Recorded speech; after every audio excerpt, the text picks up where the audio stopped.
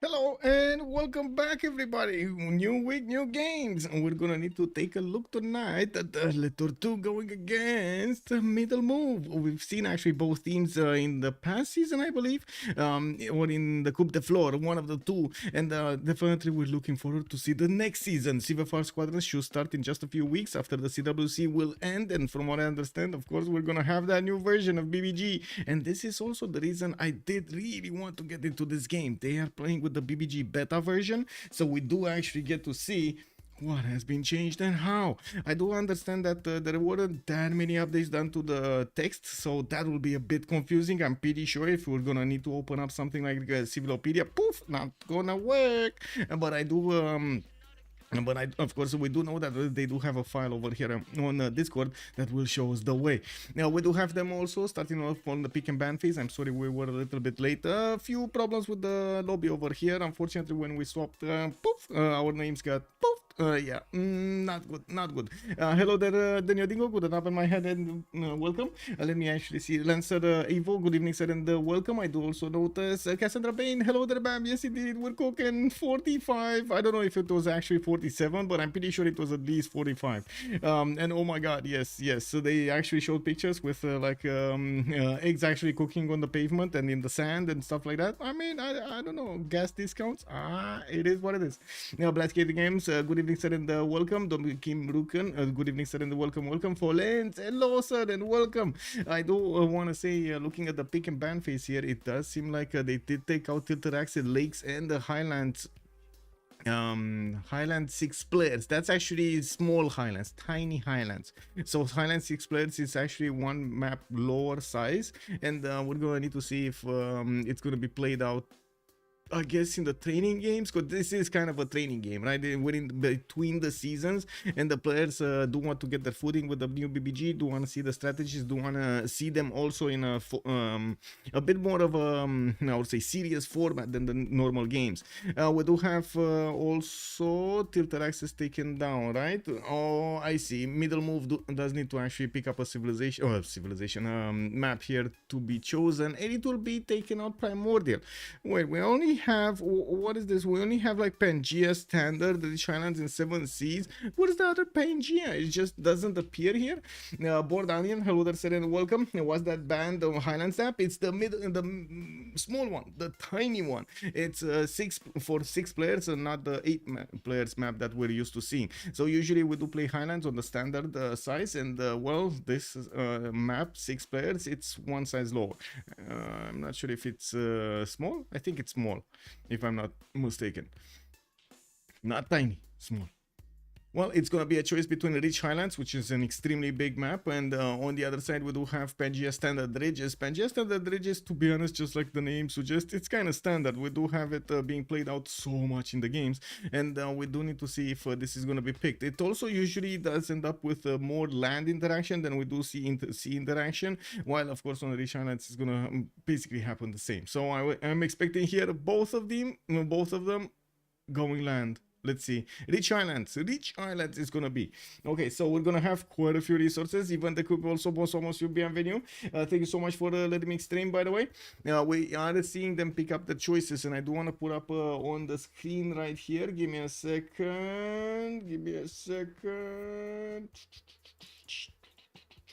There we go. Rich Highlands. There we go. There we have it.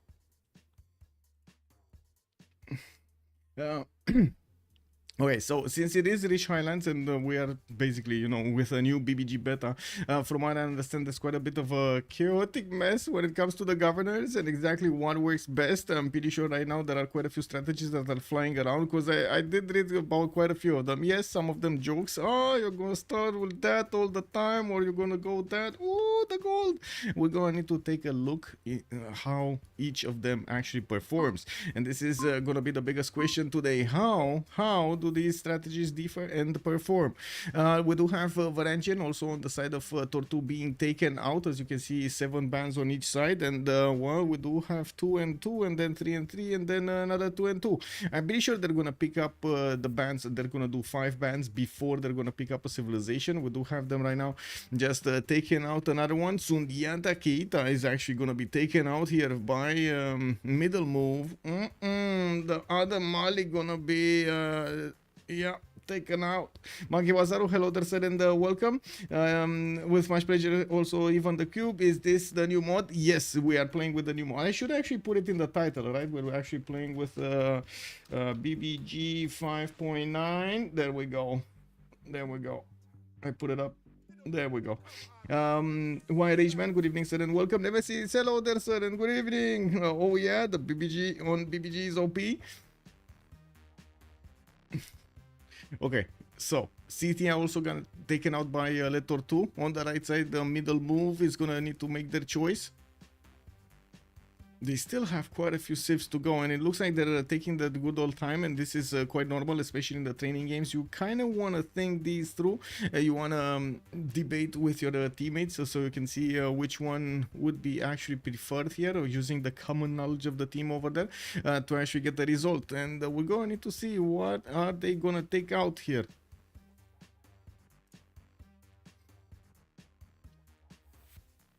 Phoenicia is gonna be taken out. Okay, Harbor Civ, half course Harbor Civ, of course, a lot of golden potential. Okay, interesting that they took out Phoenicia and not Age of Empire. Did Age of Empire get it again? Did they get her again? Did they do her nasty? Let me actually take a look here on BBG. I don't actually remember all of the choices, but I know where to look for them. There were a few ones extra that are complementary or changing the stuff that I said initially in the movie I did on YouTube with the update for the 590B. On 590C, it looks like Sondok will get a gov title of feudalism. Percentage yields of 7 buildings is now 40%. Malus is this is the penalty. Actually, penalty is now minus 10% on cities found by Sondok and without governor of feudalism. And I gotta say, Malus is more like an economic term than it's actually used for this. But anyway, combat strength from Spy removed, combat strength from Scout increased to +3, Drums of War increased to 50% culture on kill. I believe what it was 25. Reina, the right one gets the internal gold and trade out capacity removed, so they removed one trade out entirely. And from what I understand, they delayed this to market and lighthouse, so it takes quite a bit of time to actually get these, if you ever will get both a market and a lighthouse. Money R2 is now +3 Diplo favor, that's basically right second.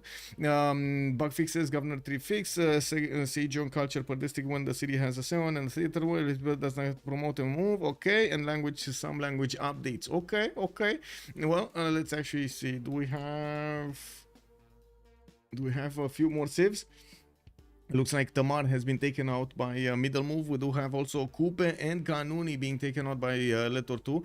While on the right side, we still are waiting for middle to actually make his choice. Age of Empire, this is what I wanted to get. A cities on a continent no longer get a free trade route capacity. This is quite a bummer. My god. Okay, cities settle 10 plus tiles from the capital, get a free melee unit. Once? Oh my. Okay, civilian units escorted by melee naval units gain their movement. This actually makes sense. This though, this is kind of killer of Age of Empire. I'm not sure how often we're gonna see her in the games, but if you know, we can be surprised. We're gonna need to take a look. Usually the players actually take it quite like nasty when you actually take out these tempo boosters that they are used to on the civilizations, because yeah, I mean that is an extreme tempo booster if you do manage to get it. Now we've seen Age of Empire play without that bonus also, so I wouldn't really take her out of the park just yet. I'm pretty sure she can be played without that, and of course I'm pretty sure BBG team agrees since they took her out. Although Dido definitely makes sense to have a higher slot over here in the priority for the ban phase. And we do have Mali also on the left side, Tort Tue banning it, and I do notice Gaul is also going to be taken out with Ethiopia by the middle move.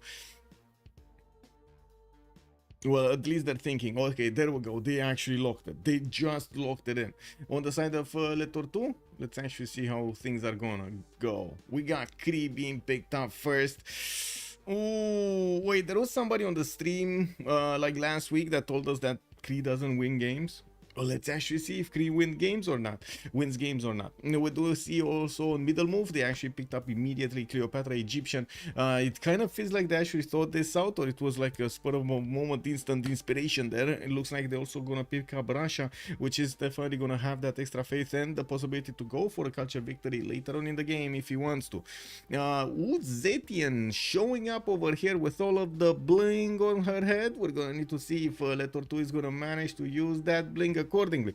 It does seem like she's gonna need to how to say get all of her charms going. I do notice we do have, of course, the second ban phase being open up over here with 4 more civilizations needing to be taken out. On the right side, the middle move is gonna need to choose their champions to not participate. Smemili, good evening, sir, and welcome. We love a lot. Tundra, yeah. Genghis Khan, good evening, sir, and welcome. Vis Electra also, good evening, sir. I don't think organizers would be okay with that. Wait, CWC game on beta is kind of weird, but in game, if the players are all okay with it. Bonsoir monsieur Vis Electra also. Comment ça va? Nah, ça va. How is the weather in Bucharest? Hot. Très chaud. Hopefully the heat has died down a bit right now. Yes, it's much better right now than it was earlier. We did have a bit of a shower, but that shower actually came with a lot of water and a lot of wind and you know, big bada booms, the lightning strikes and so on and so forth. Actually, I think a lightning actually struck very close to this, like literally the house just and I was like, yeah, bro. Oh, free massage. Let me also see. CWC is going to be played until the end on the normal BBG, so we do keep a fresh, good version from the beginning to the end. Also, when is the next CWC match? We're still waiting for them to schedule. We're going. Cisco is going to announce them soon, and of course, I'm going to put it up on the website as soon as we know. I believe we do know like a day, like the first game, and we're waiting for the confirmation of the second one. First one would be Thursday, and second one probably Saturday, but we're still waiting for a confirmation from the opponents. Looks like Spain is going to be taken out by middle move on the right side, okay, and Zulu going to be taken out by Tort Tue on the left. 2 more civs to go, and finally we're actually going to get a step closer to actually seeing them pick up what they need here as civilizations in the game. Pakachuti double for Rich Highlands. Actually, that's quite curious if they're gonna pick up Pakachuti. I've seen him used quite effectively, but usually it takes you have to have quite a bit of an appetite for risk, to be honest, to play with Pakachuti, or at least that's what I've seen when I was taking a look at the players that are picking it. They certainly had a bigger appetite of risk than the other players. Okay, we're still waiting for the choice. Okay, that's King Shi being taken out here by middle move. Okay, they're not gonna get the Wonder Builder. Okay, well, on the right side, since they do have Russia and Egypt, they might be thinking about something related to culture, and of course not letting the Wonder Builder in the game should be a good tactic. And we do have Genghis Khan also being picked up by Tort Tue and to be banned. I want to be clear, they didn't pick it up to you know, actually play it in the game. Also, is there a new meta to replace Magnus in turns? Yes, exactly. Well, we don't know exactly, Smemili. We don't know exactly right now if we have actually an established meta, but there are quite a few that I've heard of and that are being bounced around between the players, and they're trying to figure it out. Okay, which is faster in what situation, most situations, in several situations, so on and so forth. There will be a period of a little bit of chaos, I would say, but I guess it's normal. We did have quite a few reports, from what I understand, for BBG to fix, and yeah, I mean, looking at the report channel, I'm not sure if you guys saw this, but in the Discord you have this bug report channel for BBG. Oh man, there were quite a few.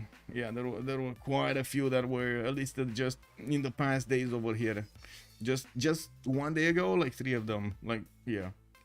Anyway, I'm pretty sure they're fixing it. That's why it's the beta, so we can actually have this period of trial and error, basically, so the players to get their feet wet with the new mode, and also do get the first-hand experience with what will change.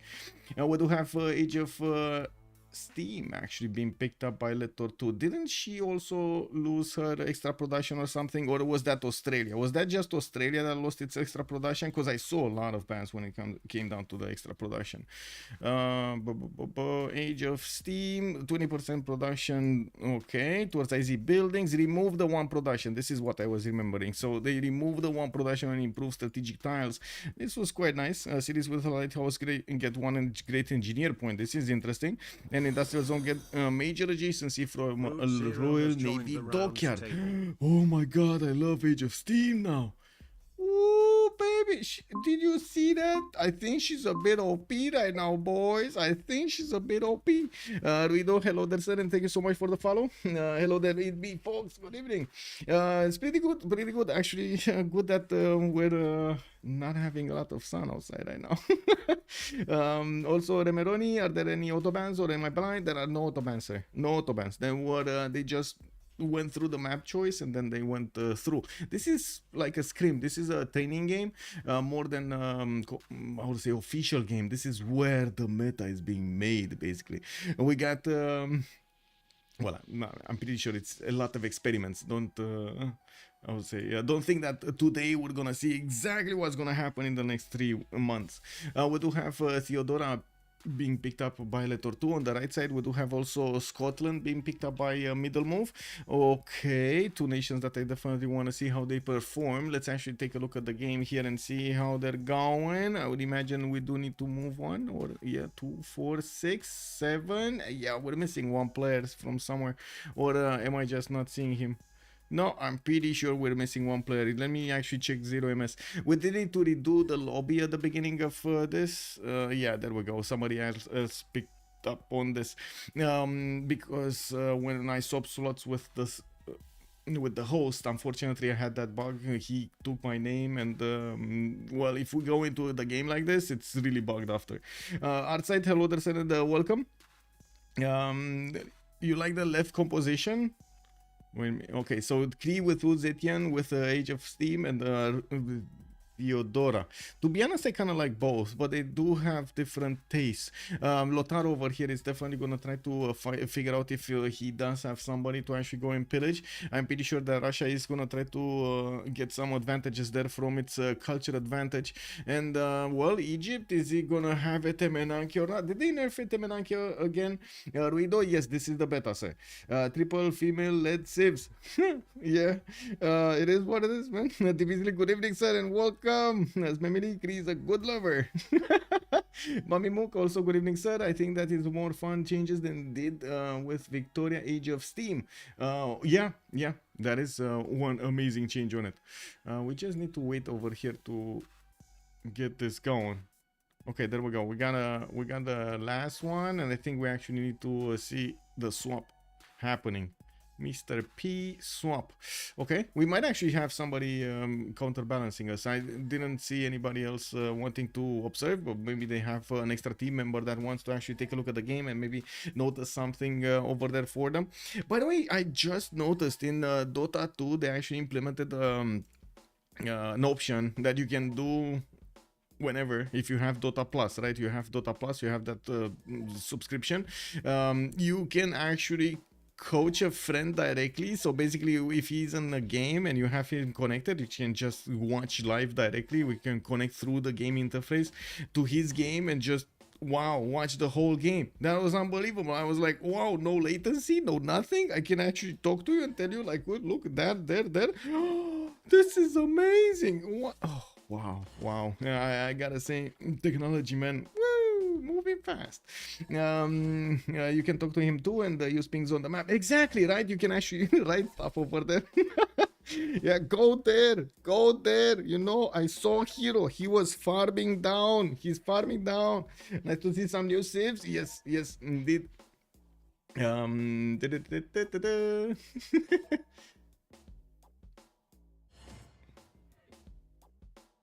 Okay. Do we actually do this, or do we do this? I hope you do this, right?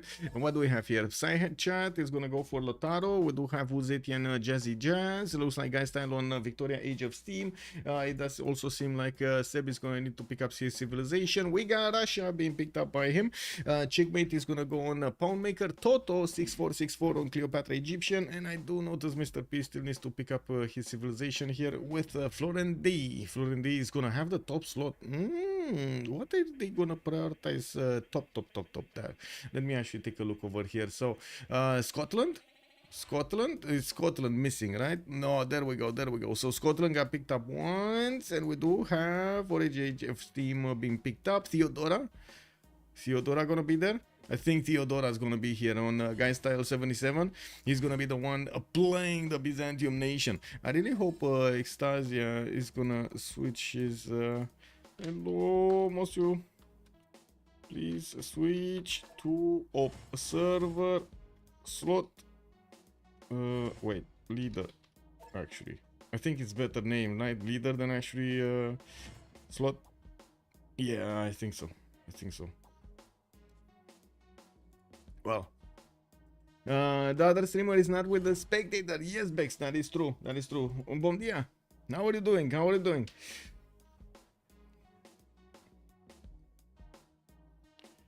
Okay, let's actually see. They're asking about the settings over here. Should be, I hope everything is fine. I did take a look at the 0ms and I didn't really see anything unusual, so it should be fine. There we go. We got Extasia going for the spectator.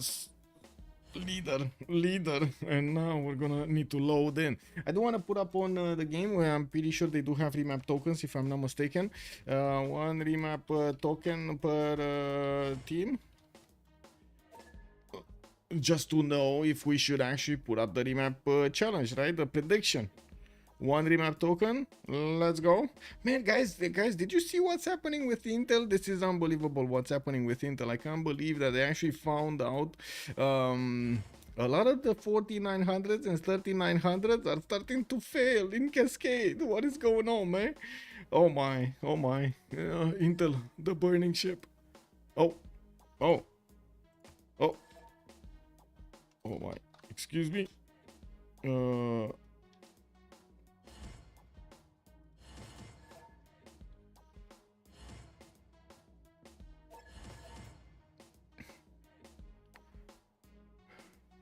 Oops.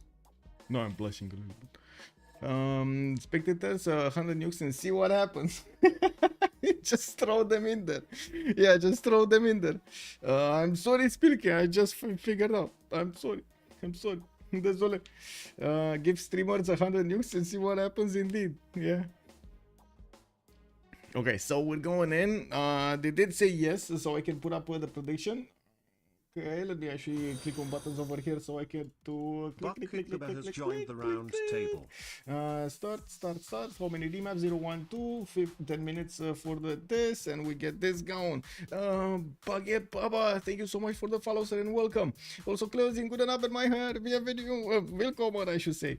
Intel has been increasing the frequency beyond what's reasonable to keep up with AMD, and yet their CPUs are starting to get fried and go bye-bye. Yeah, I don't know what's going on, man, but I do know it's getting to the scary part.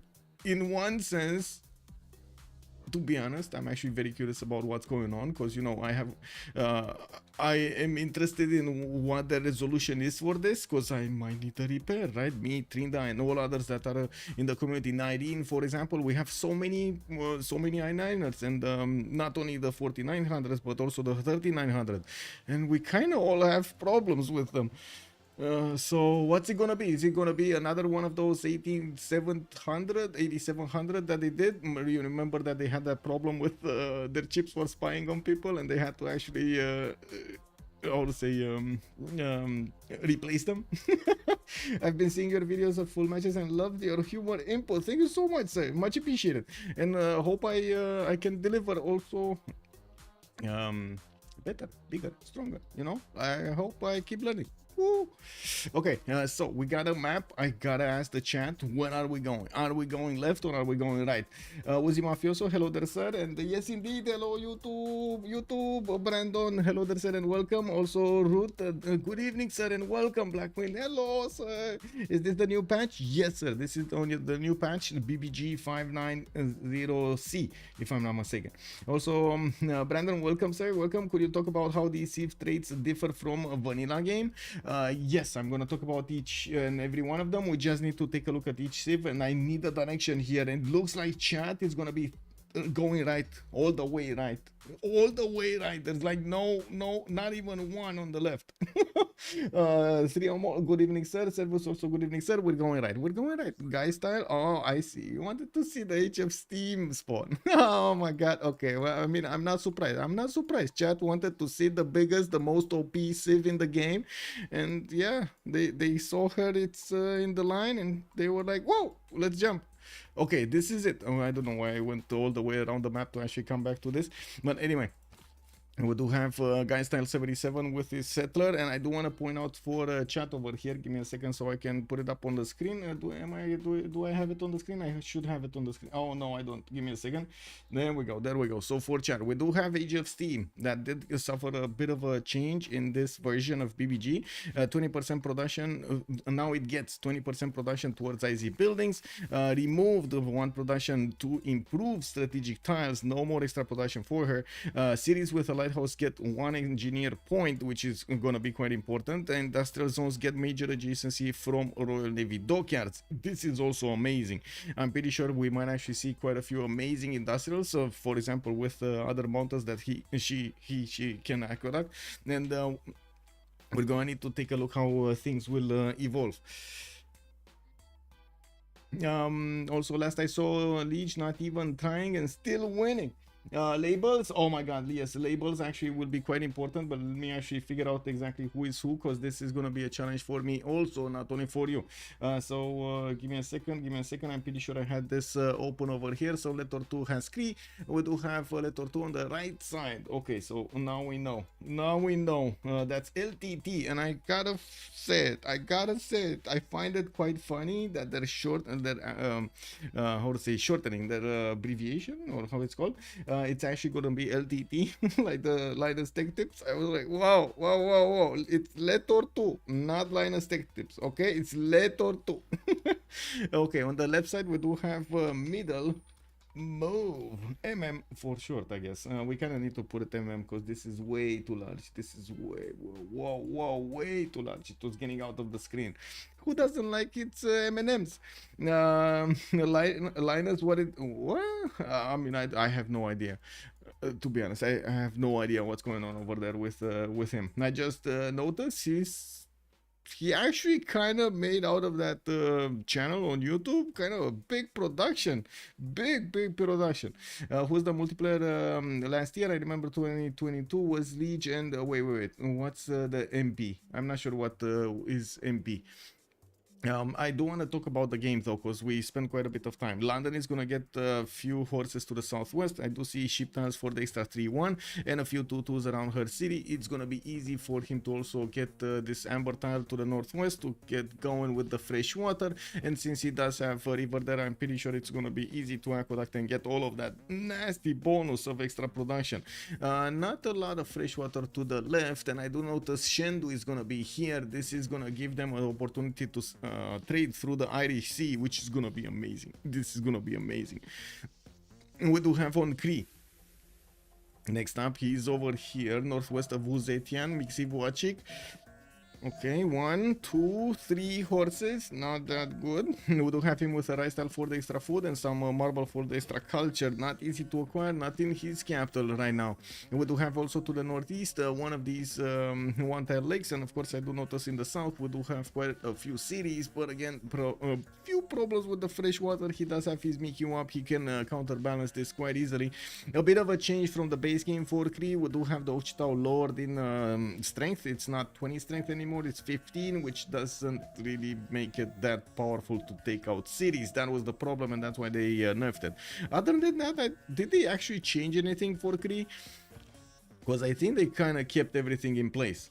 This is the SCRIM game. Yes, this is the SCRIM game. Don't know, has lost a lot of time, but I think Tony production was already there. Ok. Last I saw Legio not even trying. Ok, ok. Labels, I did do that. Andy Robo, somos you, bienvenue. Okay.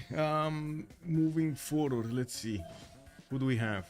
Theodora. We do have Constantinople here, FlorentD, which is gonna get a settler out in 6 turns. I do notice he's gonna have his sugar tile over there for the extra 5 food, and I do notice another sugar tile to the north with quite a few rivers to actually expand into. I'm pretty sure we're gonna need to see him try to do something to the north against Egypt.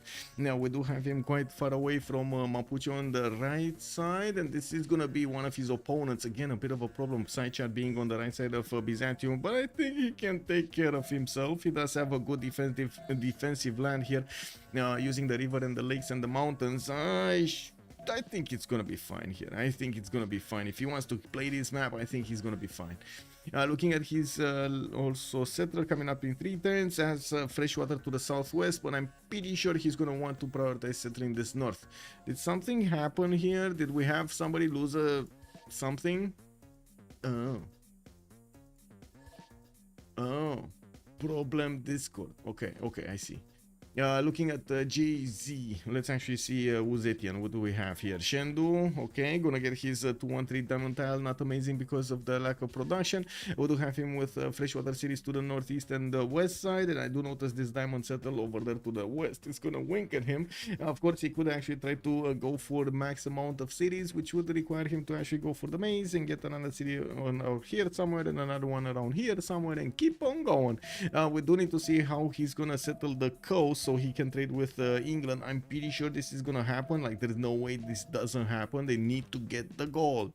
Now we do have Zetian benefiting from quite a few bonuses when it comes to its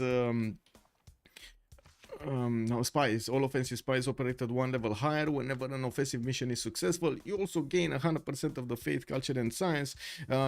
Targeted the city that turn, receive a free spy, extra spy capacity, defensive tactics. This is gonna be amazing. Free spy at the beginning, it's very strong. We've seen it played out before by Team 250, if I'm not mistaken, and it was very successful. Are scouts recon units? Yes sir. And yes, scouts have 3 sides. This is gonna be quite interesting to see how things will evolve here. Now looking at the vision, you do notice this scout. Wait a second, this scout only has 2 vision. What are they talking about? This only has 2 vision. There's like no 3rd vision. Yeah, well, it is what it is. Yeah. Oh, so only skirmishes and up. I see. I mean, that definitely makes sense. Scouts are not considered recon units. You think they don't get the extra +5 when you, for example, in the Congress, you put the +5 on them? If I do remember correctly, they do say somewhere. Oh my god, look at this text, man. All the boxes, what is this? Oh my god. Guys, I think that is Klingon. Yeah, it definitely looks like Klingon. Yeah, and boxed out like that, definitely, that's machine language right there. Maybe reading is hard. Oh, do you read this? Look, please, I challenge you to read what is going on over here. I challenge you to read that +3 over there. What is he getting over there? They're rising, bucket power. They're going forward. The recon, if you plug in the card for 100%, yes, exactly. All triangles. Thank you so much. Good evening, sir. Now moving forward, let's see, Mr.P, Robert the Bruce, what does he have? Sterling, okay, freshwater, southwest, west side, east side, a bit far away to actually get there, and I do notice he's gonna have his scout coming up in 1 turn. I'm pretty sure he's gonna want to settle a city here somewhere, although, to be honest, it's not that good. Where food? I mean, you know, maybe you settle next to some dice tiles, but where food? Anyway, we do have him with a few bounties so he can get some adjacency towards campuses, and of course this is gonna be quite a challenge to actually get everything going. He does have Cree on the right side, which of course is gonna be an opponent. To the south he's gonna have Mapuche, which is gonna be one of his allies, and Mapuche, I'm pretty sure he's gonna defend off attacks against Cree. And while southwest and west side he's gonna have Rakedet and Byzantium. Of course, Rakedet, he might actually try to settle a city for the trade, even though I think it's a bit way too out of what am I talking? He's not gonna go 20 tiles out of his capital to set a city for trade. I'm pretty sure mountain towns will do the same trick. Yeah, we do have them also starting up the map vote. I do want to quickly take a look at Cleopatra's land over here. Only a few tiny floodplains. That's not a big Cleopatra spawn. Southwest though, I do see the truffles, which are gonna give her that extra gold. Very nice. Northwest, we do have some mountains, some more rivers to settle. Northeast as well, food and production in those cities. A cat might be taken over, even well, depends on how close to Byzantium he wants to get. I'm pretty sure he's gonna want to put at least one city or maybe even two to the south. No, only one can be settled here. Not enough tiles. He would need an extra tile over here for the river to get another city next to, or go on fresh water, which definitely can be a possibility. Also Russia, what's going on with Russia? Oh, this is gonna be the map. This is gonna be the map. It depends on the Russian spawn, you think so? Well, it looks like no remap, guys. No remap. We got Russia here getting a settler out in 5, another one. I do see he just popped a Faith Hut, I believe. And I do notice him also benefiting from quite a few camps. We got 1 and a 2 and a 3 and a 4 and a 5 and a 6 and a 7 and an 8. Oh, wow, okay, that's a lot of camps. I mean, it's not 8 camps, it's not 9 camps, but he definitely has quite a few of them. Oh no, he does have 9 camps. Oh my god, that actually spread to the east side as well. Oh, it's an invasion of deers. Just walking everywhere. Well, you know how in those movies from Canada we actually see reindeers like going into shops, actually buying stuff and going out with their glasses on? This is basically what Russia is going to look right here, right now. We do have all of those deers and the well, the pigs with the truffle tiles over here just driving into the city. Woo, let's go. Yeah, they're gonna make so much gold. We do need to take a look another time at their spawns, so we can actually take a look at also their strategics. We're gonna start with the Guystyle now with Age of Steam. Guystyle going towards the northwest on the amber tile. I do notice he's gonna pump out a settler in 5, and I do notice he's also gonna have access to a refish tile so he can get the extra food, while he's gonna get 2 tiles of horses to the west side, southwest side. He does have his iron in the second ring, just as the horses are in the second ring. A bit wait, well, I guess it is a bit expensive, but not too expensive. They're not 3 rings now. That would be an upper threshold. That's a bit of too expensive. We do have him also getting that 4th population really quickly. Looks like he sped up on that food more than on the production. That's a very fast 4 pop. We do need to take a look at Pound Maker with Chieftain. There we go. Makes him watching moving towards the east side with his first settle. I do notice he does have 2 possible cities here. It's a bit of a question mark where he's gonna settle. If he's gonna try to settle here, well, that actually denies him the other settle. He needs to actually move here, which is gonna take so long. 1 and a 2 and a 3 and a 4 and a 5 and a 6 and a 7 and an 8 to actually settle. That's a long time. We do have him, of course, getting another settler out in 4 turns. And looking at the north, he does have Preslav to maybe bully, while he is gonna have some soul mines over there on the shoreline, so he can get some extra food from KW. Was that beefed up by something? Man, that was a wild Winnipeg hurricane that just passed through and hit that salt mine. I don't know what it did, but it created more salt. Yeah. Yeah. Well, the strategics, because Civ6 does have both of them in the city center to the north and to the south. I do also notice he's gonna have some T-tiles over here, and of course not having that much of a bonus for his trade routes. Well, I guess it is what it is, you know, you don't always get it. To the southwest he's gonna have another 3, but again no extra 4. Maybe he can actually put a city, like a big mountain city like this one, for example, like put it over here and get all of these 1, 2, 3, 4, 5 and a 6 horse tiles that will get the bonus and make that the Magnus city. The thing is, we don't even know if Magnus is the way anymore. I'm pretty sure we got quite a bit of chat over here giving us an idea. The settle on the 1-2 isn't even good, especially since Cree can just settle fresh with AI. Well, yeah, but he keeps on going. He keeps on going. Yeah. Yes, the unique improvement, the make you up. I think that's one of the first things I actually placed. The general. Big strategies. Let's see what kind of governors do you think they're gonna pick first? Do we have? Can we put up predictions over here? Who are they gonna pick up first? Get me finish the last one, and maybe we can get another one going. Let's see. Is it gonna be just the first governor? Let's see. Wait, not a prediction. Let's go for poll. Oh my God! I clicked on view results instead of new poll. Okay, what governor is picked first? Let's start Tamani. I don't know what's Western Victor, Magnus, Pingala. We got Moksha. Oh, oh my God! I don't put Victor because you know nobody actually starts up with Victor first. Tamani, Liang, Magnus, Pingala, or Moksha. I think these are the 6. Right? I don't. Oh my God, Reina! I need to put Reina. I don't think anybody's gonna start up with. Let's see. No money. No money. Let's choose Reina here. Okay, there we go. Let's put it up. Let's put it up and see what everybody thinks of this. Liang, I did put Liang in, sir. I did put it. Pebbles also good evening, sir. Monkey Wasaru, if he does the 2-1, he took the wrong way. Well, he did go for the 2-1 here, and yes, indeed, he did take out one of the forests. It does seem like his Ochita is moving back to the south, and he does have another settler coming up in 1. Now we're moving forward towards Theodora. Let's actually take a look at Theodora and what is she cooking.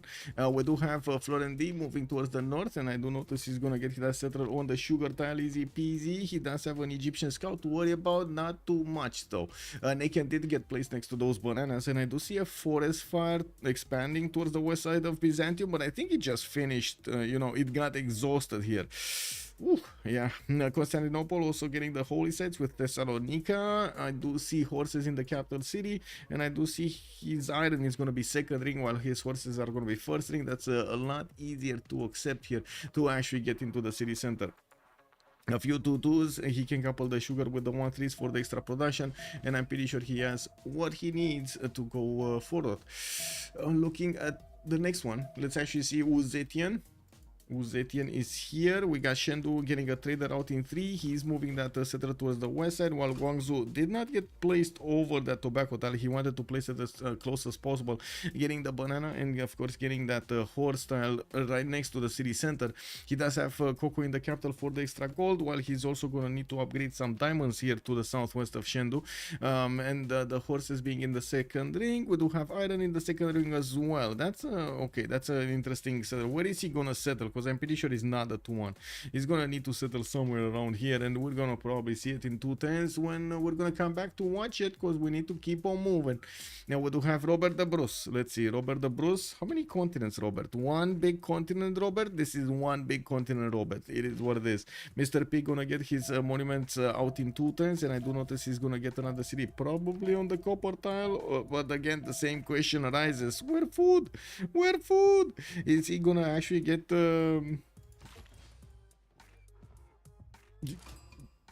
the Pantheon for extra food on wheat tiles and rice tiles? Check W. Anyway, we do have him with Bologna to the northeast, which is going to be quite nice. He's going to get that extra great person point per type. This is going to be amazing. We're also going to need to see if Mr.P is going to be safe here, because he does have kind of a bodyguard, right? We do have Psychat to the south, which is kind of the bodyguard of Scotland here.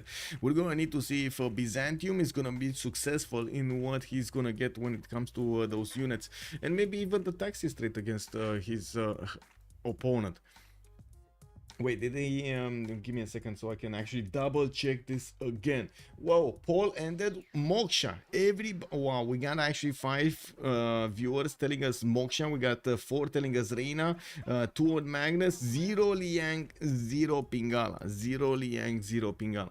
I do want to double check here on so first of all, Zetian does get recon units, we get 1 side, traders and spy get 2 side, and also units 3 tiles from a spy get 2 combat strength, units 3 tiles from a recon unit get combat strength. So that's the mumbo jumbo that we saw earlier, the machine language over there that we couldn't read, the boxes.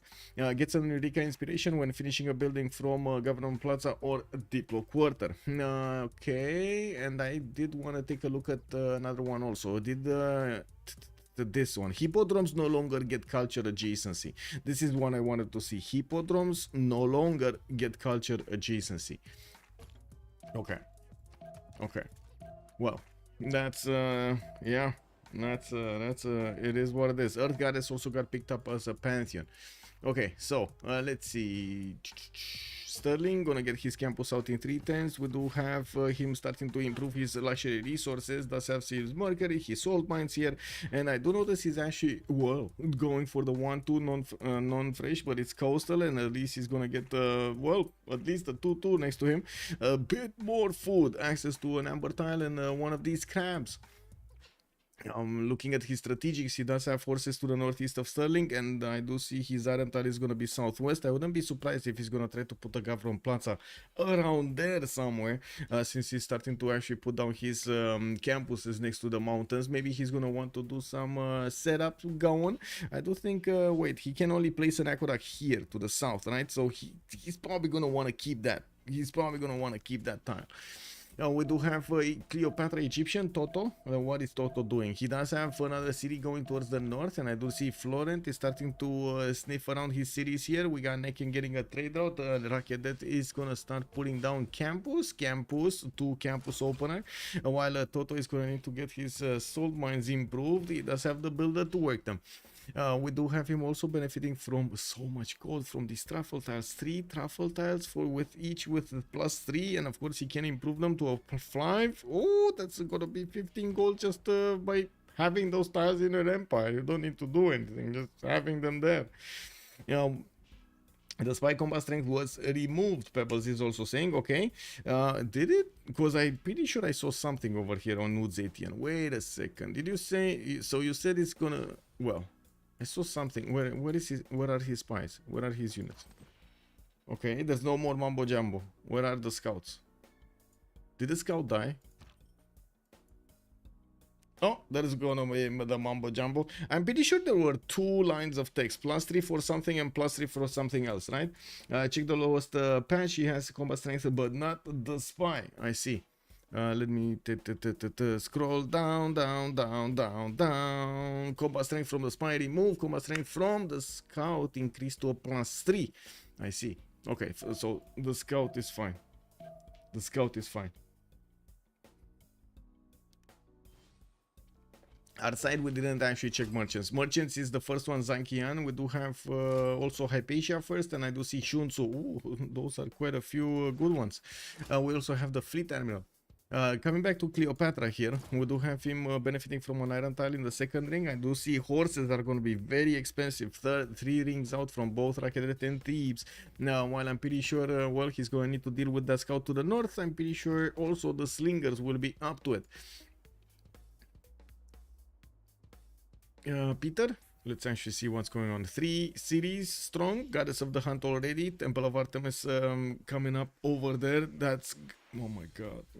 I mean, it was kind of written in the stars, right?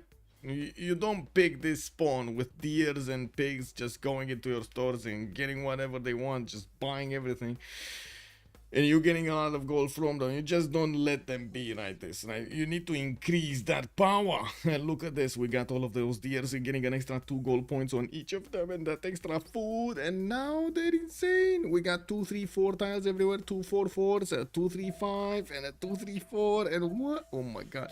And he does have this one, which is a 7. A 2, 3, yes, you heard it, a 7 gold tile from the beginning. I mean, who needs Reina? You know, like, who needs Reina with this pantheon? We do have Liang showing up in the city of St. Petersburg. I do see the settler of the 4th settler is also going to come out in 1 turn. Okay, well, he does have access to an iron tile, which is underneath one of his lavras, which did not build a shrine, so he's not making a lot of points, but he's starting to build them in the other cities. And I don't see... we need to move forward towards Lotaro. Oh, horses already got improved to the south. Yes. Let's see Lotaro. In between the mountains, one time at band camp, and Gulumap was here. He was getting Magnus help, and it looks like we got Liang and we got Magnus. We got Liang and we got Magnus, boys. Are we gonna see more Magnus, or is this gonna be Liang supremacy? 2 Liangs. Oh my god. One Pingala. We got a Pingala. Wow. We actually got a Pingala. Another Liang over here. We got a Reina. We got a Reina also from Zetian. And I do notice another Reina. Okay, so we got the gold boys. Can we call them the gold boys here? Between Zetian and the Age of Steam, there will be a lot of gold just pumping out of the everything, everywhere. Like they walk on down the street and you see, you hear behind them ding ding ding ding ding ding ding. Those are just gold coins pouring out of their pockets. You know, these are gonna be the replacement Mansa Musas. Because they have a super early naval traders, they just go in Reina. Yeah, I mean, can you imagine what's gonna happen here? But again, I do want to point out, look at Peter go, 27 points. 27 points, man. 27 points, that's a lot. I do see England started off on his first trader, and I'm pretty sure Guangzhou is gonna, or Chengdu is gonna start off on his soon. Okay, Mapuche, right? We were on Mapuche territory. Magnus in the capital. He did go for city Petian Gardens, 40% towards the first district in the city. We do have him with the trader from Puelu Mapu, and I do notice he's gonna get a banana here to the northwest of Pikun Mapu. He did settle the Crocodile, which is a freshwater city. Yes, I know the river is a bit, you know, confusing because the label is on top of it, but it's fine. We do have Mapuche also benefiting from already horses and iron improved in his capital city, while he's not gonna have easy Shemamul spots. I do see one on that iron tile to the west of Pikun Mapu. I'm pretty sure he can chop quite a few of these rainforests so he can actually get those Shemamuls going. That's a lot of culture that you can actually get from the Shemamuls. They didn't touch the Shemamuls, right? I hope they didn't touch the Shemamuls. Smorier, hello there, sir, and good evening. Where's my bold boy Moksha? Yeah, where is Moksha? We don't know where Moksha is. Yeah, too bad you can't stack production anymore than one turn at the door. Yes, yes. Wait, you actually think it's a +8 Artemis pebbles? We didn't actually check, but let me actually double check this information here, because this is gonna be more gold. We got 1, we got 2, we got a 3, we got a 4, we got a 5, we got a 6, 7, 8, 9. That's a +9 confirmed Temple of Artemis when he's actually going to improve all of these resources. 9 amenities.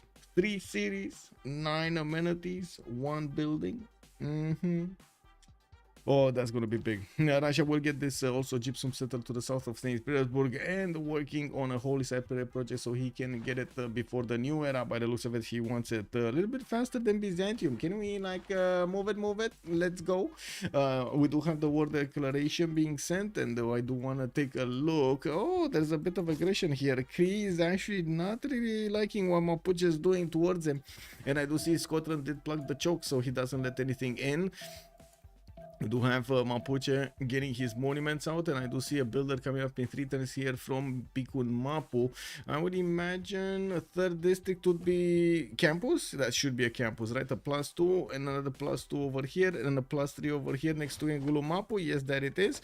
We do have the archers starting to also help him get the defense up against that Okchitao. This Okchitao, well, it's still oh, it's checkmate. It is checkmate. Oh, I see. Well, we do have it with only 15 strength, so that city center is a bit too tough for him. It's a bit too tough for him. Yeah, he needs more muscles. I'm pretty sure we need to actually send this to, you know, the gym. Now we do have to take a look here on their pantheons. I did notice God of Open Sky on Cree. Looking at Zetian, I do notice God of War and Plunder. So okay, he's gonna get to open up with commercials, and he's also gonna start to get quite a few of these great merchants.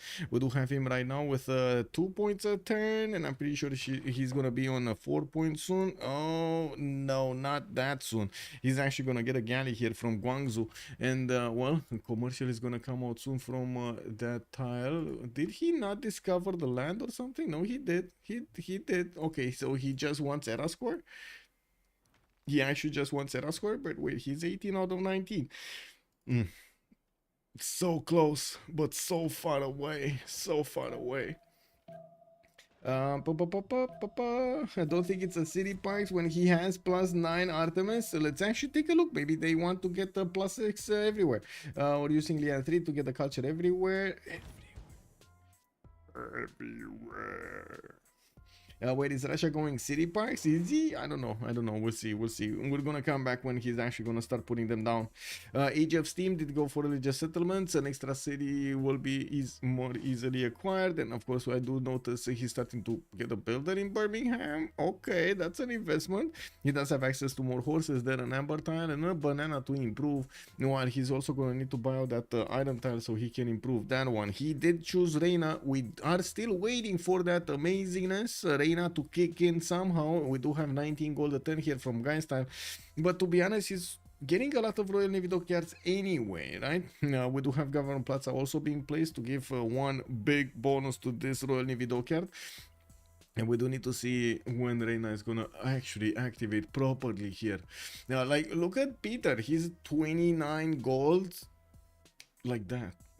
Just a Pantheon, man. Like, he doesn't need anything. What, a commercial? No, are you crazy? Just a Pantheon, bro. You get so much gold. And I mean, look at him actually pick ties or something. I hope not. I hope he's not gonna pick tie. Don't that was a joke. Joke. Because I'm pretty sure I would have a riot over here. What? He could be bad at the game like me and open city parks. So I mean, to be honest, it's not that bad of a strategy. And right now, I'm looking forward to see what's going on. Camps already gave +2 gold. The truffles have +3 gold, and the camp is +1 gold, and the Pantheon is +1 gold, +2 gold. Isn't it +2 gold, or did they tone it down? He's getting so much GPT because of that. I think it's +2 gold, isn't it? What's his religion? Did he pick one? Oh, both of them picked one. So Russia did go for choral music with lay ministry. Shenzhen temples do provide him with the intrinsic faith culture output. And I do see he's also going to get lay ministry for the holy side, giving him the +2 faith and the theater square getting the +2 culture respectively. Looking at also the other one. Let me put it up. Choral music and crusade. Looks like both of them actually picked up choral music. Ooh, from enemy teams, they picked up choral music. Wow, they actually were in the same screen at the same time. Whoa.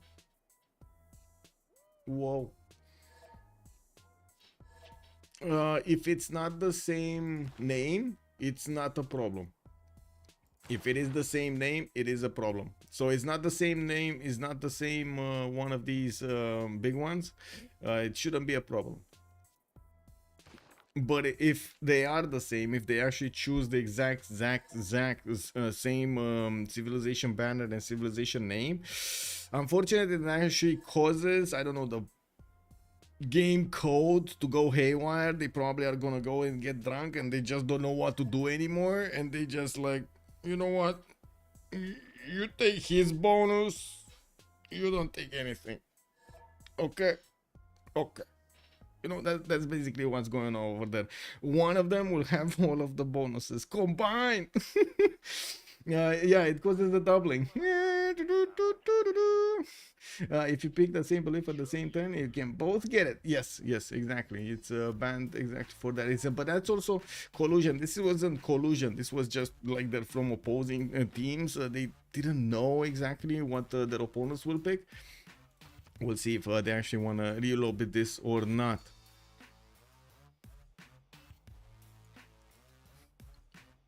What does Byzantium go for a Pantheon here? Earth Goddess. Okay, Earth Goddess. And we do have him making 20 faith a turn. That's pretty big. And we do have also Peter making 20. And I do notice Egypt already putting down in-camp. Oh, wait a second, boys. We got an in-camper starter here. Okay, so are we gonna see Marianos? Are we gonna see horses? What are we gonna see here? Because that encampment looks very pointed, like pointy towards Byzantium. I don't think you can get more pointy than this. You see the direct line? He's actually drawing between that city center, the encampment, and Nicaea. It's like, woo, I know where you're going, mate. We do have Nicaea getting pillaged. Unfortunately, that holy site got taken down by the scout of Naken. And yeah, Toto is bringing in all of the goodies back in his city center. He did pick up God of the Forge, which also gives us an idea of what he's planning here. We do have Pingala establishing the capital. And looking at his stats, well, I can't really say he's amazingly in science. He's 12 science and 8 culture. A decent result here with 33 production. He does have a bit more production than FlorentD. Always when you take care and you compare civilizations with a faith civilization, you kind of need to take into account also the faith generation. 24 faith, well, it's basically 1 point of production, it's 2.5 of faith here. So he definitely has a bit more production than Toto on Cleopatra. Okay, let's see next. What do we have on Scotland? We do have Scotland getting his government tile. Oh, okay, yeah, makes sense on the iron tile. Oh my god, okay. We do have Divine Spark coming up soon as a Pantheon, and I do notice him starting to improve some of his tiles and also getting 4-2 sheep tiles every. Wait a second, what happened here? Why are the horses 4 food and 2 production while the stone tile is also. Oh, Liang, never mind, it's Liang food. Is wow. Whoa. Do you know how long it's been since we've actually seen this being picked up? Agriculture on the food on the cities reveal the resources. Like usually people play Liang on the left side, the reinforced materials, right? And I do remember the first times we've actually seen this implemented, like this right tree implemented as it is right now, but it was actually a bit different. Housing boom was in the middle, right? Agriculture, housing boom, and then boom, you get everything you need. Yeah, we're gonna need to take a look if this is gonna be as I remember it. But looking at the resources, I do see 1 and a 2 and a 3 and a 4 and a 5 and a 6 and a 7. 1, 2, 3, 4, 5, 6, 7. Yeah, 7, 8. Yeah, that's kind of the limit, or at least the limit I knew of back then. Like, I remember having discussions with a few players, and they were kind of setting a hard limit of you shouldn't open up with Liang if there are less than this amount of resources, like less than 7, 8 resources. You shouldn't open up with Liang. Now it's a bit different, right? All of the other power spikes, power levels of the other civilizations in the game have been changed, so maybe we're actually gonna see a bit and also the governance, not only that. We're gonna see a bit of a different pathway here, maybe even a different threshold. Well, right now, let me be skeptical. This usually does force you to get like one big city, one big productive city. We do have Roxburgh getting Hypatia. Of course, he did manage to acquire it with some projects over there, easy peasy. He's gonna get his libraries and does manage to get 21 science with 17 culture, but while building libraries everywhere and getting Hypatia with the library bonus. That's a lot of science, and that's quickly a lot of science. Is this gonna be industrial zone rush? Well, let's see on Cree. We do have him starting to get his trade routes. I do see 2 of them. I'm not sure what both of them are doing in Mr. Hisipi. He does have Pingala in there in the front line. Wow. Pingala front line, Pingala. Yeah. I mean, he's gonna science the out of them, right? He's gonna science this out. This is MacGyver showing up on the front line. Man, they don't stand a chance. Yeah, they don't know. They don't know, man. Mapuche just doesn't know MacGyver well. I think it's Pingala internals. Okay, it's a SCRIM so everyone can try new strats. Exactly, that's what we're watching. Whether you think it's good to actually have it on the front line. Yeah, so he did go Pingala here to get the 1, 2, 3 bonus. Well, right now he has 2 bonuses. Okay. And we do have also Warlord's Throne, and you are saying Pingala. It might be Pingala internals actually, with 19 science and 22 culture. Yeah. Governor Plaza with that Warlord's Throne coming up in 5 turns, and another wave of settlers. I do notice they went into the next era, so we're gonna need to take a look at their bonuses here quickly. Just putting out my chats on the left side so we get to see properly. Russia is Irel already. Also, Darsh, good evening, sir. Darsh on YouTube is saying Moksha, best Moksha. Let's see. Do we have Moksha? Not right now. We do have Governor Liang still over here. She doesn't want to move. No, also, why do you say Russia is Irel, by the way? Victor O, good evening, sir. Woke up too early. Good news. Nice. There's a game to watch. Yeah, Victor O, good evening, sir. Welcome. Also, Total Unimodular, good evening, sir. I've been lurking around your YouTube for a while. I just wanted to let you know that the novice game in comment was great. You should do more videos like that on a regular basis. Glad to hear it, sir. I was thinking, debating in my mind, you know, if I should do this or not. Like my most, I guess my biggest fear on this is I don't want to intrude. I want to let the novices actually, you know, get their footing in the door over there in CPL and try to actually have fun with the games and with the setting. And I don't want to feel like I don't want anybody to feel like I'm there, you know, just to how to say, get the lobby going and try to make the stream. I think and I hope it's going to be useful what I do say in those games, and if that's the comment you're making, it seems like it was useful, which yeah, that's a little bit of an extra over there, you know. Plus, check. I had at some point a discussion with Cisco, you know, like I was trying out different things on my channel, and I was thinking to myself, okay, I mean, if this idea works, how do I actually know if this idea works? Like if I put a new thumbnail, how do I know if I change the versus screen, how do I know this actually is better or not than the previous one? Or if I start to do a choke, or if I do something and then I, you know, like what happens?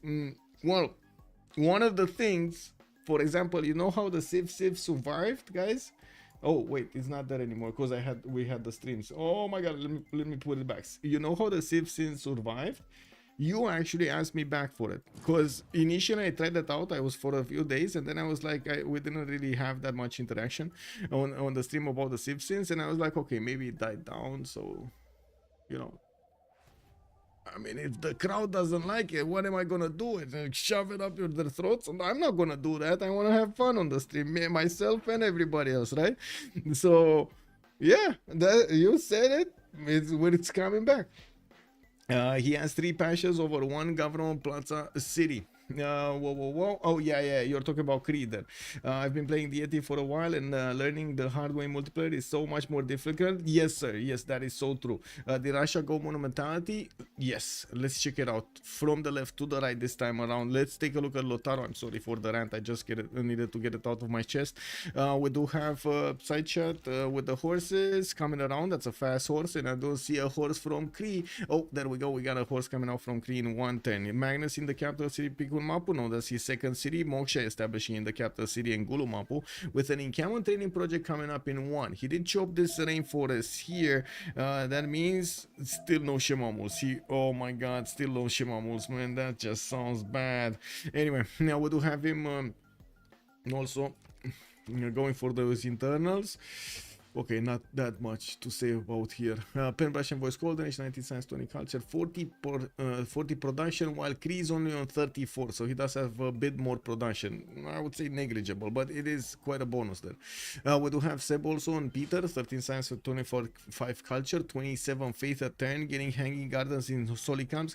Moscow did get Temple of Artemis. We do have Odin's Chamber in St. Petersburg, and I do notice Smolensk is gonna get some builders out to help him go. And I'm a bit surprised he wants to keep going getting builders instead of going for settlers. Usually the players do want to buy the builders with the faith and hard build the settlers with the production in the city center. So basically you kind of get the best of both worlds. You get the builder, you start to choppy that forest, you actually start to make models out of wood and stuff like that. You make chairs, you know, it's everybody's happy. But then everybody wants to actually live and go and build 3 houses somewhere because you taught them how to live. So yeah, now it's gonna be a problem. So you have them chopping trees, getting settlers, chopping trees, getting settlers, and so on and so forth. Now this time around it looks like he wants to build up his face generation. He's already on 38, and I'm pretty sure he wants that extra housing. Hit that, hit take Cree, what? The Beasley? What? Because central card is 50%. Yes, is a best internal. Is in Plaza. Wait, yes, Plaza is the best internal bonus, just as the other one, the Diplo quarter. Address 6 plus 1 something, and food on Cree is not relevant on internals. Often, what do you mean this time around? I was left to right. It's always left to right. No, this morning earlier we took it right to left. I don't know what you're saying, man. I don't know what you're saying. We took it from the other side. It went in. Yeah, I know what you mean. He can still build triple quarter in the Pingala city. True. While getting quick temples over here, Seb will need to show us the way. 62 production. He's the biggest one in the lobby right now. Plus the extra faith, he's getting the 40 faith per turn. On Toto, 27 science with 20 culture. We got Cleopatra here getting the Marianos. All the big boys, all of the bad boys are going to Byzantium. And I think FlorentD is gonna feel the pressure. Well. Wait, is this a welcoming committee? Is this like a gift sending kind of mission over here? They needed to protect the gift. That's what it is, right? Egypt right here. This is, guys, this is the newfound diplomacy, you know. This is, we don't know, but this is how diplomacy is made. Yeah. Or how diplomacy was made back then. How would you, guys, how do you think we make diplomacy if we can't really understand each other? Like back then, do you think these guys understood each other over there in sign language? They were like, oh, 5 trees back, 5 trees back. You actually need to go 5 trees back. Okay, you see this line? You see the moat over here? Yes, 5 trees back from this. Losing a settler is a sin. Yes. Stolen builder isn't a Civ sin? I don't think so. Yeah. Civ sin, if it's a builder, is not a sin. Whoa, yeah. Mariano Ceretace coming up from Rakedet next turn, and I do see he's putting down commercials. He doesn't have a general yet, and I do notice Egypt does have 23 out of 30. He's going to need 7 more turns, while I do notice he's not making a project. That's a long time to actually get a general, and I gotta say, time is ticking. Tick tock, tick tock, tick tock, tick tock. This is not. This is gonna be very fast. This is gonna be very fast, and yeah, I think Nicaea is gonna get it. Like, he's gonna get us at least one of those, right? I really? No. Oh my god. Wait, whoa. Do I see that correctly? Is horseback riding in 2 turns with already feudalism in 6?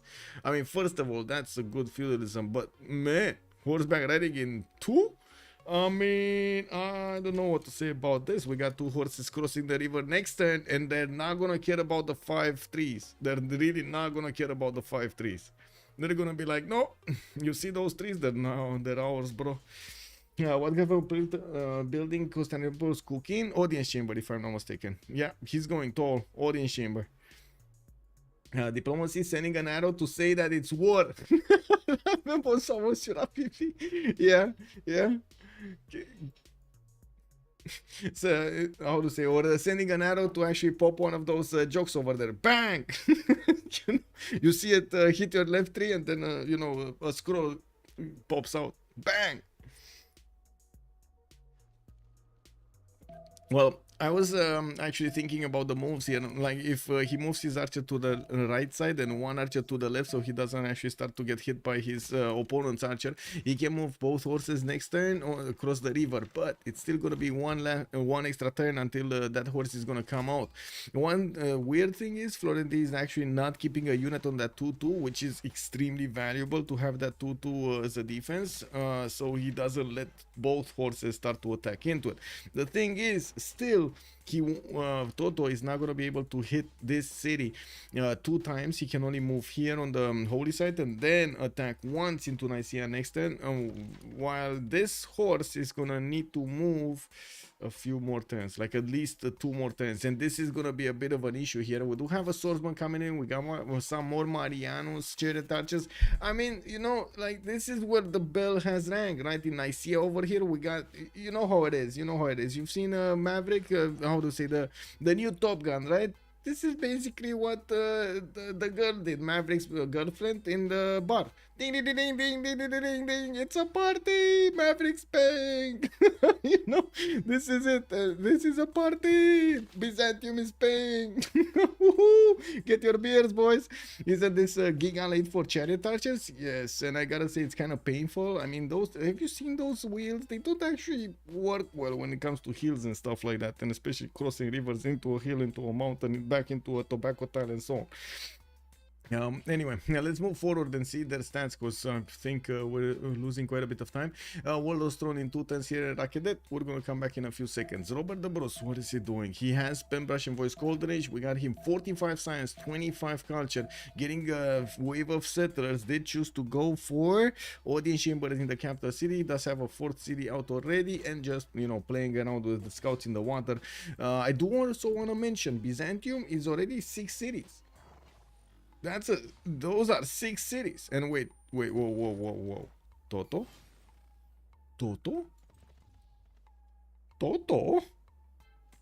Okay, he's going horses. He doesn't want to attack first into the city center. He wants to keep them as aggressive but as safe as possible in the rainforest hills over there. If these archers are gonna attack into the horses, they're not gonna do that much. Okay, well, the general Trum track is on the way. We still don't have a general from Byzantium, but I gotta point out here, we do have the first horses coming up in 2 turns, or, well, I guess with the Monumentality Golden Age, he should be able to actually chop it out next turn. So Nicaea is gonna get at least 1 horse, which is gonna make and put it up to at least 26 defense strength. Well, let's see, Jazzy on Zetian 4 city strong. We do have him starting to get that goal for his teammates. Oh my god, what's this, man? Woo! 116 gold a turn. JazzyJazz, man. Pen Brush and Voice Golden Age. We do have him with the Classical Republic. 44 production only, but 116 gold a turn. Bro. Bro. Yeah, I think that's a bit too much, not gonna lie. I think that's a bit too much. Well, they do have 3 trade routes that are going through the water between them, and I do see on the other side we do have also Ancestor Hall coming up from Guystyle. Ooh, wait a second, first moves. What are these doing here? Toto biding his time in the forest. He sees the arrows coming towards him. He pulls back his horse and moves forward his swordsman. Okay, well, yeah, nothing really happened here, did it? Yeah, nothing really happened. He just, yeah. Well, I mean, this happened. He crossed the river, which is kind of good. Okay. Well, still, it is what it is. The Mariano Toucher needs to get in there. It's quite a bit stronger than the archers. You can see these opposing archers, the Byzantium ones, are not gonna get to shoot back easily. Yeah. Okay, well, next up, FlorentD, 14 science with 20 culture. We do have Theodora here fending off for his life. Victor establishing Nicaea, while he does have his first horse joining the fight. We do have Toto actually, yeah, doing quite a bit of damage. Another encampment coming up from Nicaea in 3 turns. I do notice he's getting another wave of horses, and I do also notice a granary. He did buy a builder in the city of Nicaea, and of course he does have quite a few tiles that if he wants to, he can chop. The ones in the front line, though, I would really suggest chopping them. Now we do have him also with 42 faith a turn and 59 production, 6 cities. This is quite big for this moment, and I'm pretty sure if he wants to keep on defending, and if he does manage to defend, he should be on top of Egypt in no time. We do have also CheckMate, 19 science, 27 culture, northeast of Mapuche. Mapuche actually pushing in. I do notice Mapuche is gonna get an archer. And wait, no, is that one single horse push here? Is that horse all alone? Oh my god, this is Hercules. Yeah, that's a lonely horse. Basically, he got his own Legolas here next to him, trying to fend off attacks, and then he does have Gandalf here behind him. Yeah. A friend is coming. Yeah, another one. Yeah, they want to join up. He has 7 cities. Wait, 2, 4, 6. Oh, you're right. He actually has 7 cities. I'm sorry, my math is bad tonight. Slacking. Developers love you. Because Reina left is cool. I used to keep placing harbor and commercial in the same city just to abuse Reina left, and realized it wasn't a very good decision. Yeah, true. True. Also, it is nerf Reina. This is nerf Reina. Oh my god. I think they need to nerf it again. What is Mario range strength? Yes, 35. Let's see actually what happened here. Okay, so the chop of that encampment went down. We do have the encampment training project also coming around in 5 turns. Byzantium can move one of his horses inside of the city center, and I do notice Egypt still did not move his swordsman next to it. Now we do need to see if this city is gonna survive. Ooh, sleepy hedgehog. United Primer. The _sleepy_hedgehog. Thanks for all the streams, Michael. Thank you so much, sir, for the 15 months. Much appreciated, sir. Okay, I think I need to put my chat also on here on YouTube so I can to see what's going on there. I think I missed messages. Not too attached to Civ6, but it helps us conversation focus, so it works for what you use it for. Yes, sir.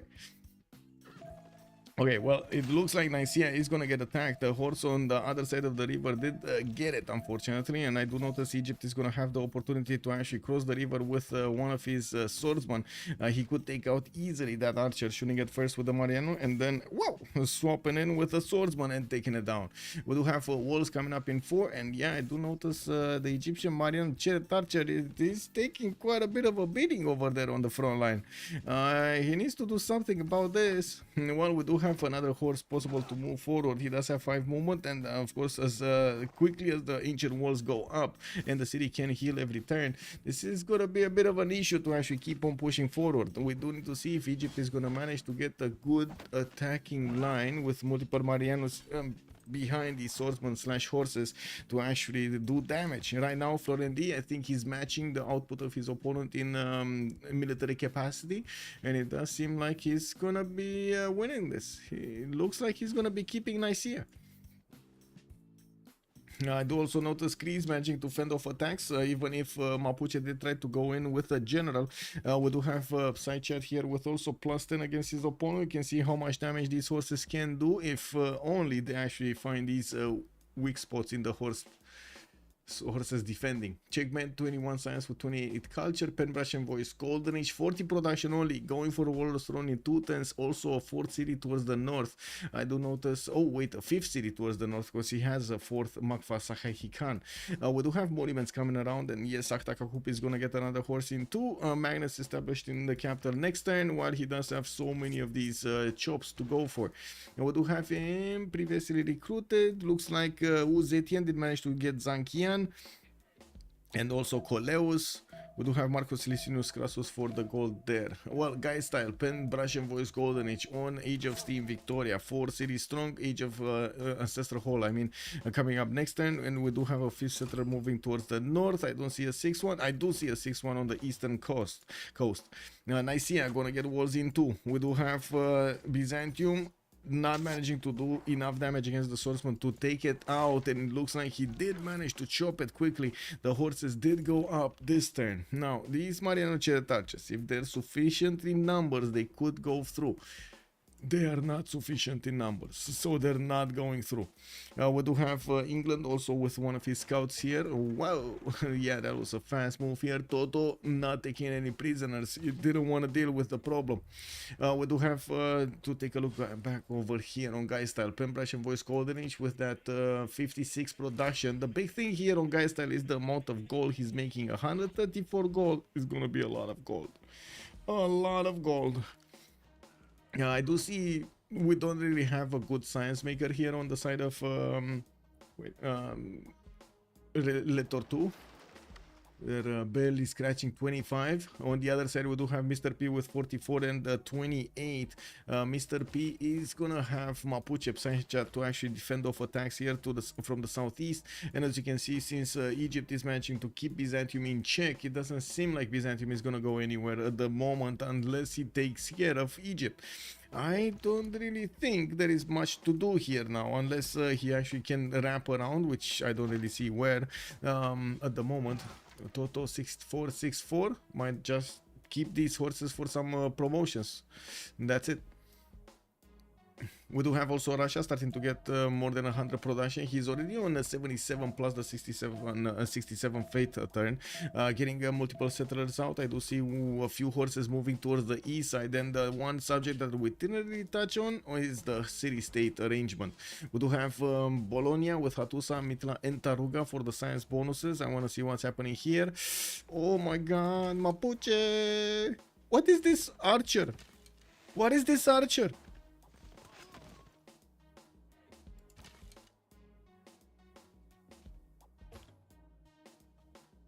My god, did you see that? Did you see that, Archer? Oh my god, man.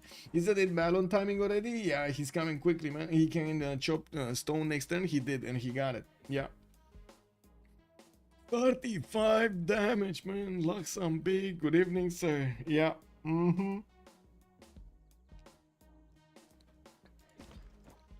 Cree over here is in a world of trouble. Yeah, we do need to see if oh yeah, look at the Malno Raiders. Look at the Malones.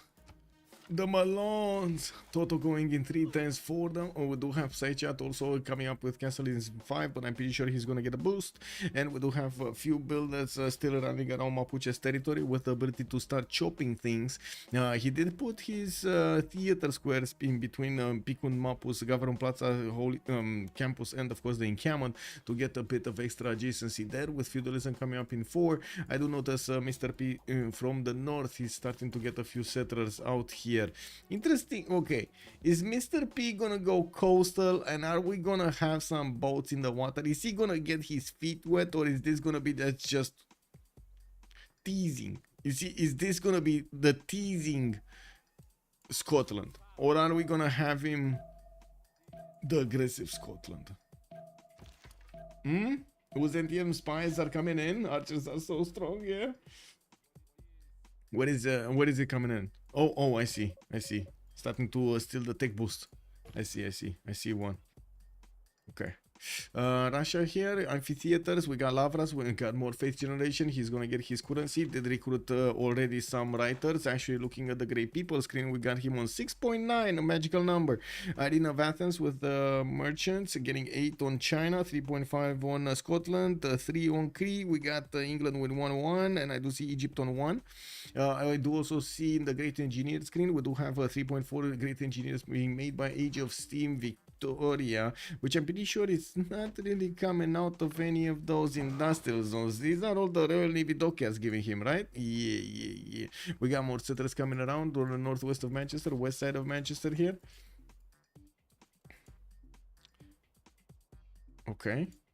Okay, this attack is over. Oh my god, he lost the horses. And we do have some hippodromes coming around here from Byzantium. Okay. Well, this is gonna be free unit time soon. And I do want to point out, Byzantium does have Crusade, right? He does have Crusade. So I don't know about this series of Toto 64, but he definitely needs to get more army. On the other side, we do have Mapuche managing to get in close up and personal to the city of Mr.P. He does have a few horses that could start bonking against the city center, and from what I do notice, he's keeping that encampment intact. Now, we don't have any walls being built. No, they were being built. I don't know what happened to them. I guess he stopped building them. He wanted to get an archer first.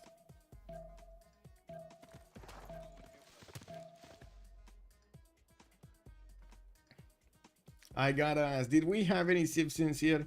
She opted for the gameplay into Byzantium over Badland. Well, it looks like Mr. P is gonna get hit another 2 times. A bit surprising that he wanted to keep the archer in the city. If I would actually need to pick a Civ6, is that basically that one. I do want to stress this out, just underscore it as I have the opportunity. Whenever you're gonna be in a defensive position, you never want to leave your city without at least one of the strong units inside of it when the city is getting hit. So you want your the highest melee strength unit inside of the city center, be it a horse, be it a swordsman, a knight, tank, whatever. You want it in the city center so you don't actually get shot against with a lower HP. And that city, Mr. P would have probably survived another 1 turn or even 2 turns with only 2 horses hitting it if it had a horse inside of it. Definitely a Civ6, leave a horse inside of it, it is still alive. Yeah, that's what I'm saying. Did Cleo even kill a unit? Yes. Cleo did take out a few units. I don't know if a lot of them, but actually I do know there weren't that many of them. At least 2 archers died, 1 horse, and that's it. And the scout survived. On the other side, Egypt lost like 3 horses, 1 one archer, one Mariano chariot archer, or is this the one? I don't know if this is the same one. And a swordsman. Should Byzantium go help Cree? I mean, it's too far away, way too far away. This is impossible for him to actually do anything.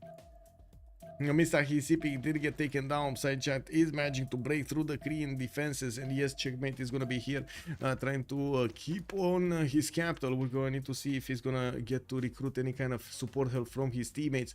I do have to say JazzyJazz here might actually do something about it, but no, he's not. He's actually making builders. He wants to get these settlers out, more cities. He knows he's gonna be big late game. It's a SCRIM, yes. Who could help Cree? Yes. Should Byzantium go help Cree? Oh, I did read that. Never mind. Check W. It's addressed as a question. Oh, I think I need to do this. There we go. Yeah. Okay, so things are looking slow down significantly between Byzantium and Egypt. I'm pretty sure Mapuche is gonna start upgrading his units in just a few turns. 2 turns for cancers, 1 turn for mercenaries, and all of these Mapuche horses will turn into Malon raiders, which not like he already had extra damage against Cree. And I do want to point out something else. Cree made the mistake of not making an encampment. He never did manage to get enough points to actually get the encampment general down, and because he didn't manage to get a general, Mapuche did manage to go against him and take him out. That's an extra +5 that he just freely gave for Mapuche to attack into him with. It's very strong, very strong. Mapuche at the beginning, it's very strong if that's managed to get that +10 over you. Because of the 5% 5 against the free cities and golden age, heroic age, something. How is Russia sim looking? 6 cities. We do have him starting on his aqueducts. I do see Moise. We got Moy? No, this is the Beatty. Sorry, this is the Beatty, not the Moy. For the extra culture, okay. Taruga is getting taken out. The English Empire was trying to take that one, but it looks like no luck there. We do have also more settlers coming around with new theater squares also being pumped out. We do need to see his points. He's still on 7, so not that big of a change since the last time we checked. Getting these cities to the southeast, though, will expand his possibilities. We do have him quite far away from everybody except China. China is going to be relatively close. I guess later on, yes, England could be relatively close. Is he going to go there though? Because Lautaro pushing through Cree will open up another front line towards China. And this is not going to be good for China. Like, Cree already has the snowball effect, right? He already did manage to get his sources beefed up. Those muscles are being exploding out of his t-shirts there. You can see the armor just cannot keep the muscles in, you know, like all of that armor. Oh my god, yeah, I don't know how those horses can actually take so many kilograms of human on them, and armor and metal. Anyway, now on the other side, I'm pretty sure we're gonna have Cree over here trying to get a stronger unit. He has 4 turns for military. No, 4 turns.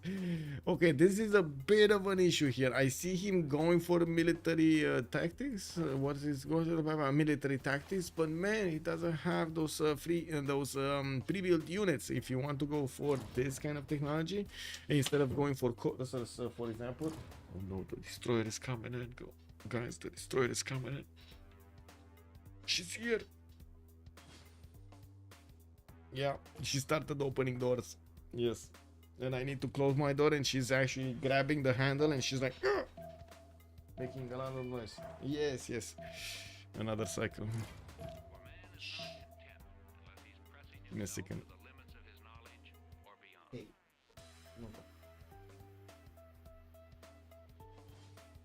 Oh. Yes. looking at like a culture victory angle for Russia. It might be Magnus nerf and science nerf make the words longer. We'll see. I'm not sure if it makes them longer, because we had very quick succession horses, and then you see him getting to mana readers. We're just gonna see them pop right now. But yeah, let's take a look how things will evolve here. We do have Cree finally starting to get a few spearmen now. These are anti-camp units, and these will help him actually get something done with the military tactics upgrade he's getting soon. But 3 times to get it, I'm not sure if it will survive. Mana readers need gold, and we do need to take a look if they do have the gold. Psychat is on 217 gold. We got Toto on 156. Mr.P is also on 68. Hey.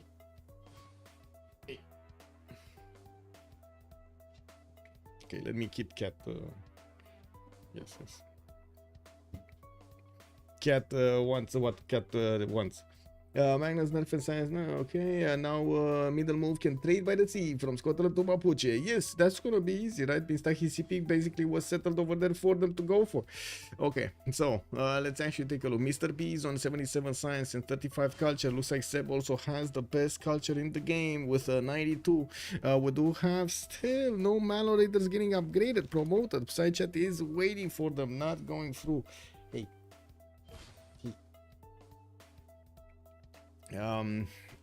Zetian getting 54 science and 51 culture is pretty good. We do need to see if he's gonna follow up with any kind of unit to actually do stuff here against his opponent. Mapuche on the left side, and of course Russia to the north. I do notice also Guystyle did manage to get quite a bit of gold, but then 192 on Guystyle with 196 on the JazzyJazz. Oh my god, that's a lot. That's a lot. Wait, what happened here? Only 2 of these got upgraded? Did he upgrade without the half host card or something? What happened here? And with the Divine Right coming up in 2 turns, let's see if these 2 Mana Raiders are gonna manage to use the general effectively to start chewing through the units of Cree that are defending. Yes, we will have at least 1 or 2 pikemen. I'm pretty sure the Mana Raiders are gonna be quick on their hoofs to get into these borders and try to get into those tiles, take the princesses from the traders. And yet you get to fascism with earlier units? Yes, wait, you actually get to fascism with earlier units? Hey, what are you doing here? Okay, there we go.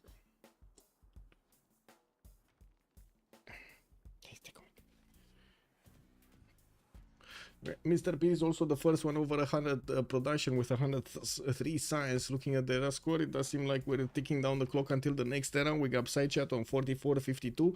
We got Seb on 59.63. Looks like Toto is also going to be 49.51. Mr.P 53.57. He does need 4 more points to get to the golden age. JazzyJazz also 6 points away from getting the golden age. FlorentD on 9, 43 out of 52. We got also CheckMate on 34.38. Looks like Cree is gonna actually go Dark Age here. Might actually help him out getting an extra +5. We do have also Guystyle with 4 points away, 51 out of 55. And I think I need to actually close the door back. Let me.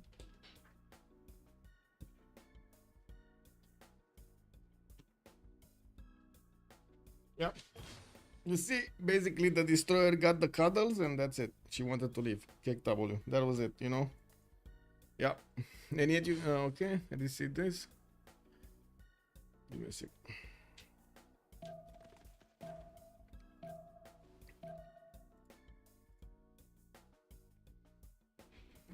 Okay, so first Mallory Raider attacks into the horses of Cree. We still don't have a general from Cree defending, and yes, we start to see boats from Scotland. We will probably see him also going top 3 for industrialization, while yes, there was quite a bit of a nerf for those technologies that are far away. We're going to need to take a look if Mr.P is actually gonna, well, have a problem getting there. We do see Mapuche's units don't actually take damage when they do attack, and don't take that much damage when they do attack into their opponents, and this is going to be extremely valuable for him. We're going to need to take a look if he's going to manage to punch through. It looks like it will punch through from the initial line, but then Poundmaker is going to have a few pikemen to fend off attacks. And one of the requirements is, well, Mapuche will actually need to get a few crossbows. We got him getting another encampment training project and finishing off the theater squares, not getting crossbows or catapults or something that might help him push here. So this might be the end. Yeah, of this attack, or well, the beginning of the end. Okay, what do we have here? Russia getting this. We do have hull also established on the right side. Not gonna help that much. So much gold is being generated through the west. Commercial hub investments from China. 3 of them actually. Wait a second, is this Marco? Marco showing up here on the Great Merchant screen. We do have also in Hildegard of Bingen. This might be actually good for Byzantium. While Byzantium, Toto, I do see him also benefiting from a few crossbows in the city of Nicaea. And we do have FlorentD getting his horses out and finishing up his hippodromes. We do see more campuses, and I gotta point out he is right now on 33 science with 58 culture. Okay, he did manage to get above Cleopatra stats, and I do see him benefiting from significantly more food. That's 129 food, 25 food on FlorentD, while Toto is only on 51. We do have him also 82 production and 71 faith a turn here. This is quite big. This is quite big, quite nice. With the boats of Scotland also getting the ability to go against Picto Kahana P-Win. We're going to see if CheckMate is actually going to manage to checkmate Mapuche here. It looks like at first glance he's going to have a problem doing so. Cree is starting to lose units left, right and center. While yes, the spearmen are still alive, he's going to need the goals from his teammates. And then we go. We got a pikeman showing up, and this is the moment of truth. Looks like the pikeman is gonna be a big boy. He's gonna keep these man raiders away from his lands.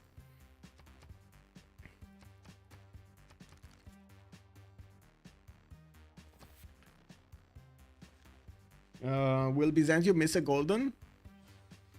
Is he? FlorentD needs 3 more points. Is he gonna miss a golden? He just got a hippodrome. Is he getting something else? He's getting a boat from Kherson. He's gonna need 1 more. Wait, is this the last turn? No, second to last. Okay. Nothing here, nothing here, nothing here, nothing here, nothing here. No, or maybe a city state. Maybe he's gonna manage to choose a city state, levy a city state. Does he have a city state? Should be FlorentD. He does have Nazca. Nazca is 185 gold to levy. Okay, that's a possibility.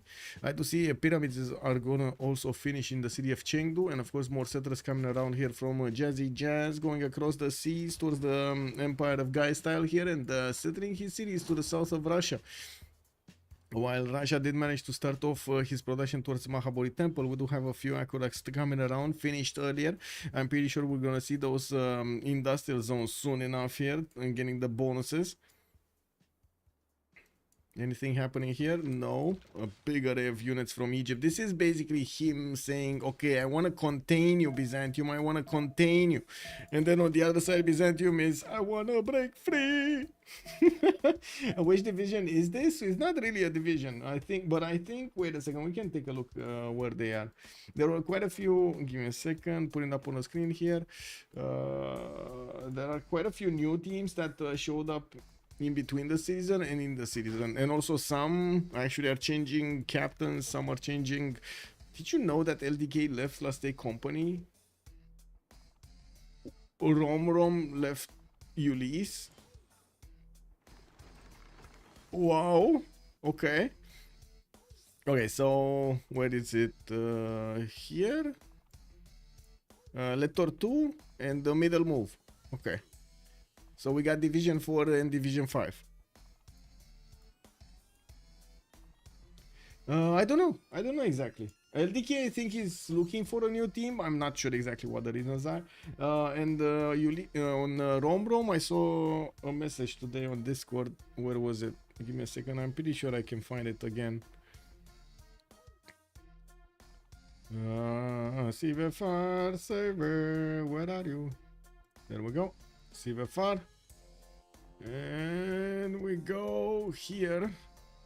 LDK was saying, he said this, and what was it? Rom? Wait. Oh yeah, there we go. Also Rom here. We see man that's, sleeping. Yeah. There are quite a few messages here. This is their recruitment channel, basically. Whenever you're gonna switch teams or search for teams or something, you're gonna put a message here, and well, you got a question to do. Just give me a second. Well, there we go. I'll check in Civ6 later. Now, yeah, no problem, no problem. We need the no-spot Division 5 team. Yeah, why not? Why not? Let's go, let's go. I mean, you know, if you want to organize it easily, feel free to use my Discord and everything. I'll get you set up, bro. Oh boy, hope it wasn't some in-team drama. I hope so. Yeah, I hope so. I hope not that. Are we doing predictions on today's game? Let's actually do a prediction. Yeah, let's do a prediction. Let's get this going, because it looks like we got some peace here. I don't think there's gonna be peace here, but yeah, Psychat is gonna look for ways to go against his opponent. We got also 2 turns until 1 turn. I mean, a few minutes, 2 minutes until we're gonna get the next World Congress, the first World Congress. Yeah, let's put up the prediction, then pause, then everything. Who will win? We got on one side middle Moove, and on the other side we do have Tort Tue. There we go. Let's put it for 30 minutes. I want BlazeCat to use his knowledge on my team. I see, I see. Yeah. One of the novice teamers team can call it a CWC Needling. Yes. Okay. Looks like Cree did manage to get into the trader line, and this is gonna be a problem if he's gonna start eating traders from Cree. I'm pretty sure Cree's not gonna like it. There are still a few units that Cree should take care of, especially these horses in the jungle, in the forest.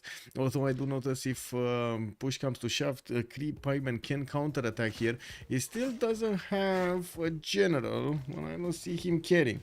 And of course he does have quite a few more units that he could upgrade from.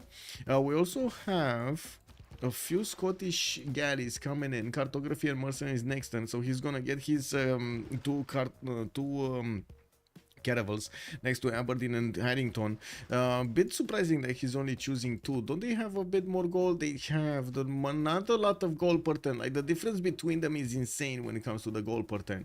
We do have more production, significant more production on Peter, 142 with 73.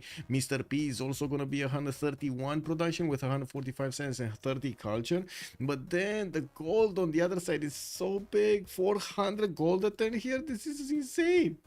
Anyway, I guess it came at the price, so you see the production difference between them. You just can play for 4 hours at a time. Yeah, makes sense. Sometimes it's hard to actually. Yes, I can coach, no problem. Mapuche lost +5 strength because Cree is in a dark age. Yes, that's also true. Give me a second so I can synchronize over here my moves.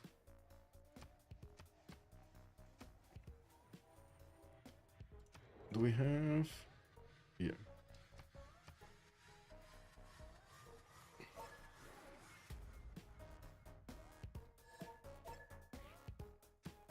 We got coefficients in this.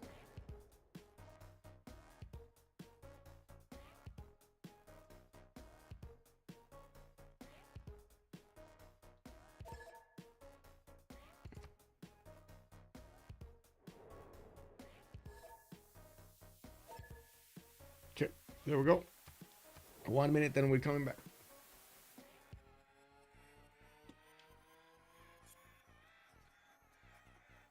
Yeah, boy. No.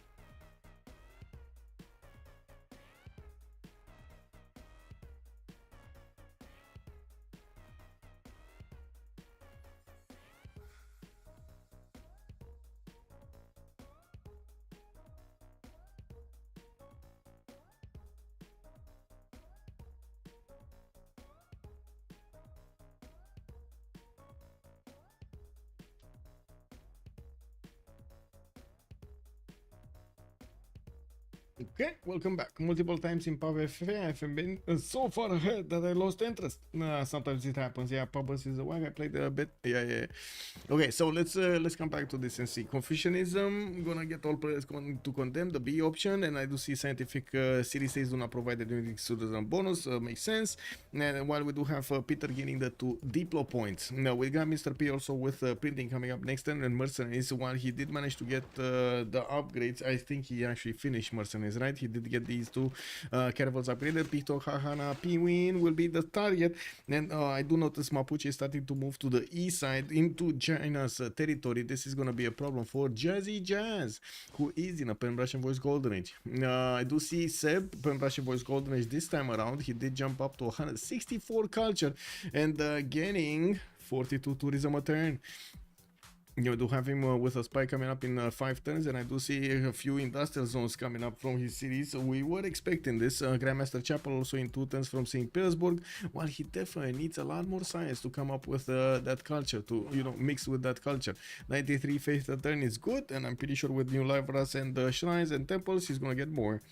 Now we do have Toto, 33, 36 and 35. Toto is in a Pen Russian Voice Golden Age, 4 cities strong, and we do have him still fighting off in the south Byzantium. I do have to say Byzantium does look like he has the lead here. Now we do have a bit of a difference. Oh, I'm sorry, that's not a bit of a difference. That's a huge difference in production. 63 versus 110. Oh my god, man. Oh my god. Mapuche is normal age. Yes, sir. Mapuche is normal age. That is correct. That's why I just moved over him, because there was no bonus to actually talk about.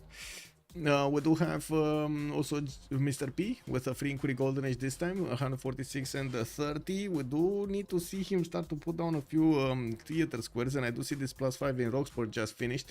That definitely this empire definitely requires a bit more culture to work with.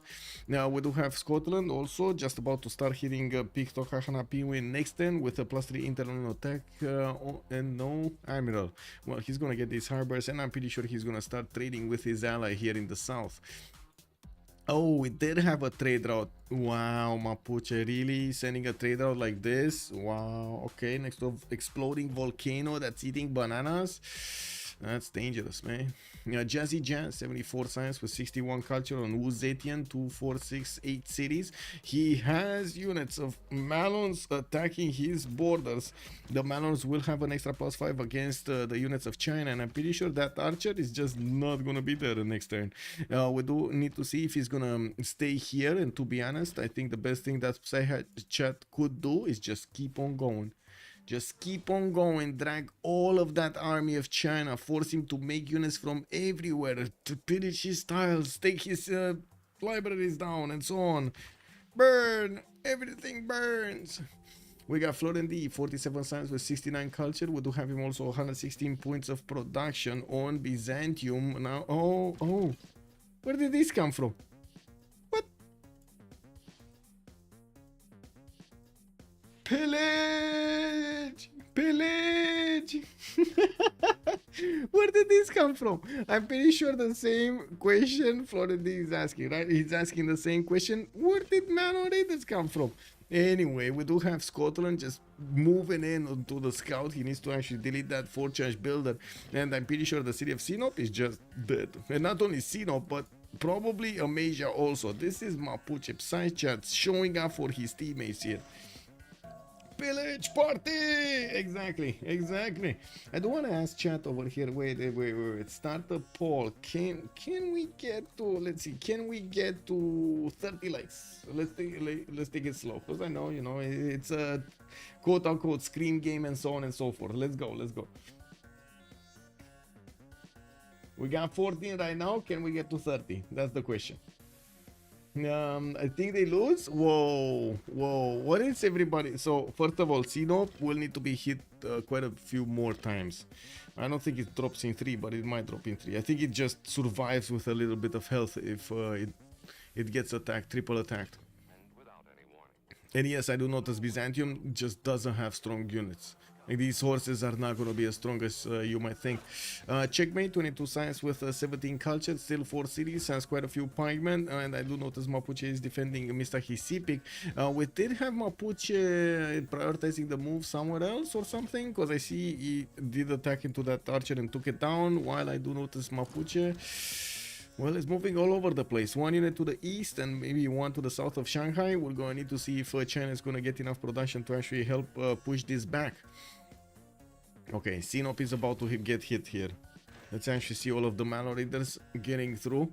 We do have also the push to the north. I do see Byzantium's army is pushing back Toto behind his river, behind the crocodiles. Yeah, there we go. It just left. It was left on 20 out of 200. Asia did get the first night, and I do notice Mapuche is going to get the opportunity to pillage one of the aqueducts, while he does have also a builder to take care of. I'm pretty sure Sinop is going to be taken down. If he does want to take Asia, this is a whole nother level of defense. This is why you actually need to keep in the city center the highest melee unit. You can see how little damage these Malo Raiders are doing to that city center. Only 50 against 52, and they're losing a lot of damage. Cleo is Israel. Well, Cleopatra is 39 gold. He's making the goal. Can you imagine? He's actually making the goal for his teammates here. 39 gold a turn. I do see some knights coming out from Naked and Racketed, so he's at least gonna match the technology of his opponent. A bit late, but it's fine. Guystyle also 142 science with 44 culture. We do have Victoria Age of Steam here, getting 2, 4, 6, 8 cities, 9 cities to work. Mitla maybe even taken over. I do see England is sending a few horses there. We do have also Mausoleum Al Harikarnasu being built in London. 2 turns to finish with multiple industrial zones coming down. Oh, look at that, +5. He still didn't use the aqueducts though to increase the adjacency. Kicked. Anyway, one city got taken down. Mapuche did pillage this one to the south, and I would imagine he's gonna wanna keep on moving. Okay, he's moving forward, not south. Interesting. I guess that knight is very scary, huh? Yeah, very scary. There's another mine that you can pillage. Psychat. Left. You can go left. Anyway, it is what it is. Intelligence agency also coming around next turn from Psychat, finishing up his Diplo quarter while he's getting spied on in the city of Mapuche. That's a level 2 spy from China here. Looking at the cities of Russia, we do have Mahabori Temple in 2 turns coming around from Moscow, and yes, Russia did manage to get the first Diplo points with another 2 from Mahabori Temple. He's gonna start targeting the Diplo. 4 out of 20 at the moment, can easily get to 6 out of 20, maybe even get Statue of Liberty in the Black Sea. Why not? You know, like if it's there, just get a harbor out, chop it quickly. Chop it like it's hot, chop it like it's hot. If the statue is in the house, what you gonna do? Chop it like it's hot. Doesn't matter how far they are. If they send a few courses from 20 tiles away, it can still damage you if you have 0 units. Yes, that's the problem, right? The thing with the 0 units. I do have to point out, Byzantium really wanted to check his north. Usually what the players do in this case is leave a unit where it has like maximum visibility. So for example, like on this 1-3 tile, if he only had a unit here, he would have seen them coming in from a decent distance, from enough distance, so he can actually specialize his cities into building units, training units, so he can actually defend this. He could have done it. The babies, yes, oh my god, so much cat hair. Cat hair.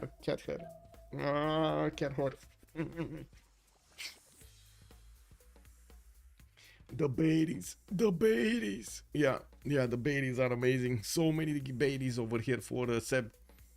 180 points of production is not something you want to pass by either. Okay, let's see. Anything happening here? Yes, I do see Scotland did manage to take out one of the cities of Cree, and a bit surprising that he's actually wanting to keep it. We do have it rebelling in 19 turns. Well, okay, that's a long time. And of course, yes, the Cree units will try to get it back. I guess, you know, that is some free soaking of damage. Right side, Malo Raiders starting to get into the Chinese cities, starting to pillage. Basically, these are the Malo Raiders getting back China for spying in Mapuche, you know. We got campuses in Chengdu, more of these commercials being placed down. Shanghai and Beijing making some, Longxi making some. Guangzhou did manage to get Reina with the commercials, no harbor in that city center, and I do see some walls are being placed down. I can imagine he can actually snake these walls a little bit to the southwest over here to keep on going to the west side here and just wrap around his mighty empire and keep on going to the north if he wants to. Now with the Mapuche units starting to get onto the mines, this is going to be dangerous for China to let him be. I'm pretty sure he wants to take care of that as soon as possible. That is still a strong unit. Yeah, Mr.P, let's see what is he doing, because it looks like he did start off nicely. He's starting to put down industrial zones. I do see Forbidden City from Berksburg and getting more commercials out. Is that a +4? That should be a +4, right? +6 in there. Whoa, +6. Okay, that's a big commercial. That is a big commercial. We got some barracks coming out from Sterling, and yes, he's not that close to his opponents here to the southwest. He's gonna have Byzantium to take care of later on in the game. We do have Guystyle also to the south of Russia with Zetian, and they're gonna need to find a solution against Russia. I'm pretty sure they're gonna just couple their power together and try to pull off a Captain Planet against Russia. Now, if they can pull it off in two, we're gonna need to see. I mean, you know, still a lot to work here. We got Seb finishing up that Mahabali temple and getting Pingala in the city of Tversun in 2 turns. Yeah, this Cree is the least impactful first pick I saw in a while. Okay, like look, Mapuche sent 3 man leaders, and now who has to build like 6 pikemen? Yeah, exactly. That's the whole reason of the man leaders, right? And the same can be said about Byzantium here. He needed to actually, first of all, stop the attack on Egypt and reposition, rebuild quite a few units and send them to the east side, while Mapuche is just getting out of there with all of his Malor leaders intact. Lol. Okay. Well, that happened. Plastering intel on opponent's movements also from Mapuche. I don't think he has a spine. I'm pretty sure he was just getting intelligence agency, so he didn't have time to move yet.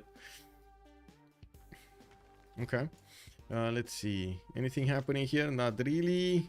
We do still have 1 single crossbow in the offensive line. These crossbows could definitely choose to the pikemen if they're gonna be sufficient in numbers. You would need at least like 3-4 to take down a single pikeman in a wave of shots, in 1 wave of shots. Should be knights plus crossbow instead, and the malords can be dealt with less investment. Exactly. This Cree definitely impactful. Gets 2 cities kick. Yeah, he gave 2 cities. Yeah. The encampment. I gotta say, there's really no choice. If you're fighting against the Mapuche next to you and you see him going for a general, there is no choice to ignore the general. There is no choice. You need to get it. There's unfortunately no option. This is one of the things that actually, to be honest, was the reason they introduced, I think that it was the reason they introduced a few more generals. Back before, imagine this, we were playing 6v6s, right? There were only 3 generals, that's it. 3 generals. We were 6v6 in the games. And we were rushing it like madman. Like I cannot stress this enough. We were chopping, getting our builders ready on the forest as soon as we put down that encampment. We were chop, get it. And it wasn't unlikely. It wasn't how to say, unheard of to actually see 3, 4, 5, 6 getting the same points in the same turn. That's just how it was. Just how it was. The same with religions, man. Oh man, in FFAs by turn 30 you didn't have any more religions left. All of them were picked. Rip the Cree capital. I don't see the Cree capital actually. Well, I mean, I do see the quadrants are coming around, but it's gonna take a while until they actually get into battleships. Battleships are probably gonna break this. This is a bit too far away. Like it's 3 tiles, watching from the coast, so he can't shoot with frigates even if he wanted to. Yeah, we do have Mapuche managing to get to Wuhan, and I do see him starting to cross the river, but he's gonna get into the range of these pikemen, and these pikemen just don't fool around, man. They have their red pants on, and it looks like it's danger. Danger. I do notice Mapuche is also managing to get to the trader line of China, which is going to be extremely impactful. Not to oh my god, he's getting every one of these princesses, man. My god, look at this, man. Look at this going. He's gonna get everything here.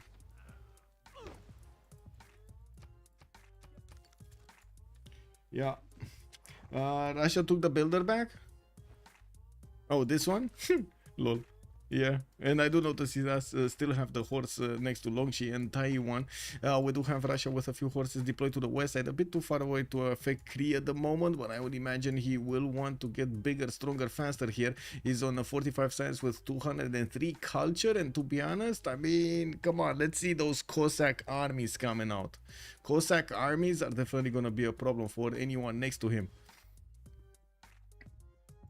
Anything happening here? No. We still have a few knights of Egypt getting to the Byzantium line, but nothing really much happening. Poor Cree man getting hit from all sides. Yeah, everybody wants a piece of him. Everybody wants a piece of him. Intelligence ages you in 7 turns. That's a long time to actually get it, but at least he's gonna have it. The gold per turn is still insane, by the way. 500 plus gold per turn on two nations. Wow. Florent is also minus 71. I guess he can afford it with his body buddies having so much extra gold. We do have also Mapuche trying to get next to Samarkand and pillage. I guess he really wants to pillage.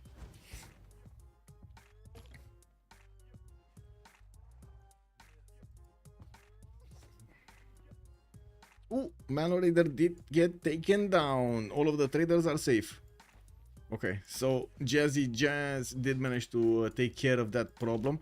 Cree also starting to put a line of defense towards the south, plugging up the choke so it doesn't let new units pass that defensive position.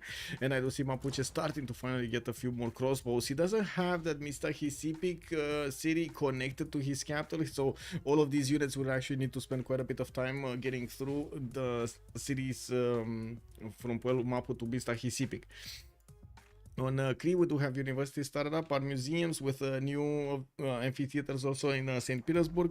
I do notice Seb is going to start improving all of the new cities on the right side, while of course the faith generation is coming in. He did finish Grandmaster Chapel in his Gavron Plaza with 114 faith a turn. He will afford to buy quite a few units. Now going in for the grief, we do have Russia sending a few of these horses. Not very strong units, they're fast maneuverable, but if they get hit they kind of die, so he needs to get in there, pillage, and then GTFO out of there as quickly as possible. On the sides of England, he's kind of trying to outsim Mr.P. While Mr.P is on 183 science, we do have 162 Guystyle here on Age of Steam, while a few courses are coming out of Age of Steam's Empire. I do see some knights also coming around. He's probably thinking he's gonna get hit from somewhere or something. Okay. We do see have him also starting to build up his library count and getting his industrial zones with the workshops inside of them. Okay, on the other side, Scotland is gonna try to get the Forbidden City, which is gonna be amazing. We do have an industrial zone being placed down to the southwest of Dumfries, only a +3. The production difference between them will be quite big, I would imagine. 163 production right now on Mr.P, while Guystyle is on 211 already. Yeah, that's what I'm talking about. Production on Guystyle is gonna be just through the roof, while by the looks of it, the setup of Scotland is not gonna give him what he wants. I'm very surprised we don't see Colosseum here. I'm very surprised we don't see Colosseum. With a 14 pop city, I am extremely surprised we don't see Colosseum. But he's still on +6. Yeah, he's not +6 in the other cities. He would have been +6 in all. Who got terracotta? Did anybody get terracotta? Not here. Not here. Not here. Here? No, not here. Do we have China? No. No, I don't think anybody got terracotta. Maybe Colo isn't that good if your cities are that spread. Yeah, for sure. But at least a few of them. I mean, I'm pretty sure he could have had these, right? And I'm pretty sure he can settle another city to the south somewhere. Yeah, So at least 5 cities. 5 cities? 5 city colo? Come on. Even 6 cities if he wants to get one on the sugar tiles. But yeah, he needs to get into the how to say, into the mud over there, trying to put cities in non-freshwater positions. Where is this Great Wall going? This is everywhere. Yeah, it's going into the water. He's separating the trade routes, man. That's what he's doing. He's separating the trade routes. You see, he's making the protection. JazzyJazz. Honestly, I was expecting him. He's gonna take a left turn somewhere, like maybe here, and keep on going. But yeah, it is what it is.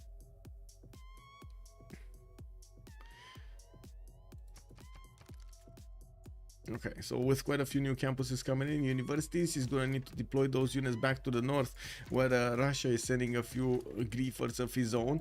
We do have Cree still getting mad about Picto Kahanapi win, but he can't really do much. Now, while Mapuche did start to get his crossbows out, this will help him start pushing, and I'm pretty sure Mapuche is gonna be in a world of hurt when these crossbows start to shoot their arrows. We do have a frigate also from the cities of Scotland starting to get close up and personal with the Cree holding up the coast, and well, I guess we're gonna need to wait for the last moves a little bit. We got FlorentD pushing back Mapuche. FlorentD is also gonna have Toto to the north with a few of these units. I wouldn't really say Toto has a big army at the moment, but neither is Theodora kind of big here. It's 60 science with 77 culture, 122 production and 97 faith is giving us an idea of how his empire can handle threats, and I'm pretty sure they can handle threats. It's quite. I do also notice Egypt did manage to put at least another city down, which is gonna be nice, although still that problem with not that big of a production number. 77 production on Toto, only 77 production. While Guystyle did manage to get to 254, Seb is 205, and I would imagine if you do take into account the 124, is still not enough to get to Guystyle's 254. And I do also want to mention Mr.P did not get over 200 yet. He's only on 178. He's starting to build up his workshops, and yes, he started to get a few trebuchets, moving them to the east side here. Is he looking to put them in the water and actually get them behind Mikisiwachik? That's going to be a Poggers move. I really like that move. Baxter, yes, this is BBG beta, yes.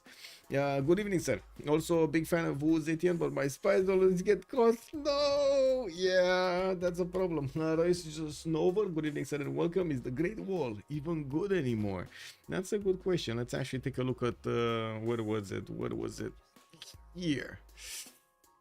Sometimes are good, 1, 2, yeah, 3, yeah, 4, 5, yeah, come on, it's not that bad. 119 cents with 103 culture here, 322 gold at 10 with 193 production on Zetian. When Zetian settler from Cree? Not right now. I don't see it on the map. He's not here. He's on a good track to make a certain shape with that wall.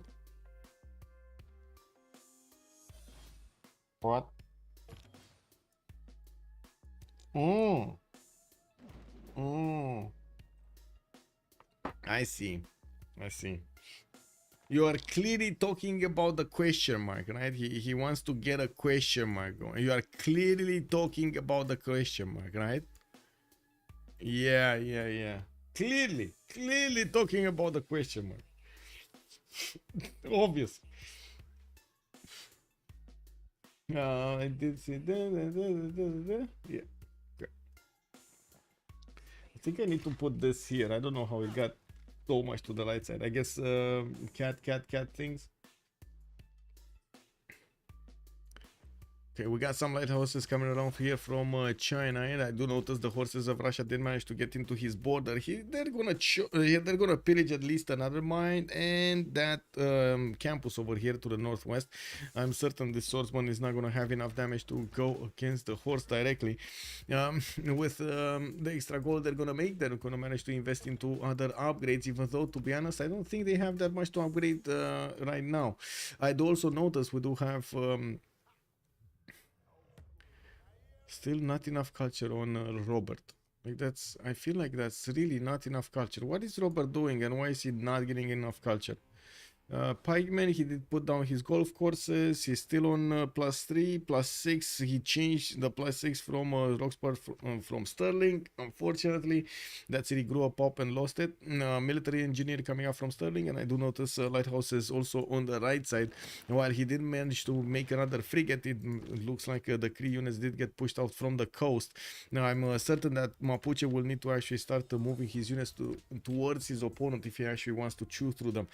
Stirrups in one turn. We do have Seb also getting mercenaries next turn. He does have a lot of faith per turn, so he's gonna start buying units if he wants to. The problem is the economy here. They don't really have international trade routes unless you take into account these like between Mapuche and Scotland, and this one is not gonna give them a lot of gold. They did not manage to get the setup going with Egypt, but they do have some traders going around through the city of Dundee here. It's not the double gold. It's not the gold from the internationals on the water, though. That's not it. While on the other side, we got so much gold per turn. Like, look at all of these traders. They're everywhere. Everywhere. 2, 4, 6, 8, 10, 12 traders. 13, 14 traders. My nose is itching like a madman. Oh, my God. On the outside.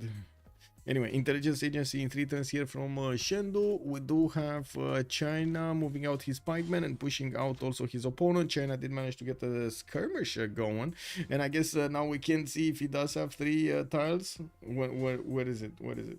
We're gonna need to see when he's gonna start moving, right? Looking at this game compared to 5.8, there seems to be significantly fewer units. I wouldn't really go that far. I do have to say the Russian expansion of culture was amazing, but I think it was really because of the baities. He did get so much culture out of it. Liang looked nice. I can't really say not going Moksha slowed them down that much, to be honest.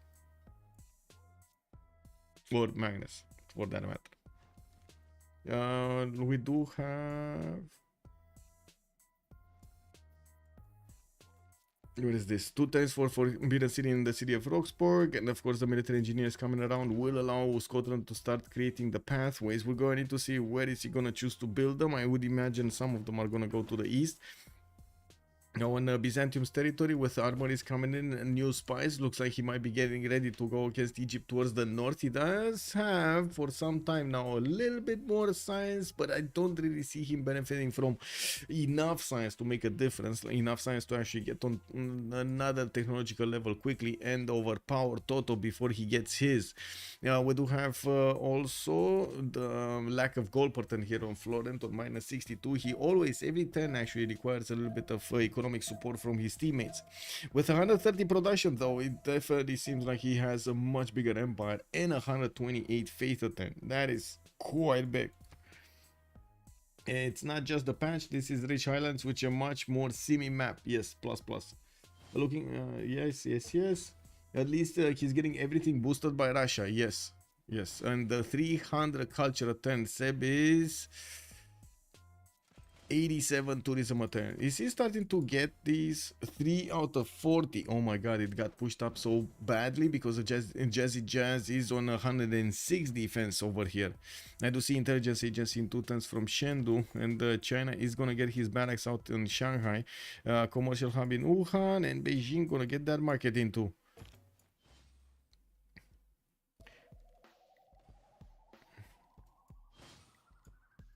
Gotta say, I was expecting a bit more spy action here. Did we just not see them? From Zetian? Even this spy left. There's no more spy there. Where did he plug it in? Is it in, oh, I see. It's in Kazan. Okay, so he's gonna want a diplo against his opponent. Yeah, the diplo visibility over his opponent. I do see a spy from Russia in Chengdu, while yes, I do see another intelligence agency is being built this time around in the capital city of JazzyJazz on Zetian, managing to get to over 250 in production and so much gold per turn, not to mention it has more commercials coming around and trade routes. I would imagine Zetian here is gonna need a lot more science and culture to be on the same level of his opponents. We do have Guystyle with 264, he's boosting up the culture tree, while JazzyJazz is the science tree, I mean, while JazzyJazz is gonna boost up the culture tree. With a few courses coming in from England, looks like he did try to take out Midla earlier, but unfortunately, well, we did have Psychat putting enough envoys in there to keep it alive. We do have campus research projects coming out from Guystyle. Also, looks like Scotland is gonna try to get Newton with a few projects, quite a few projects coming out from Mapuche. Let's see, Scotland. Scotland getting a project? No, he's not getting a project. Wait, Scotland, are you not taking this seriously? He's on 25 points at... Wait, is he actually on 25 points at 10, or is that fake points? Is that like project points? Chat, are these 25 points at 10 from Scotland? Is he that big? Oh my god, he is actually that big. He just needs one more turn and that's it. He's gonna get it passively. Isaac Newton is gonna be a Scottish citizen. Say what, matey? Which does matter because that means it'll be harder for them to afford upgrades. Yes, massive gold return difference, I would say. This is gonna be a bigger and bigger issue. To be honest, we did have Russia that usually is a gold gobbler. This time around he actually made a lot of gold with Goddess of the Hunt, while usually Cleopatra is also getting quite a bit of gold. Couldn't really develop the way he wanted with commercials at the beginning. He went for campuses here and got enough size. Now he's going for a few more commercials, has a few coming out, but still just, you know, struggling with 60 gold a turn.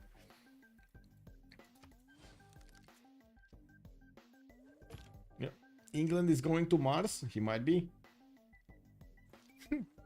He might be. With that production, he can go anywhere he wants. Let's actually see what he did here. +6 industrial zone with another +10 industrial zone.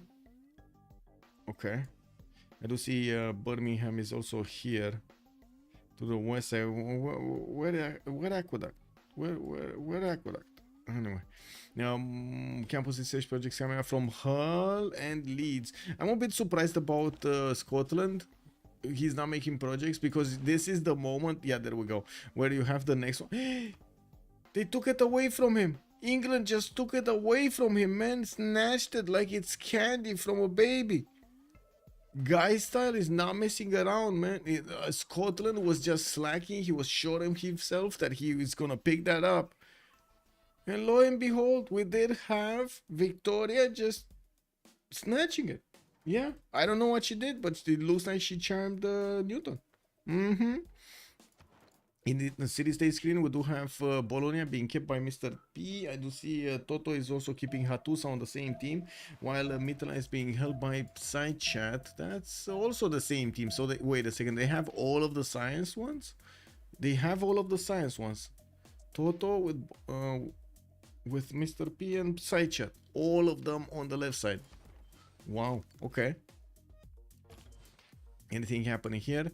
Not much. Those trebuchets did get to the borders of Harrington, and we're going to need to see them moving through the water.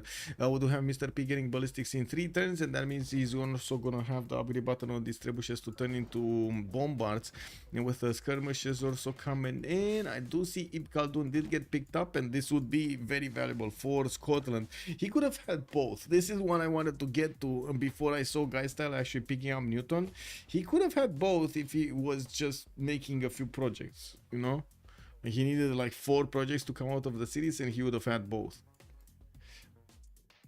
Oh well. Zetian armories, industrial zones, getting new spies with the intelligence agency, pushing back Russia towards the northeast.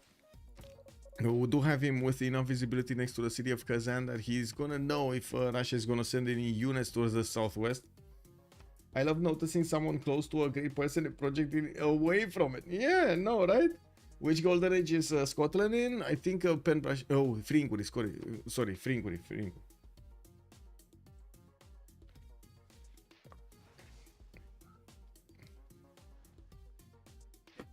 Can Russia still get tithe? What did he get? He got Defender of the Faith with a cathedral, lay ministry, and choral music. So I would say the answer to that is no. Yeah, seems like it's a hard no. Now we got 3 out of 44 domestics. We're going to need to see if Russia is going to manage to quickly jump up his, jumpstart his tourism. He's on 127 right now, and the rate he's jumping up, it seems like he might actually have the opportunity to do some cultural damage here. JazzyJazz is going to lose his Pen Brush and Voice Golden Age, and I do notice he didn't really get theater squares, did he? Like, that culture is mostly the defense of these walls. He's gonna need to prepare to do something against Russia, otherwise Russia is just gonna passively get the culture victory before they can get to him. But of course we're gonna need to see when he's gonna get there. In the tech side, he's going for metal casting, mercantilism. He does have 228 points of production, a good enough science. Yeah. Says the chest roll. Okay. Kindness wins.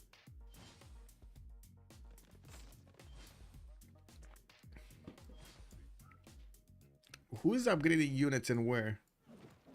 Okay, we got a few knights here, not a lot of them.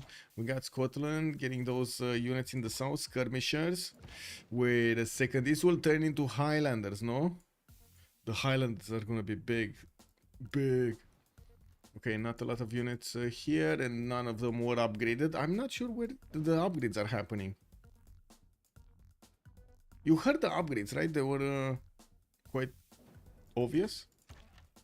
And I'm quite surprised Psychat is not pushing forward here just to take out these pikemen. Now we do have Mr.P getting ready in the city of Pictohara, Pinwin with those trebuchets that can turn into bombards. Gold is still a problem. We do have him sending a few skirmishers to also help out with the problem. And I do want to put this up on the screen because Highlanders are going to be quite a beast. +5 combat strength when fighting in hill or forest terrain. We do have him replacing the ranger. And it's 65 melee strength with 70 range strength. Only has one range though. But when these guys get in, oh my god. A lot of other units get out. They just GTFO out of there.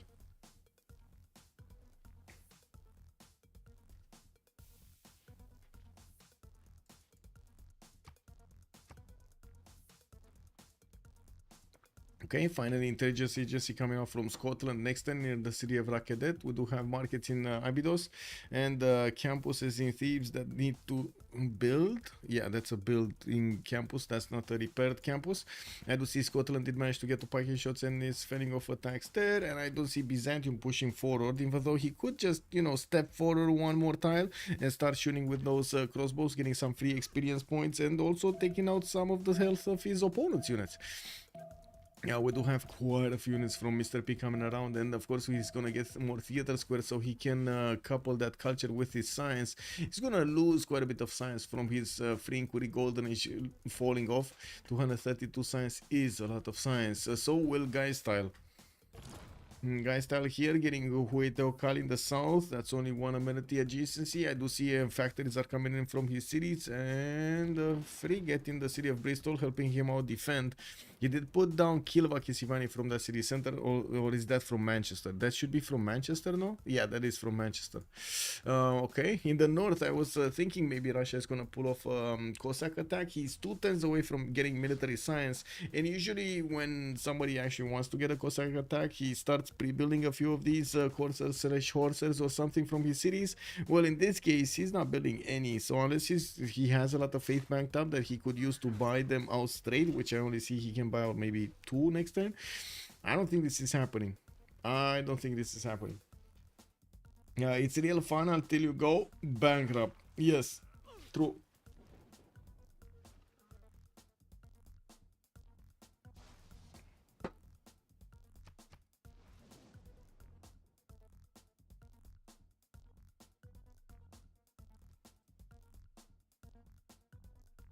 Ok, catapulți în ataca cub. Okay.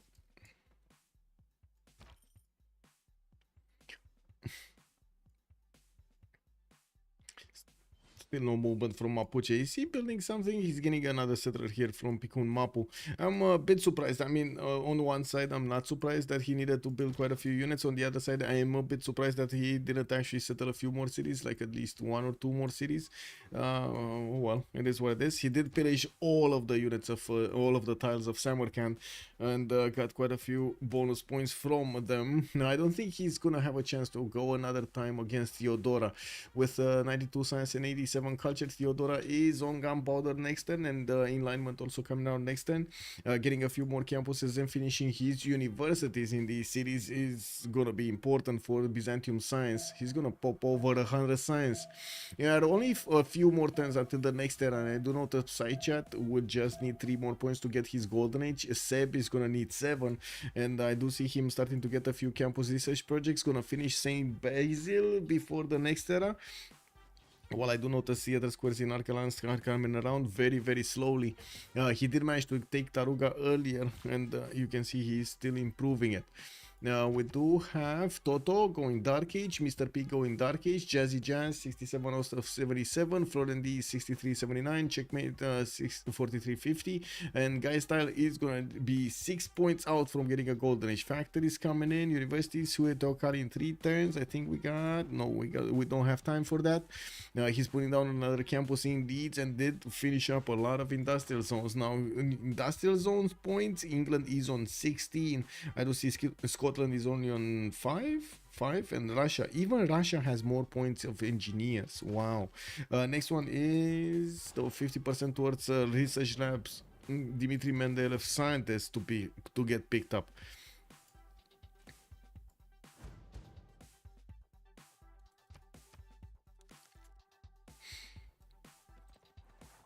Okay. Oh, I see. Scotland just putting 1 line infantry in front of his opponent. Like this 1 infantry might as well be God for these units. Wow, they just called in Superman, bro. Oh no, this is the Superman gang. Wow. How was that guy called? The general? The general? When England do that, what is that? What is that?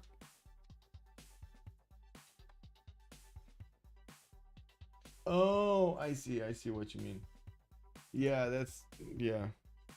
You got caught over there, smelly bad, Memili, actually, sorry. Ottoman. Is Byzantium just casually losing 70 gold a turn when he's not even pushing? Yes, Cloxiv. And did you see how much gold his allies are making? They just don't care. They could keep on pumping Florent to get another minus 200 and they're not gonna care. Look at the 700 plus gold per turn they're making. That's an incredible amount of gold. We do have production here, and to be honest, production is keeping up. This is scary. This is actually scary. Production is keeping up with Reina boys. Or I should say Reina boys are keeping up with the production. That is scary. This amount of money is obscene. Yes, plus 18 definitely. We got archaeologists here in St. Petersburg. Of course, England is starting to deploy spies to get some extra intel. And I do notice England is sending a few courses, maybe a few knights to see what's going on in the north. But he's also getting pillaged by Russia's horse.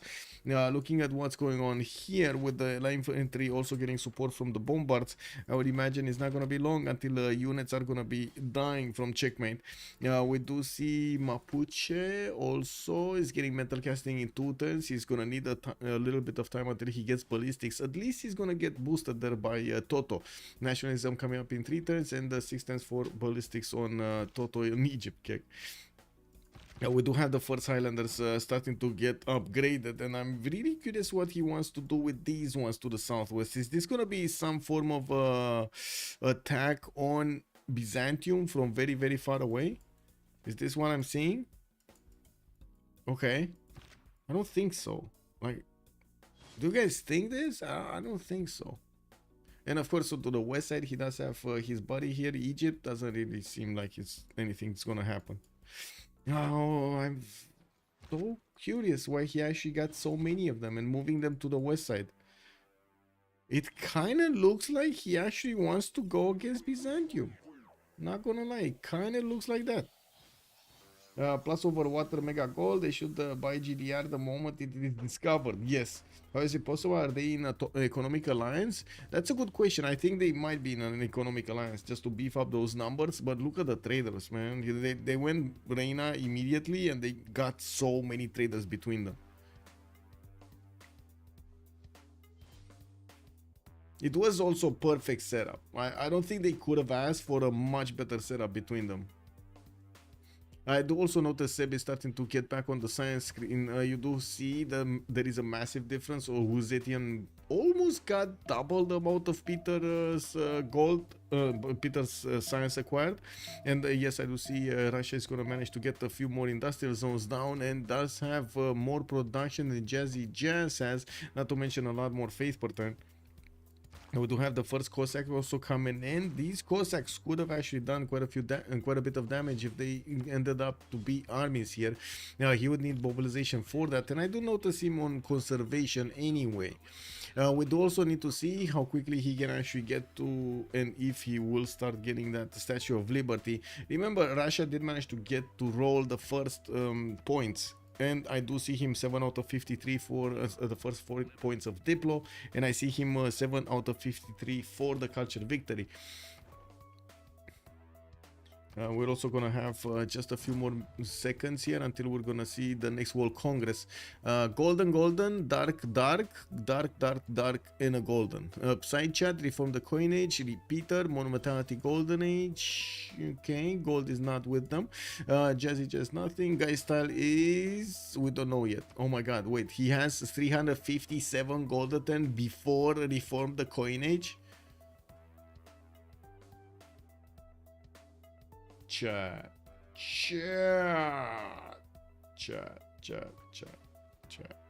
Come on, man. Oh.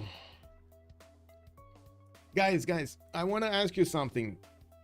How is your country dealing with plastic bottles and recycling? Can you like give me a short sentence? How is your country dealing with this? Just think about it, and we're gonna talk about it after the pause or something. Cause man, I'm not sure if you saw my Discord, but there's some insane numbers there. How much of a benefit does yielding that much gold create each turn? You sell it. Okay, I see. So basically, you sell it to us, right? Third world countries. Yay! Oh, that's why it's appearing everywhere, and they're making us pay for it.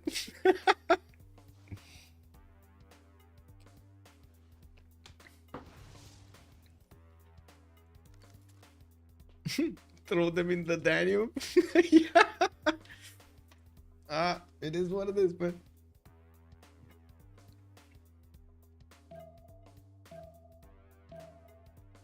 I tried to figure out or find out in the news cycle where it was there, but anyway, I'm gonna talk about it next because it's gonna need to be connected. Give me a sec. Just need to finish this.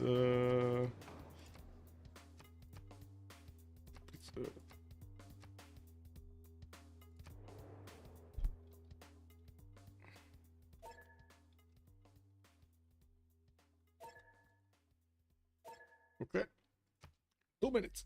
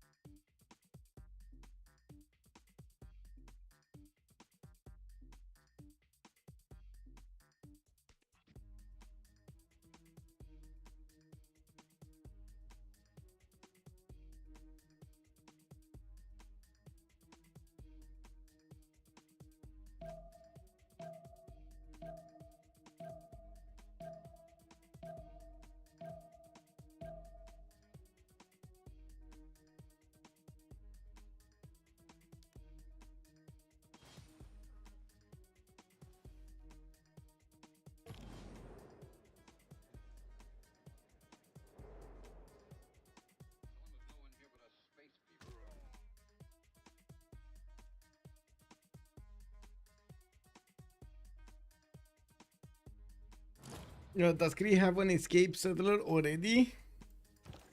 I don't think so. I don't think he got one.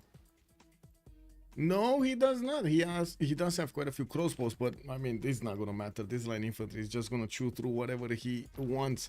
Not to mention these bombards should be tough enough, tough as nails to actually handle the pikeman attack. These frigates are also gonna get some free shots there. We still don't have Mapuche moving.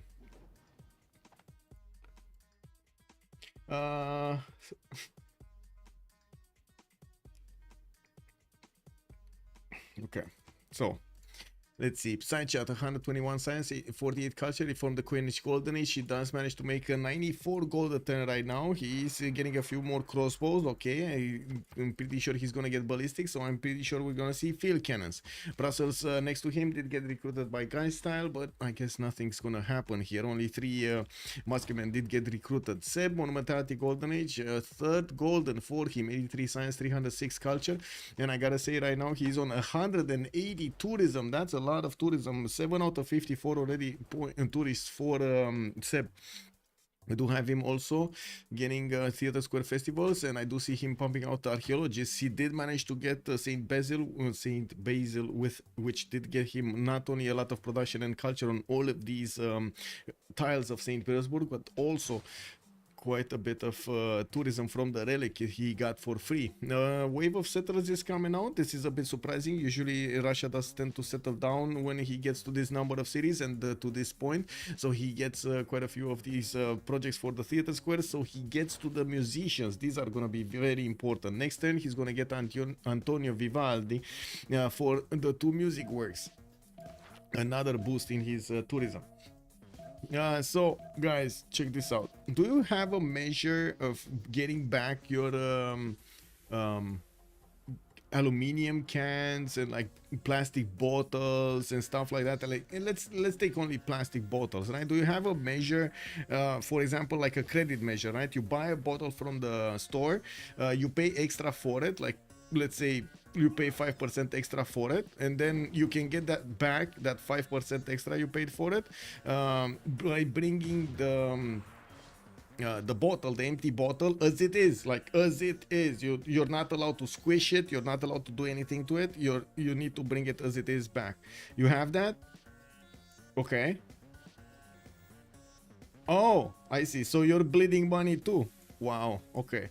Well, I had the curiosity of asking ChatGPT a simple question, you know, because I mean that takes quite a bit of time, right? Time means money, like time equals money, right? In this world, time equals money. Not all states. Okay, can we agree that time means money? I think we can, right? Check this out. So I asked ChatGPT recently in Romania, blah blah blah blah blah blah. Considering we have like this is the average, the minimum income you should get 37, and this is also before taxes, because after taxes you get basically nothing. To analyze the cost, it does tell us. Should I just go to the... I'm pretty sure you guys can figure out what the math is and so on and so forth. It's basically time spent. It takes into account some averages, and it also made estimation here 300 bottles of water per person. So yeah, time to return only 2 minutes. 2 minutes to return a bottle. Do you know how much money right now the population of Romania is losing? And you can do this, by the way, you can do this math on any country, right? You just change the numbers, you change the population, and you change the minimum wage. I'm pretty sure Romania is not losing as much as others, but check this out. Yes, you see this correctly. Yes, this is 1.7 probably billion. This is 1.7 billion euros a year. 1.7 billion euros a year, guys. Just from this.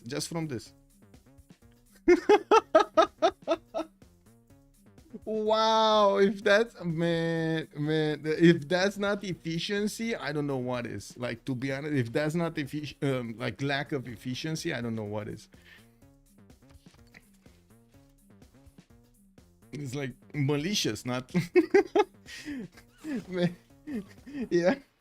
If we are all in there, are we really in the KW? We have a waste can and a recycle can. 2 trash bags come for each can. Recycle, pick up it once per. That makes sense. That actually makes sense, Deep Easily. We replace plastic with KW. Timmy Tuna, good evening, sir. We do have the major attack of Scotland, by the way, getting into the borders of Civ6, where I do see medieval wars are trying to get up and running. That will slow down the attack, but still the bombards are going to chew through it. With Highlander cores, these are going to do a lot of damage to the walls. Now, we do have also the balance of Psychat starting to get in with the field cannons, and it looks like Cree is living on borrowed time. Yeah, without inefficient means such as verbal speech and writings, well,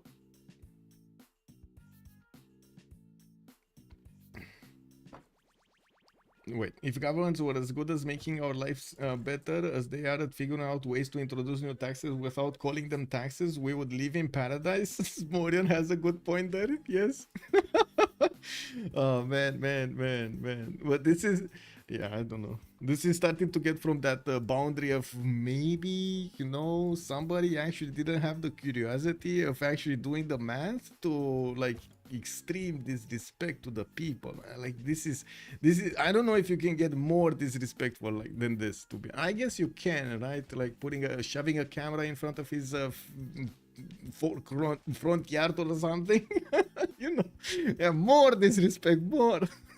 Oh my god, man. Anyway, we do have England actually with a few courses getting next to the borders of Toto to the west side. And I do notice Guystyle is going to get in there.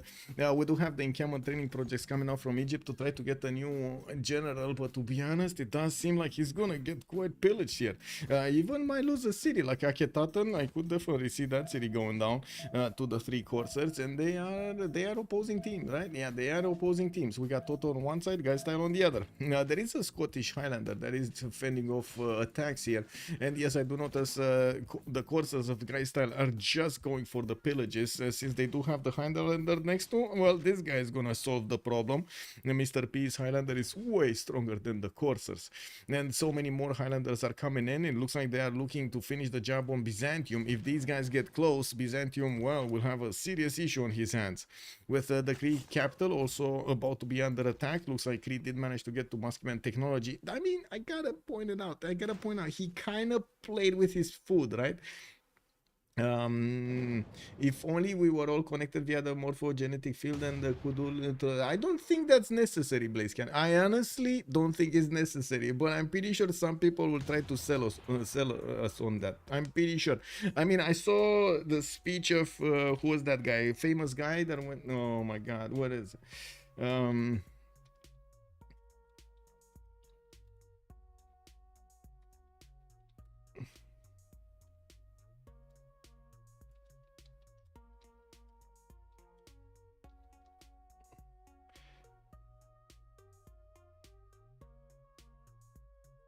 I don't remember exactly his name, but anyway, if I stretch my mind a little bit, I can find it. There's a guy right now that is like was making a bit of a point in the U.S. House of Representatives. He got actually to talk about some stuff there. Man. Anyway, I think it's Jordan Peterson, I think. Yeah. Just watch his speech from.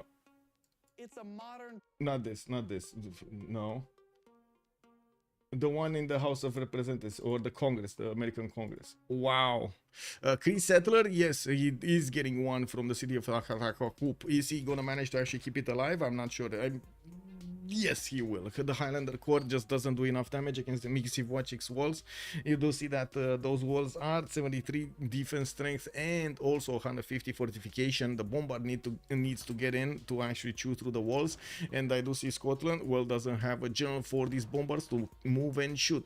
And we do have also Scotland getting towards research labs, getting economics importance, civil engineering in one. Now, I was expecting actually Seb to get that Statue of Liberty. I'm not that sure yet. He's building harbor in the city of Astrakhan, where he still has 2 chops and that's it. Yeah, 2 more chops and that's it. I don't see any other city with a harbor that could actually build the Statue of Liberty. Yeah, okay. Wait. Money book. I'm pretty sure ChatGPT is wrong. I live in Germany and we pay 0.25 for bottle that we get back when we return, but we can return, so it's not an extra way, and it takes us less than 5 seconds for each bottle to put it into the machine. That then gives you a credit that you can use all the checkout and get the money back, or it is subtracted from your purchase at the store. Takes close to no effort and the time. Well, maybe in your country, in our country, first of all, the machines don't actually accept all of the bottles, and they don't accept the bottles if again they're actually I don't know how to call this, like, anyway.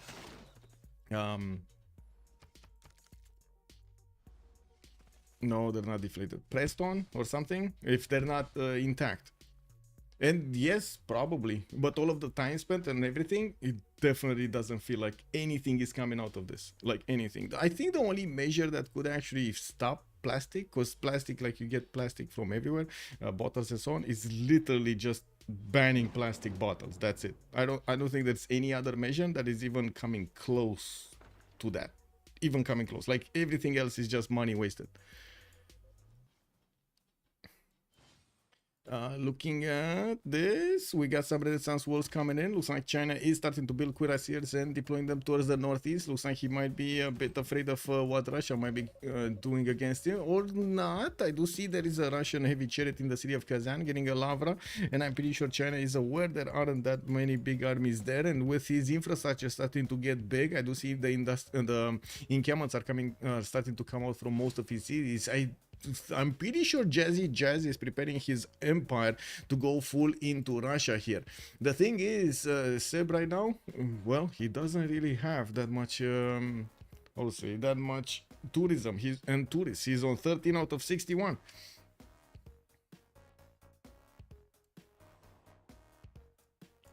Oh, okay. Scottish Highlanders did start to their attack runs, but it doesn't seem like they're breaching the walls.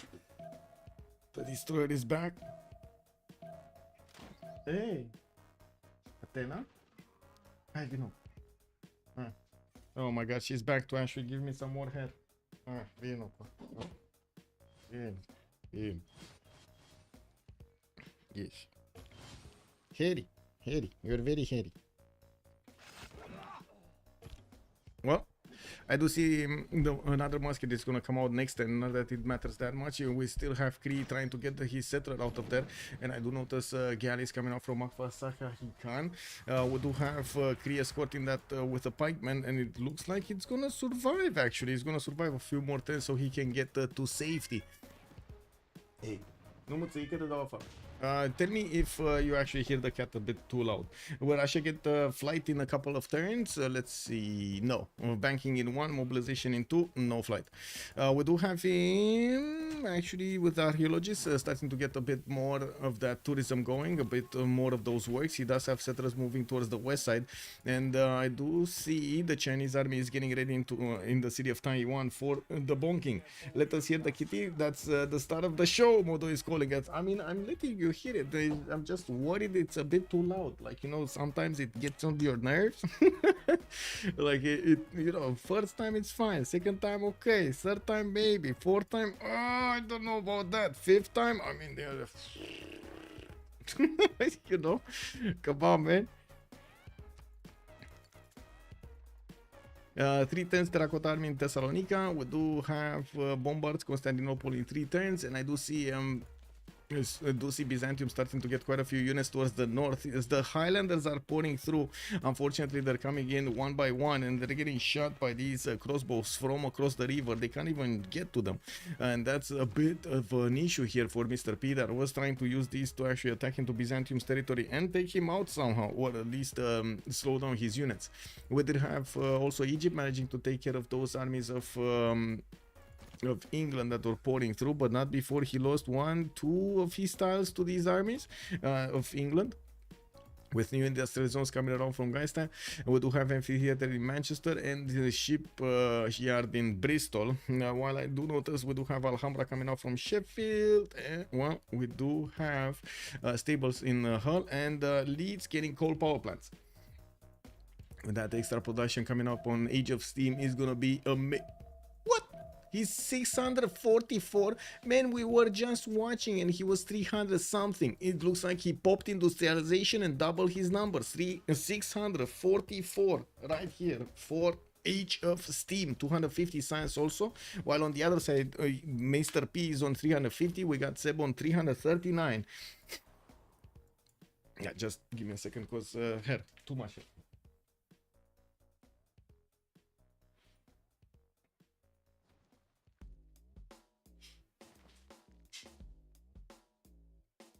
Man, hair flying everywhere. Okay. A few more cuirassiers coming in from China, and I do see spies coming up from Chengdu. I do see also Great Zimbabwe is going to finish in the city of Xi'an for some extra trade routes. And I do see Cree is actually getting 2 of his settlers out. They're moving eastward, and yes, I do notice that Russia is sending a few units toward the west. Maybe he's going to catch them in the act of starting to move out of harm's way. I do also notice Scotland, whoa, did lose his line infantry to the Cree unit. We do have the walls going down by half, and I think he's missing a bombard. I think he also lost a bombard here on the way. With new Highlanders coming in, it doesn't seem like at the moment the production of Scotland is gonna keep up. Good evening, sir, and welcome. Why is the state defaulting them? Where does they get money to fill the gap from? What do I mean, where do they get the money? They just got the money from us. They don't care. Like, there's like no accountability. Like from the taxes, they didn't get the money from the taxes. There's no accountability for this. Yeah, Bolshoi Theater in St. Petersburg. We do have theater squares also coming out here soon. 5 turns for Potala Palace in the city of Moscow. Also, the Scotland push seems a bit off. Yeah, it doesn't seem like it's actually gonna punch through. We do have the field cannons of Mapuche still doing damage, but they're barely scratching the walls there, since they are a Renaissance strength, medieval strength actually, 150, right? Yeah, they're 150. If change Age of Steam to Ludwig II, will LTT have the better culture? Probably, yes, probably. I guess the question is, can Zetian keep Peter from getting the culture victory before he gets his tanks going? Because that's the thing, right? JazzyJazz is not that far away from getting tanks, and it looks like, oh no, oh, Peter is dead. Wait, he does have knights or cuirassiers? What does he have? They should be knights. They should be knights. I don't think he got 2 cuirassiers. Come on, let me see. Yeah, he has knights. So he has no cuirassiers, no bombards. He has some Cossacks, but Cossacks are not gonna even do that much against tanks. And I'm pretty sure the problem is here, and what did I say that Peter is probably gonna die, is he's going top 3. He's going for his own industrialization, square rigging, and flight, of course, getting out in 1, and mobilization in 1, while more and more units from China are gathering in the city of Taiwan. He does have military engineers to help him connect the pathways directly towards the cities of Russia, allowing all of those units to resupply much quicker. With a level 2 spy also on his opponent, he's gonna get extra damage, and the infrastructure getting ready for a lot of oil generation and also tank production. I would imagine he's gonna start pumping out units as soon as he can pump out all of his units there against his opponent. In the I do see Harbor getting 100% production. I do see Peter not growing via culture, and Seb did manage to roll another 2 points for his Diplo. He's right now 9 out of 20, and that's before Potala, I believe. Yeah, Potala is 4 turns, and before statue. Oh no, he's not getting statue. He's not getting statue. Okay. Okay. That's weird. Okay, I guess maybe he lost focus at some point. We do have Mapuche getting into the borders of Cree and pillaging a few more of these tiles with his Malon Raiders, with the level 2 Scottish unit. He keeps on chewing at the walls at Miksivwachik. We do have a few more units from Cree that are just not gonna survive this. In Magavan Sakhikan, he's building walls to try to fend off attacks a little while longer. And I do see the Scottish city that got taken away from Cree, Piktokahana Piwin, is flipping borders.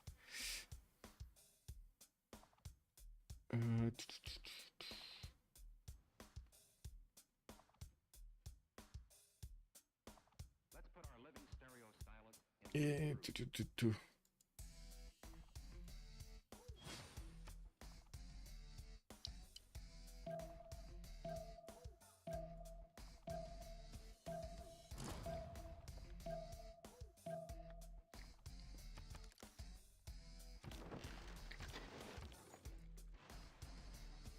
Well, I do see London is trying to build Potala Palace, and wait a second, he's actually gonna finish Colosseum here. This should have been on, oh my god, this should have been on Scotland. Like if Scotland, oh, he's not gonna get to even catch to be close to Guystyle. 264 science and 96 culture with 718 points of production right now. The Robert the Bruce, unless you're talking about the culture, in every other aspect the Guystyle is managing to win on his empire. You do have 590 points of gold per turn from Guystyle. I do see JazzyJazz is also 457. They're gonna have the gold that they need to upgrade all of the units of China here to go against Russia, and you do see Cree is also coming from the west side with a few units. No, that is funny. Russia is oblivious to the fact that his opponent is starting to build an army next to him. This is gonna hurt. This is gonna hurt really badly. We do have also Crazy Zimbabwe still coming out in 6 turns, and I do see cuirassiers are not getting cored up yet, or at least I don't see him hard building cores yet. Now we do have JazzyJazz, Opera, and okay, I'm pretty sure he has nationalism because I saw him coring up these units on the front line. Anyway, military academy is coming out of his cities here. Maybe that's the problem. He doesn't have military academy. Oh yeah, there we go. He doesn't have it. He doesn't have it. He doesn't have it. So only these ones on the west side build the military academies. Okay, not even all of them. This one still has scaffolding. Oh, that's actually an armory. That's not even a military academy, because the military academy is this one, like the big one, and this is the armory, and this is the barracks. We do have Cavs walking in from Mapuche into the borders of Mixiv, watching. Not strong enough to do damage against the city center with walls, but definitely strong enough to fend off attacks here for quite a while, and also pillage a few more tiles. Mapuche did have his way with the Cree lands for a long time in the game. Is this Potala gonna be snatched? It's same turn. Do we have, who's the first one? Guystyle. He's the first time. Yeah, it looks like Age of Steam might actually snatch this. If he does manage to keep it, he's gonna snatch it. Do we have anything in the Grey People? 1 diplo point. Okay, England looks like he's gonna be on the prime position to take this. Egypt might actually take John Spilsbury if nobody's gonna project it out from him. China didn't get to the modern generals. I see the first one is Napoleon Bonaparte, and I don't think he did manage to get that going. Cree going to set up a reservation. Yeah. What was the sin? Not getting a general in the front of Mapuche. Like, Mapuche lost a city, he never got a general.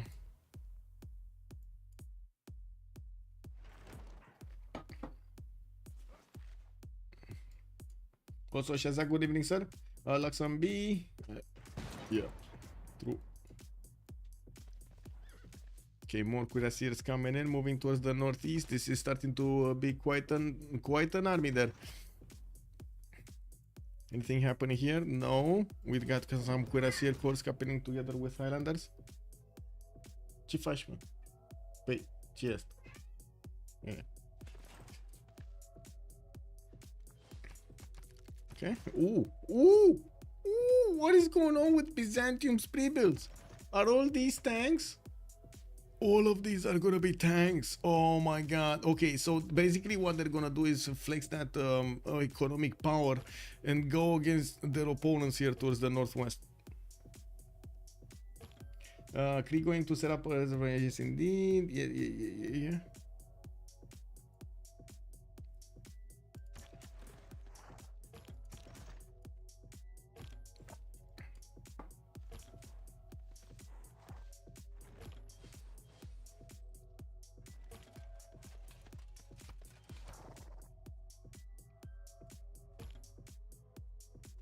Okay, finally new bombers from Mapuche going into Cree's town of Civ6, and I do so notice we do have Scotland taking out that free city again. Mapuche bringing new camps will allow him to keep on going, and I do see, of course, Cree doesn't really have the technology to defend off that many more attacks, but he does have, wait a second, oh, that's Lotaro actually. Yeah, he doesn't. Mapuche is only on 36 science and 33 culture, moves out with his units to keep them alive, and I do see Russia is having a Cossack war next to Tambov, and that he just settled. He does still not know about this South China and what is he doing here. We do have cuirassiers coming out from all of the cities of China, and of course they're gonna group up together in the city of Taiwan to get promoted into tanks. Now I do see JazzyJazz is gonna get his steel out next turn. He just needs combustion afterwards. As you can see, he already has some oil as a tradable strategic, so basically that's it. We do have 246 tourism at 10-4 Peter, and without the rogue pants at the moment it doesn't seem like he's gonna acquire enough tourists. He's 17 out of 70 points. That's way too far away from getting the victory in the next few turns. 6 turning Cossacks is not gonna cut it. Yeah, this is not gonna work. 6 turning Cossacks in the face of like multiple tanks is not gonna cut it. And the oh my god, he's only scientific victory. Yeah, I don't see how Russia right now can survive, but I guess we'll see. Chad, do you think he's gonna survive here? Did anyone ever make terracotta? I think so, but I don't know exactly what it is. Okay, let me double check. I think I saw it somewhere, but I don't remember where. I'm pretty sure I glanced over it. Here, maybe? Yeah, here. There we go. This is Thessalonica in Byzantium's territory. So basically all of these heavy chariots that he got do have the first promotion on them. Big comeback. Huge. Like some big cannot. What? Hey, what? Pita chip. Ce faci comod?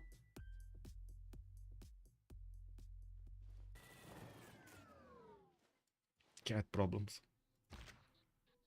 Restless. Young and restless.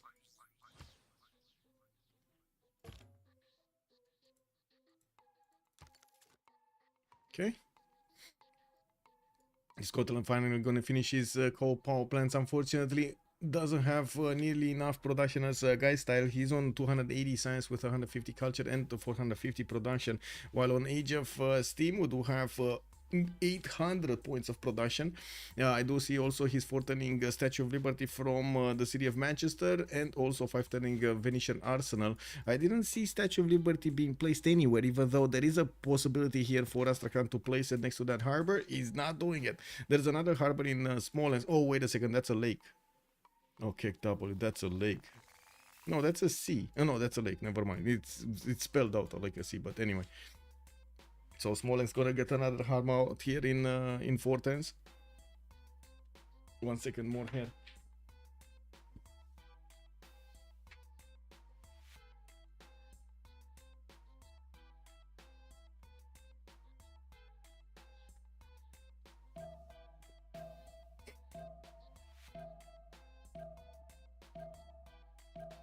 Yep. Did he get the scout experience card? Spilke, good evening, sir. Let me take a quick peek over here if he did manage to plug that in.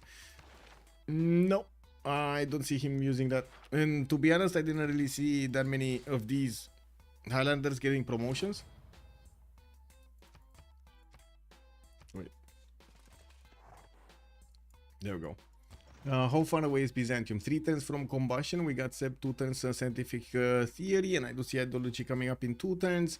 We do have JazzyJazz needing to get going to improve also Theodora, to boost Theodora 2 tanks much faster, while Psychat is gonna be 6 turns from refining. I do see kind of nobody's gonna get to tanks before they're gonna get those tanks to them.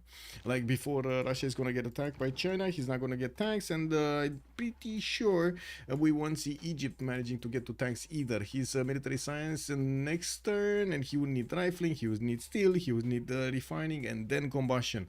That would be a bit too long out of the way. Scotland does have John Dark moving around here, and the big question is, can Zetian actually recruit Napoleon?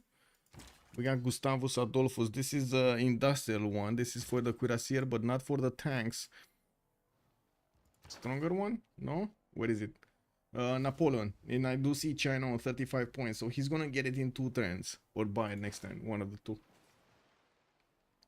This Russia is so clumped. I do see some national parks here coming around.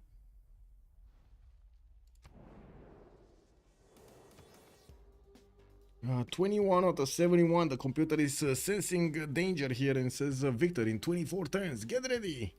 276 tourism is quite important, and I'm pretty sure getting closer to the cards, environmentalism and computers are gonna be amazing. So Civ science is not that great, and that's why I said he doesn't. Unfortunately, if he goes top 3, he doesn't have time to come back on the bottom 3. I do see, of course, he lost Potala Palace. That's gonna give his opponent Age of Steam over here an extra diplomatic policy slot to use. And I do see the empire is in Merchant Republic here right now in England's territory with 4 turns for Statue of Liberty, 4 turns for Venetian. This is also going to be good. More gold per turn. Guystyle is on 600 gold per turn with JazzyJazz 386. They can acquire enough gold so they can upgrade the tanks, no problems. 2 turns for Rule Valley in the city of Leeds. I do see industrial zone logistic projects coming out from quite a few cities, and I did notice him getting flight soon. Scotland does want Gustav Eiffel, but so does Age of Steam. We do see England did manage to recruit the previous one, which was James Watt. Now he's after Gustav Eiffel. With James Watt activated? Wait, he didn't activate it actually. He just bought, yeah, he bought it, but he didn't activate it. Gonna need to wait for it to activate here. Is he getting enough points though? Scotland is only 2 turns away from recruiting Gustav Eiffel. So basically England needs to get enough points next turn, or he's not gonna, well, in the next 2 turns basically. We'll see. We'll see. 1, 2, 3 projects coming out next turn. Industrialization on Peter. Ideology coming up in 1. I'm pretty sure we're gonna see tanks soon. 2 turns for JazzyJazz to come out to play. I do see Cree is also about to well, need to settle a city. The Cossack core is strong enough to punch through the pikeman strength, and of course looks like a Cree settler just went into the water. This reminds me of that meme with the scout with the builder that got taken by barbs that went into the water, and you can't take it back. Lol. Yeah, maybe fascism Cossack armies could hold tank cores. Since he also has defender. That's a good question if they hold tank cores. I guess we'll see. With the big thing is, I don't think he's gonna have sufficient Cossack armies. Like he's barely building these, and he doesn't have 300 400 faith a turn to keep on buying them every turn. So yeah, it takes him like 6 turns to build an army. And looking at what China has a lot.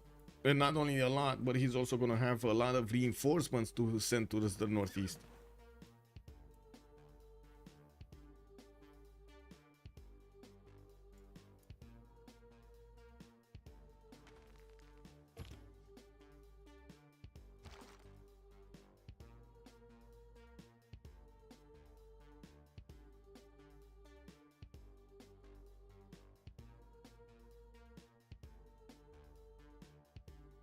Banks in Dumfries and Air. Looks like Scotland is looking to build to get more gold, while Toto is on 141. I'm pretty sure it's a problem because, well, Cleopatra is gonna get attacked by Byzantium, and with so many units that will get upgraded here, it does seem like Byzantium is gonna be well equipped to take out Egypt.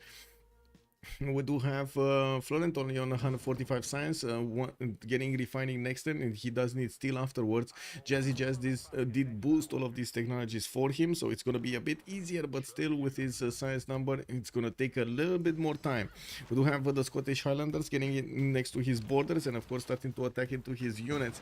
Some of the Highlanders are dying on the way, while we do have Byzantium managing to do quite a few counterattacks with his own field cannons. Egypt trying to push in with cuirassier corps. It will do some damage, not gonna lie. And we do need to see if Florent is gonna manage to keep his defense up and then do something about this. With China also repositioning his units to fend off attacks from Russia, we're going to need to see Cree starting to move that center towards the south with to safety. We do have Mapuche managing to win the day in the capital city of Mixivochik, and of course Aktakakup is going to be the next one with Makasahikan afterwards. If he doesn't tap this city before the medieval walls go up, well, this is going to be a sad day. It's going to be significantly harder if the medieval walls go up. Russia building a monument, that can be right. Yeah, he is. Okay, we got another harbor here. 2 harbors actually finishing up next turn. Bolshoi next turn. Oh man, this is I would say severely underestimating the threat of Zetian next to. How much damage do you have from a cuirassier into a knight? So +6 intel on the cuirassiers. +3, that's probably from Zetian. That's the box thing over there. Machine language, I guess we can call it. And the great general, he did manage to get the great general. Or no, wait, that's actually Gustavus Adolphus. And there we go. And the general. Wait, is Seb gonna get a general? No. Byzantium is gonna get a general. He just needs like 2 projects and boom, Dandara is his. That's gonna be another modern bonus giving general showing up on the how to say, LTT team. Even if they could, he would have. Even if they could, he won't have enough. Stalled 1770. First time he checked. Last time he checked. Yes. It's a bit too far away from actually getting that. Give me a second. It's 24 out of 74. He would need at least 3 more. Like 3 times more than he has right now, and that's not enough time. I guess sure he's gonna acquire a bit faster because he's 363 tourism a turn, but he needs thousands if he actually wants to get there quick enough. He's gonna start bleeding cities here quickly. How many technologies between both carry? Well, I guess we need to handle the carry. So Guystyle is one of the carries, he's 43, and Mr.P is 45. And we do have, but I don't think this even matters right now. Like Guystyle with 914 production and 613 gold will basically will be able to do anything he wants with the technologies he has, while Scotland, even if he has the science, the technologies he wants, he's just gonna stare at what he discovered because he can't use it. There's no gold. I think Russia needed a bit more science. Yes, I think he went a bit too culture heavy here. A bit too many theater squares. I mean, I guess we know what he did it because he wanted tourism faster, but I think it was a bit too much. England will go to space for sure. With that production, he's going to be like 1500 points of production later on in the game. Easy. Yeah. We got London, 154 production. Next turn, Statue of Liberty finishing, taken away from his opponents. He has aerodromes coming around. I do see he's gonna get Torre de Belém. He got Colossus, he got Rule Valley, Potala, Colosseum, Hueto Kali, even a Temenanki. He even got a Temenanki into one of those cities. And Alhambra. So wait a second, does he have actually 2 extra cards to use? Oh my god, he does. No, he doesn't. He didn't build Forbidden. Forbidden, I think, was built in here somewhere. Here in Roxport. Yes. Okay. Well, at least that. Okay, what's going on here? We got the bad boys of China getting close to the Russian borders, getting close to the mountains. Also to the mines, bombards getting upgraded here. China, come on China, what is it? This turn we're gonna need to see the upgrades. Tanks coming in, boys. Is he, wait, does he have actually the half coast card in? No, that's why he's not upgrading. He needs to get the half coast card. I'm not sure if he has the sign policies move there. Guess we're gonna need to wait and see if he's gonna start upgrading or not. They do have enough gold for what they need. That is certainly enough gold. I don't think he has enough units though. 2, 4, 6, 8, 10. 10 cores, maybe 11 cores. Sorry. 10 units that can turn into 4 or 5 cores. Mm, mm.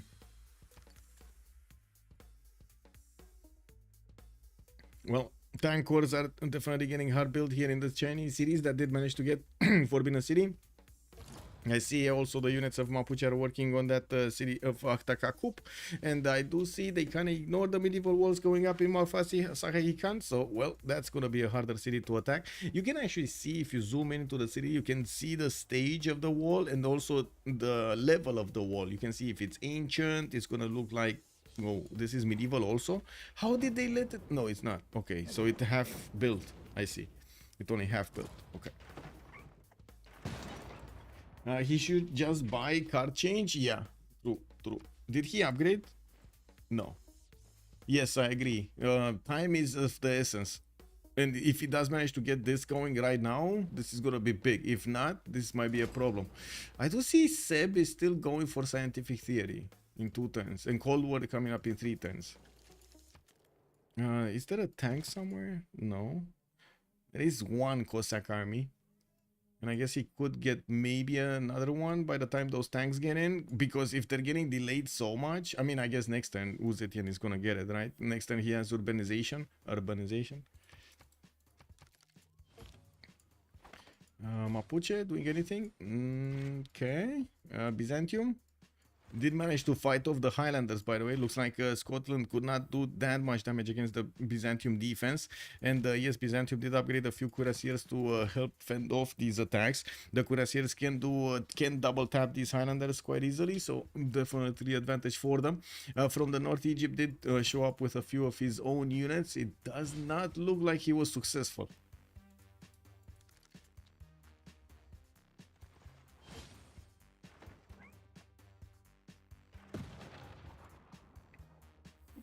Did he go GMC? Who? Russia? Yes. How much faith does Russia have? Can he buy a few units? He has 435, so he can buy basically 1 unit. Or maybe like 2 if he buys a crossbow and the Cossack. With the next turn, actually. Okay, tanks, artillery is getting upgraded, and we can see the damage now. No tank core though. Okay, so tanks, normal tanks are just as strong as the Russian Cossack armies on a hill and in a forest. Yes.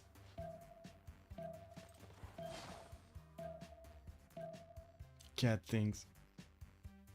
He's saving for rock bands. Yes. He's saving for rock bands. I mean, these Cossacks, the normal Cossacks, don't even have a chance. Maybe if Russia did have a general here for these Cossacks, maybe it would have been different. Although I kind of doubt it. Like he would have definitely needed his own tanks here. I'm still very surprised of him going scientific theory. 30 out of 79 points of these. Okay. Let's see. Here, Mapuche sending a few more units. Aktakakup. We do have Marfasa Hahikan. Okay. Victor establishing 2 turns. And well, I do notice Cav Corps coming out on the west side, starting to go for the pillages. Cat just doing cat things. 4 turns for campus research projects in Russia's land while he's... Whoa. Wow. I think Seb just lost his army.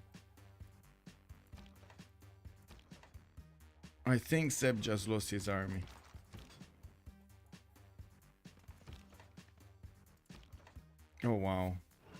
Oh my god, look at this Cossack army, guys. Cossack army is 91 defense. He even has fascism. And these tanks of China are two-shotting it. He went out of the forest, no way to defend anymore. And his other units are getting one-shotted, almost. Yeah, I don't think this is survivable. Anyway, we do have China getting the artillery. So Seb is going back on military engineering, and you can imagine if he's on military engineering, how much time it will take him to get to steel walls. And we do have China also hard building these tank cores and moving them to the front line, building new encampments in the cities that he didn't build some, and getting that economy going between him and his ally. And we do have Seb going golden, Toto going dark. Mr.P is 3 points out from getting his heroic age. I do see JazzyJazz is gonna be Heroic Age as well, as FlorentD is gonna be normal, Checkmate is gonna be normal, and Guystyle is gonna be Golden Age. And we do have Sewers coming in here for England. Of course, he did manage to finish all of those wonders he proposed he set out to, and gonna finish also Torre del Belle next turn in the city of Leeds. And did he get statue? He did get statue, right? In Manchester, he denied that from his opponent. So he basically took out the win condition here of Russia. If they took out also like half of the cities of Russia, break his army down, and it looks like he already broke his army down. I mean, 5 turning a Cossack is just not gonna be good. 2 turning Cossacks maybe, but only a few cities can do that. Ooh, look at that! Finally in the capital, he's starting to get the Cossacks out. I seriously doubt it's gonna be enough with the damage that we've seen from those tanks of China output. I think this is gonna be a big issue for Russia. Good thing is there are a few one-tile chokes that he might use to fend off attacks here, or at least stop his opponent from going too far forward. Even though I do see the tank is just gonna get that one tile, and there's nothing they can do against it.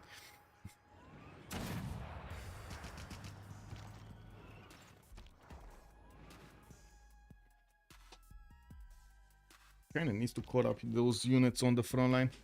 I guess he does need more in the meantime. We do have also Byzantium trying to be as efficient as possible with his defense, and I do see JazzyJazz is gonna be JazzyJazz, sorry. FlorentD is gonna be 3 turns out from combustion, while Guystyle is gonna get his chemistry. If he does manage to get chemistry right now, I'm pretty sure Age of Steam is gonna get all of those research labs everywhere very quickly. We do have Orsagas also in Manchester getting built in 2 turns, and with a few cats defending himself from the north, it doesn't seem like Russia can actually do an attack against him. I did see something here. I guess Satusa got doubled or something, because something just exploded.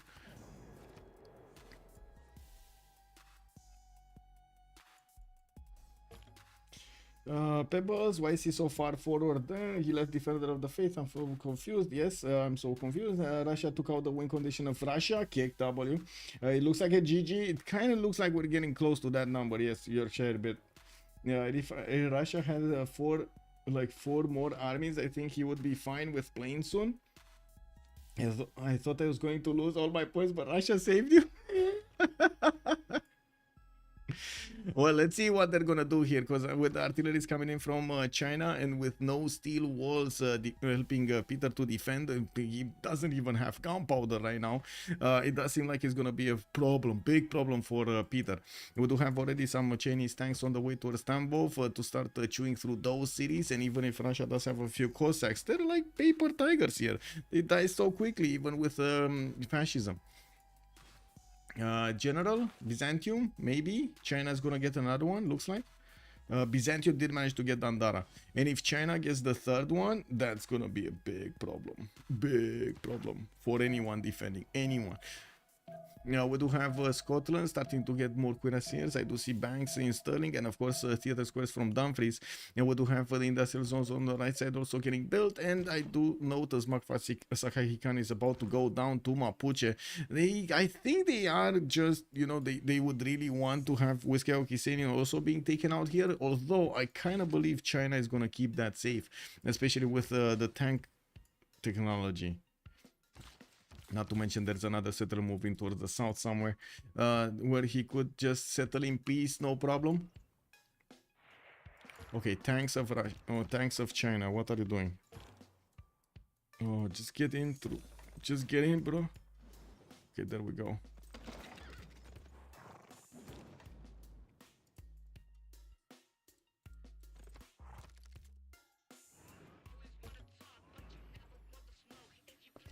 Who wins Congress? Maybe they can scam of, well, I mean, if they have that option in the Congress, that's the problem, right? Maybe.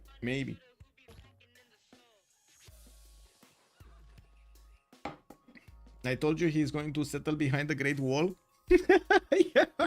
Yeah, exactly. That's why he built it, right? On the one side, we do have all of the traders, and on the left side, we got Cree. That's, yeah, he's getting the reservation for him here.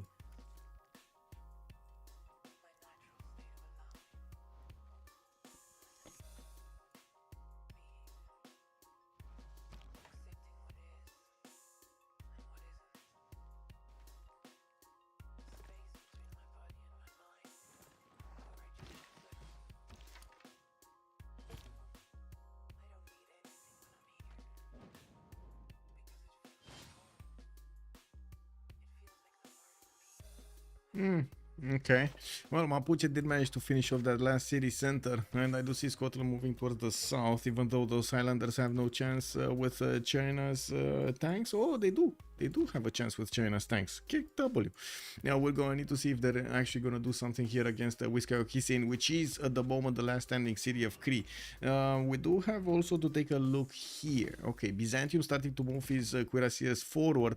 That will allow him to upgrade a little bit closer to the front line, and of course make it a little bit faster to go and take out Egypt. Egypt on the other side, he's getting his own refining in one turn. It does seem like Theodora did manage to get the advantage here. Since Theodora does already have steel walls and he's 2 turns away from combustion, you do see that Egypt is going to have an issue. Also, Egypt is not going to have a general by the looks of it. China will get the second one. England still has quite a few points per turn, and I don't see Egypt making enough great general points to get one of his generals here. Cree is so easy to just bop here. Yeah, I mean, one helicopter, it will do the job. I do have to say, China over here is moving in 3 different directions at the same time, and I fear this might be a bit too much for him. But anyway, he's taking out a lot of Russian units in the meantime, and with the artillery showing up on the front line, as you can see, he can use to shoot them from across the lake against that unit from Kazan.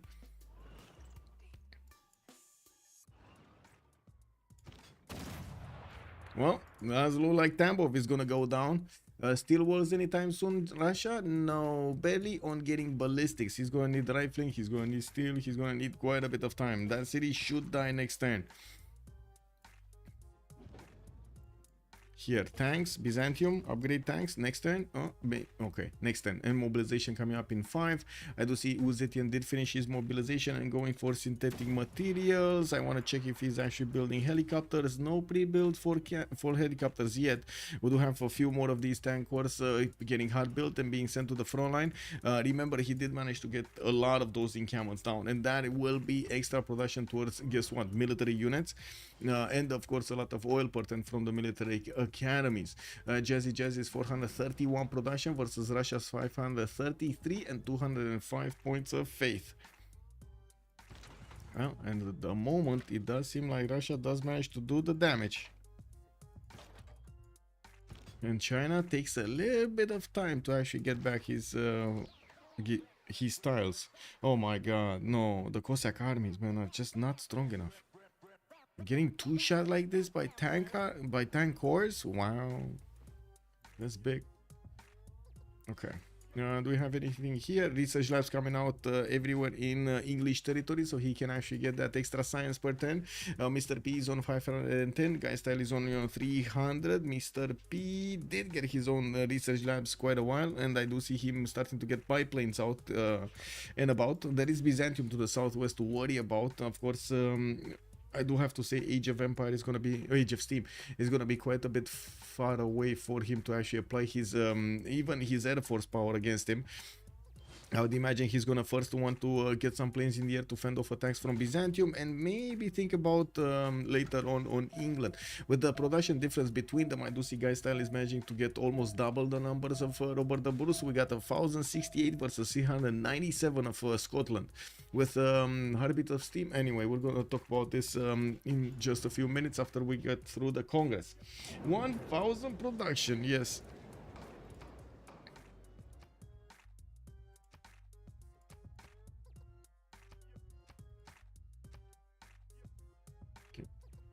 Oh, actually not digital. Let's go for autocracy.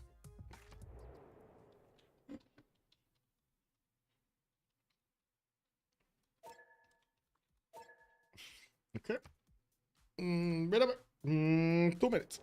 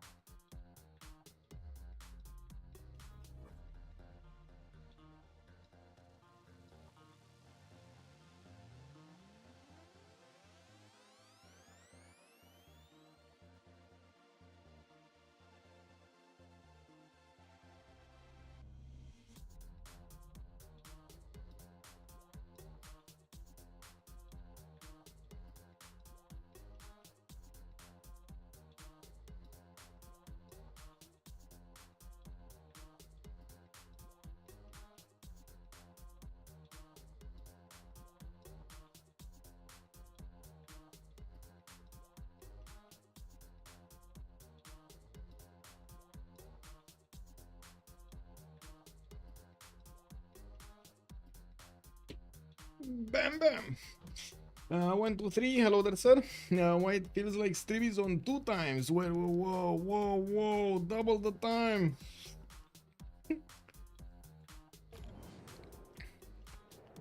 Okay, what do we have? Fascism, loser wildcard policy slot. We do have march tiles. Okay. Option A, getting more. Also, Peter getting 2 Diplo victory points. Again, he actually, well, he did lose the city of Tambov, and I'm pretty sure he's gonna lose the next one quite quickly. We just need to see the Chinese units start to shell these Cossacks in return. On the right side, it does seem like the Chinese army is starting to get towards Olonets and maybe also Arkhangelsk, actually.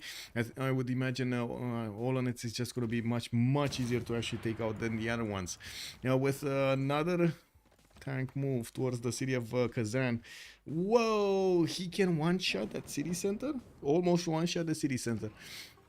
When steel walls, Peter is barely getting ballistics next turn, so no steel walls for him for quite some time. These cities are just gonna be taken out, and slowly the Empire of Russia is losing the production centers. I do see also Mapuche starting to move towards Zetian from the west side with a few Scottish units in tow. On the other side, we do have Byzantium still not upgrading his tanks, so he does need the gold, and I'm pretty sure he will have the opportunity. We do have JazzyJazz getting the gold, Guystyle also getting the gold. There is still more than 1,000 together here.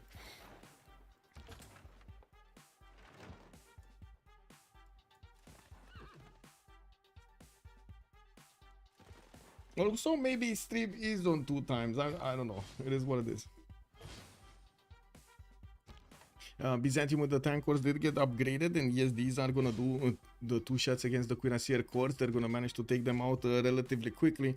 While I do see we do have a few artilleries from Constantinople to help him chew through any kind of wall defense that Egypt is gonna have in his own cities.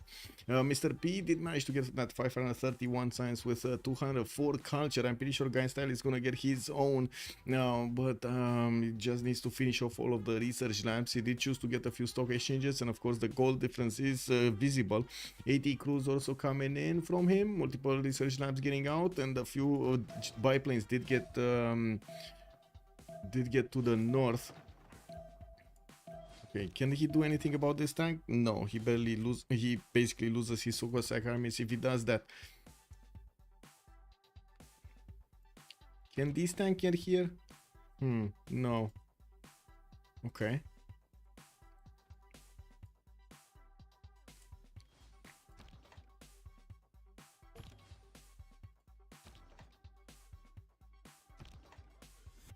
Well, that's unfortunate. Yeah, that's one. Whoa! City stayed alive on 4 HP garrison. We do have the Chinese tanks starting to wrap in from the west side, and I would imagine Olonets is also going to be targeted over here. I'm pretty sure 2 tanks will finish the job on that city center. With Cossack Corps also fending off attacks in Arkhangelsk. Those ancient walls are going to go through. I don't think it's going to be a problem for the tanks to chew through ancient walls, but I do think it might be stalled out because of this Cossack Corps in the choke point. Russia is on 336 tourism. Looks like he's still gathering these tourists, 35 out of 88. We do have Byzantium starting to move towards Egypt's territory, and I think the gold problems are becoming becoming extremely real here. Cleopatra does have 1100 gold in the bank, but he's barely getting steel in 2 turns, and by the time he's gonna get tanks, he's not gonna have an army to upgrade from. He does have a few more cuirassiers coming out of his cities, getting hard built 2 turn, 3 turn, 1 turn. Also, as you can see, there are significant Byzantium units here. I don't see Byzantium benefiting from more than +2 combat strength from the taxi strait, which, yeah, I mean, could have definitely been helped out by England here if you would have gotten a religion. I think this would have been a must-have, actually. Whenever you... wait a second, that's... yeah, he could have gotten one here. Could have gotten one in Sunderland. Wait, he got Machu Picchu? Machu Picchu, Chichen Itza? He got Chichen Itza somewhere? Because I saw... Yeah, he did. Lol, Chichen Itza. Huh. I saw the extra culture on these rainforest tiles, and I was like, what? Anyway. England has a religion in Manchester, went still for Russia. He's very on ballistic, sir. So he needs rifling, he needs combustion and or steel. Well, probably will need rifling and steel. So two full techs away. Yeah. Wait, England has a religion in Manchester? Is that his religion? So wait, he never actually. So that means we don't have an apostle. Oh, Byzantium didn't actually send an apostle to take out the religion. Yeah, you're right. England does have a religion, Zen meditation. Good catch, good catch. All we needed to do is actually have Byzantium's apostle go to that city center to convert it. Okay, well, it looks like these Egyptian units are made out of paper compared to the tanks. The tanks just go through them like they're nothing. Okay, that's a unit down. We're probably gonna see that encampment being bonked. Usually it's very easy to bonk the encampments. They just don't have that much strength. Even if they do have units inside, it's much easier to go against encampments than units.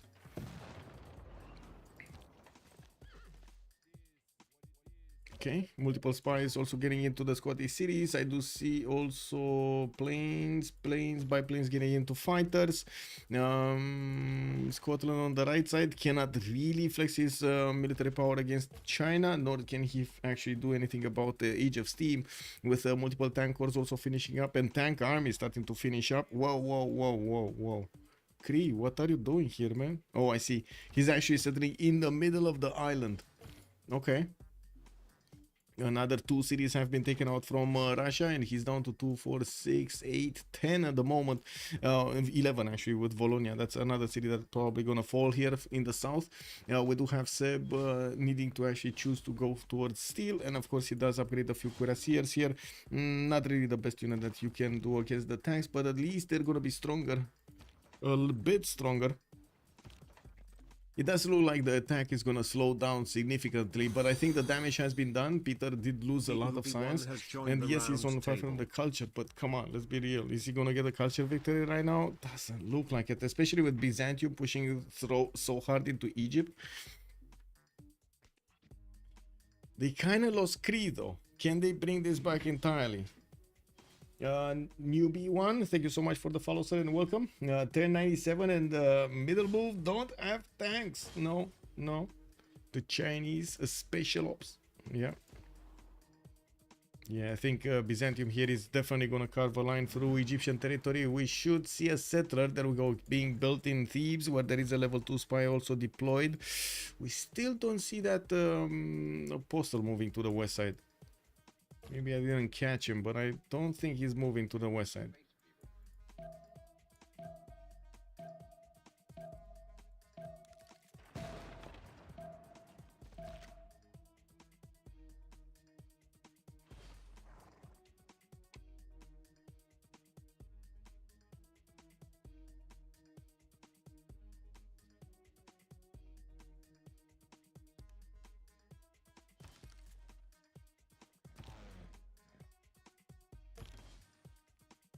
Culture victory is looking rough. Yes. Yes, very rough. I don't know if culture victory is able to be to happen here. It can happen here anyway. We do have kind of China stumbling and falling here, and I'm pretty sure Russia is going to get his own tanks because we don't have enough firepower to see him go through the Russian units quickly enough, even though initially the tanks did good.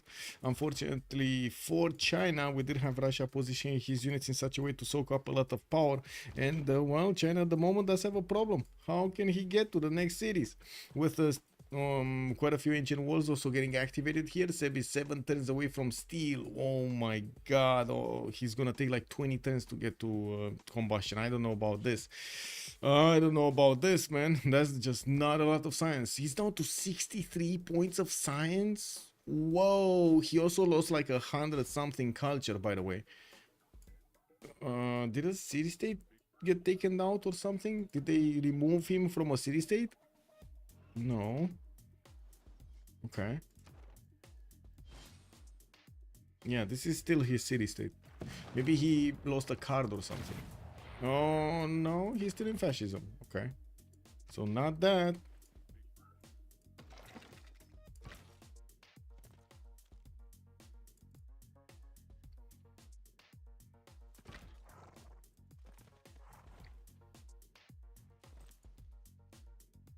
Okay, so Byzantium managing to get into the borders of Nekin with multiple tanks, cuirassiers, field cannon corps, and some artilleries, starting to actually get through there.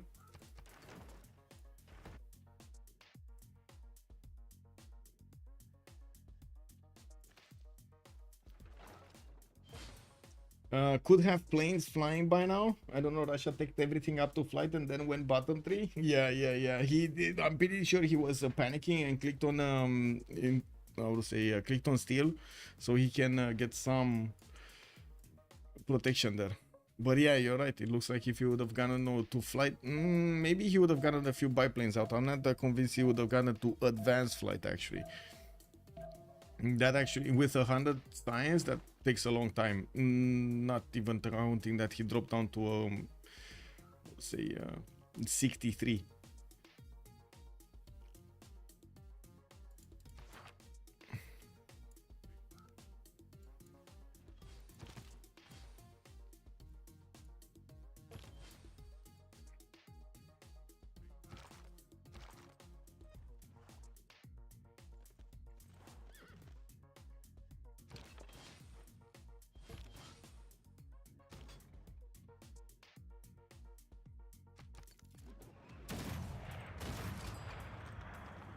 Yeah, Russia with science less than the game's turn. Okay.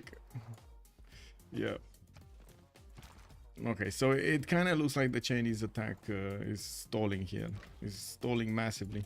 There are some units being tickled in the north, but because he actually spread his army so thin, he doesn't have enough units to actually do enough damage to these units of Russia. It's either his artilleries are lacking or the tanks are not strong enough. Now on Byzantium side, it does seem like he's gonna take out Necken soon enough, and I do see fighters from Scotland coming in. I'm pretty sure Byzantium would need to get his anti-airs going, or at least 1 or 2. I don't see any of them getting hard built over here anywhere. Yeah, no, a lot more artillery is coming in than anti-air guns, and of course it does make sense because he does want artillery army soon. Now we do have him on only 100 culture. Wow, I'm talking about artillery armies and he has 100 culture. I don't know about that. Toto gonna get his own combustion in 2 turns, and you do see he has at least 3 of these cuirassiers, 4 cuirassiers, 5 cuirassiers, and while they're not cores, or at least the ones that were cores, are not actually strong enough anymore. Now it looks like the city of Necken is being placed under siege, and these tank cores can chew through that defense so quickly. There's only one left tank that has enough movement to actually take out the city center though. Is this a 5? No, this is not. This doesn't work. Okay, and he just used that movement for the pillages. I do have to point out a lot of the times the players choose to not take the city if they have the ability to actually take out all of the tiles, to pillage all of the tiles around, and this might be just that case. He wants to get as much of a return from this as possible.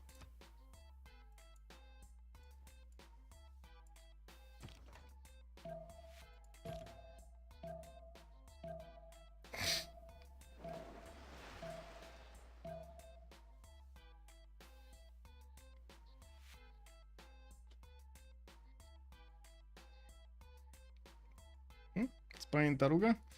Soon in 7 turns, probably next game. All power plants also in Scottish territory. The problem is the gold. He did manage to get 200 gold. Toto is on 153. Seb is losing 72. So basically, if they lose Toto, well, that will be a significant problem for them to upkeep Peter with minus 72 per turn. This is gonna be an issue, and especially since he keeps on losing units and he keeps on needing to invest these.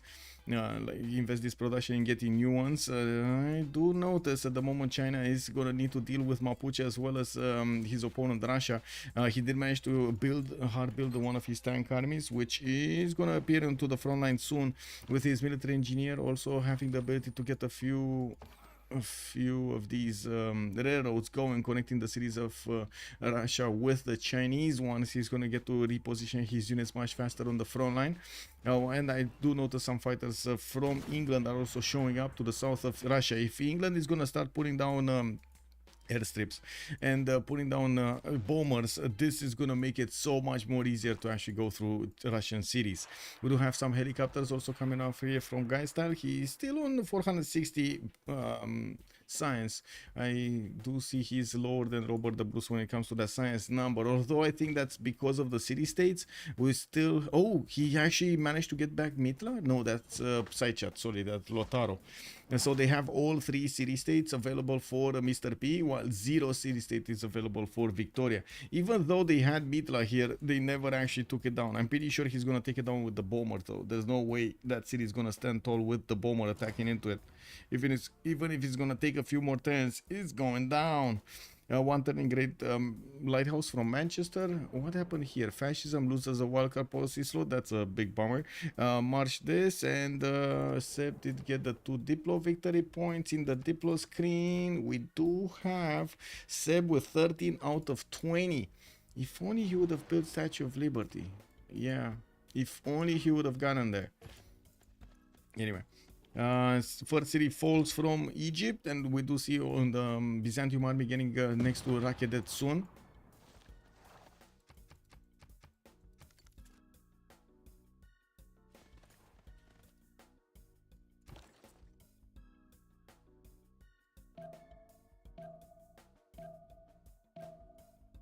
Maybe they pray for a GDR win from Mr.P, you mean?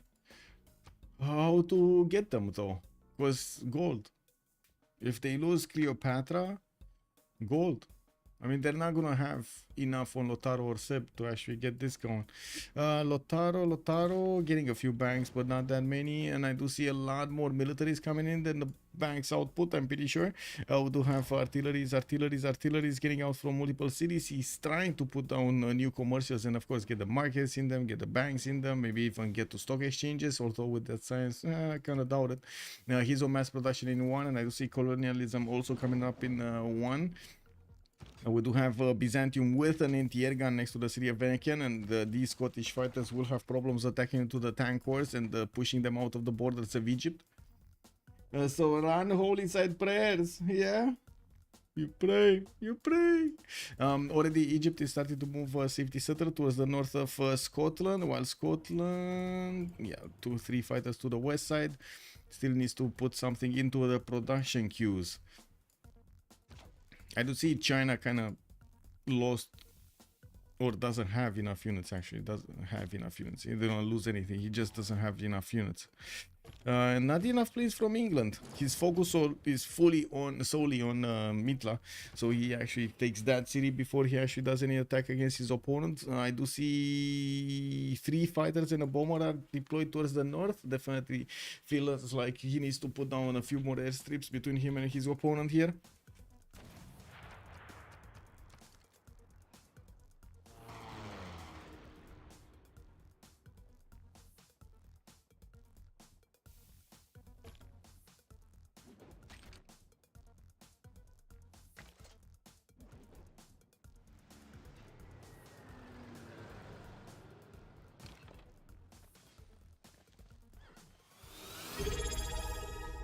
Hey, Zetian, thank you so much for the prime, sir. Thou shalt be knighted primer. XDKHN. Keep the good times going. Cheers. Let's go. Okay, well, we do have China here with the tank wars, getting next to Argalansk, and yes, the artillery, Arkhangelsk actually, artilleries are going to need to start moving closer. We do have also the tanks crossing the river. What happened here? Where did he get a little bit of advantage? Tank wars do have the charge promotion, general bonus, flanking, intel. He dropped down 1 intel point actually. He went from +6 to +3. Okay, well, I guess it was just a weak unit or double tapped. In the city of Tver also starting to lose his forward units, defending off attacks. The Cuirassier Corps is going to be targeted. There's another one to the north, and of course the Cossack armies are there to try to fend off attacks. Byzantium going for the next cities of Egypt, while Egypt is getting shipbuilding? Oh, he did get steel walls. At least he got steel walls. That's good. Also, Egypt getting a mobilization in 6. Looks like Byzantium will have enough artilleries to take out the Egyptian cities. It's just a matter of time. We do have some promotions here that Florent really needs to get going. And I think he doesn't have like a first move or something. Does seem like Mr.P is punishing him with that. Okay, well, we do have a few Scottish units here next to China. Mr.P also going for nukes, nuclear fission coming up in 2 times. Psychat gonna get his industrialization, while Seb is gonna finally get his steel walls next turn. That's gonna slow down quite a bit the Chinese army, but not that much. I'm pretty sure when England is gonna get his bombers out in the range of the cities of Russia, I'm certain these Russian cities are gonna fall very quickly. Very quickly, but it's a matter of numbers here, and I'm also sure that England should actually go for stealth bombers next. If he actually wants to go this route, he's going for plastic, so I would imagine stealth bombers and helicopters are going to come out soon, since we do have a wave of calves from multiple cities coming out from England, and a few more bombers. There we go, yeah. England putting a city to connect with Byzantium, and I do see quite a few more tanks coming out from Byzantium as the city of Rakedet is being placed under siege, and Florent is starting to get quite a few pillages out of this city center. And with Governor Victor establishing in that city also next turn, we're gonna need to check out his artillery is doing the massive damage. I'm pretty sure he can shoot this one. He should be able to shoot this one. I don't know why he's not, but he should be. Oh, no balloon, and he has a forest in front of him, isn't he? Yeah, that's a bit unfortunate. He can't shoot it. Kick. Where balloon, bro? Where balloon? Wow, quite a few spies from England, by the way, in the main cities of Scotland, and we do have also a Chinese level 3 spy in the city of Ayr. We do have broadcast centers also coming out from Scotland, looking at Seb's 500 cultural turn. We do have him also on a 658 tourism. The computer tells us it's 44 out of 109 points.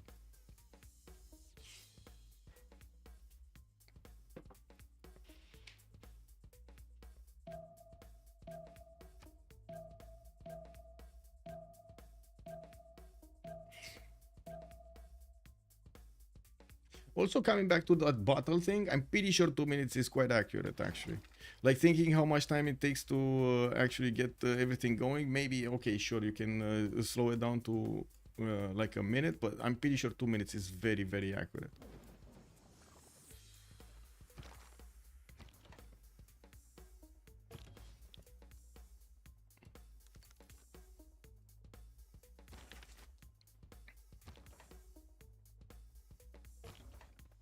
Should neutralize government and sabotage production. What is he doing? Waiting assignment. I think he just moved them.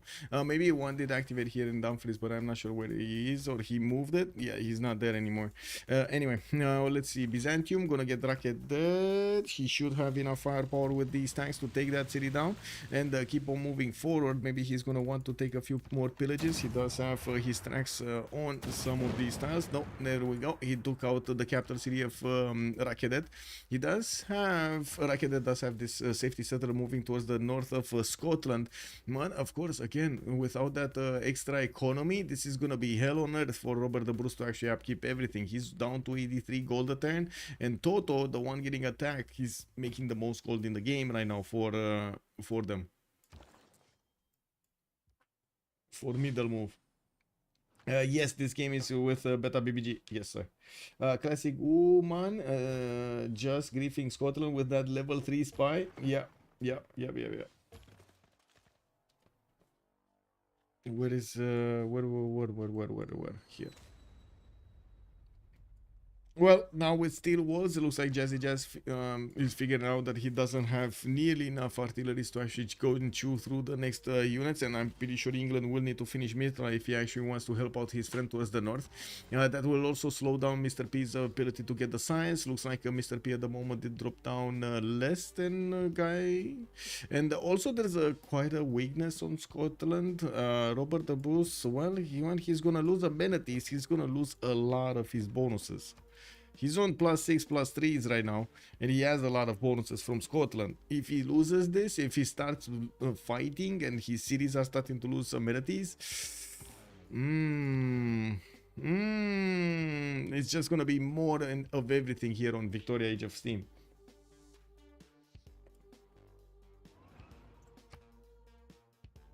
With some English bombers, Russia dies anyway. Yeah, I agree. It's just a matter of getting the bombers on the front line. And I think that's why he has this military engineer here to the north of Mitla. He's probably going to want to put an airstrip, reposition the bombers, and start attacking the cities of Russia. One of the things that needs to happen, he needs to get the jet bombers before they're actually getting deployed so he can keep upgrading them. Otherwise, they're going to need to move back, upgrade, move back, and so on. It's just move forward. I mean, it's just a bit too much. And I think he's just getting a massive wave of them and starting to slowly reposition them towards the north.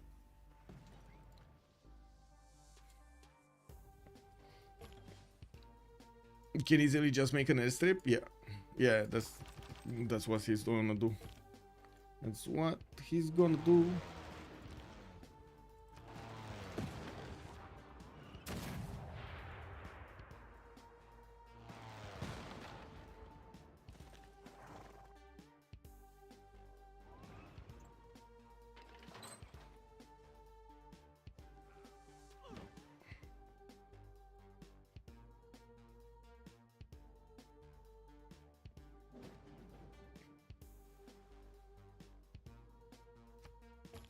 So many fighters coming out from Scotland to fend off attacks here. They do damage. They can definitely take out quite a few of the Byzantium units if they catch them out of position. And with Egypt actually upgrading his own tanks, he did beef up his garrison defense strength in all of his cities. Definitely important to slow down the offense of his opponent of Theodora. But with anti-air guns also defending these units, it does seem like he's going to be punishing for the Scottish fighters to attack directly into the tanks. So they're just not doing it. Now we do have artilleries, the first ones from FlorentD getting close up and personal to thieves. I don't know why he moved them back, but it looks like he did. Maybe it was a misclick, to be honest, by how it looked like. Okay, anything happening here? Looks like Arkhangelsk actually is going to be taken out next turn. We do have Russia still trying to take out one of the tanks of China to the south of Yaroslav. And looking at what's going on, well, it does seem like they keep on chewing through the Russian cities with no end in sight. 667 tourism for Seb, environmentalism in 410s for the 50% towards tourism in his empire. And he's gonna get quite a few more units here, cuirassier armies and normal cuirassiers coming out from him. Byzantium getting calves. Okay. England did manage to take out Mitla, did reposition 3 bombers, and next time he's gonna start attacking. So, okay.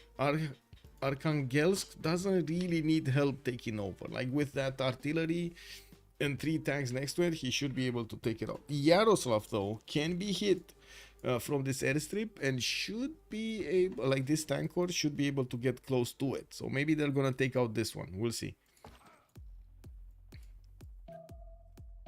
We got actually 4 bombers. There's another one in Mitla. No, he still doesn't have the jet bomber technology.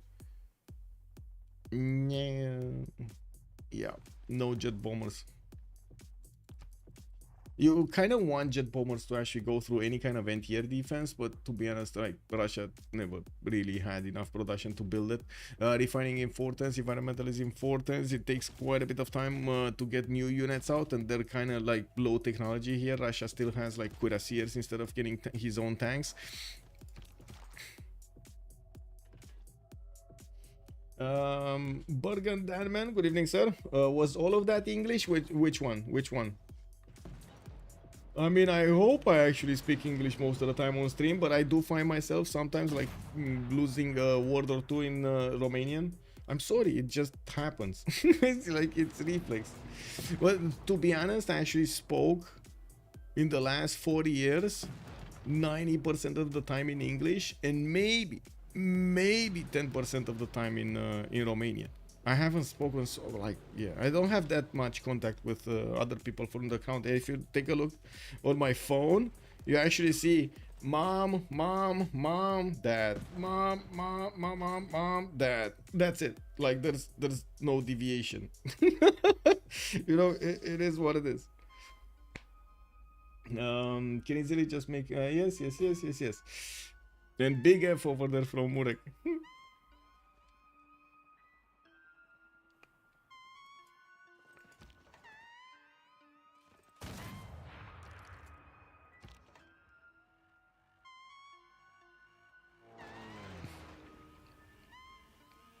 Mama's boy. Yeah, I mean, you know, I have two parents and a grandma.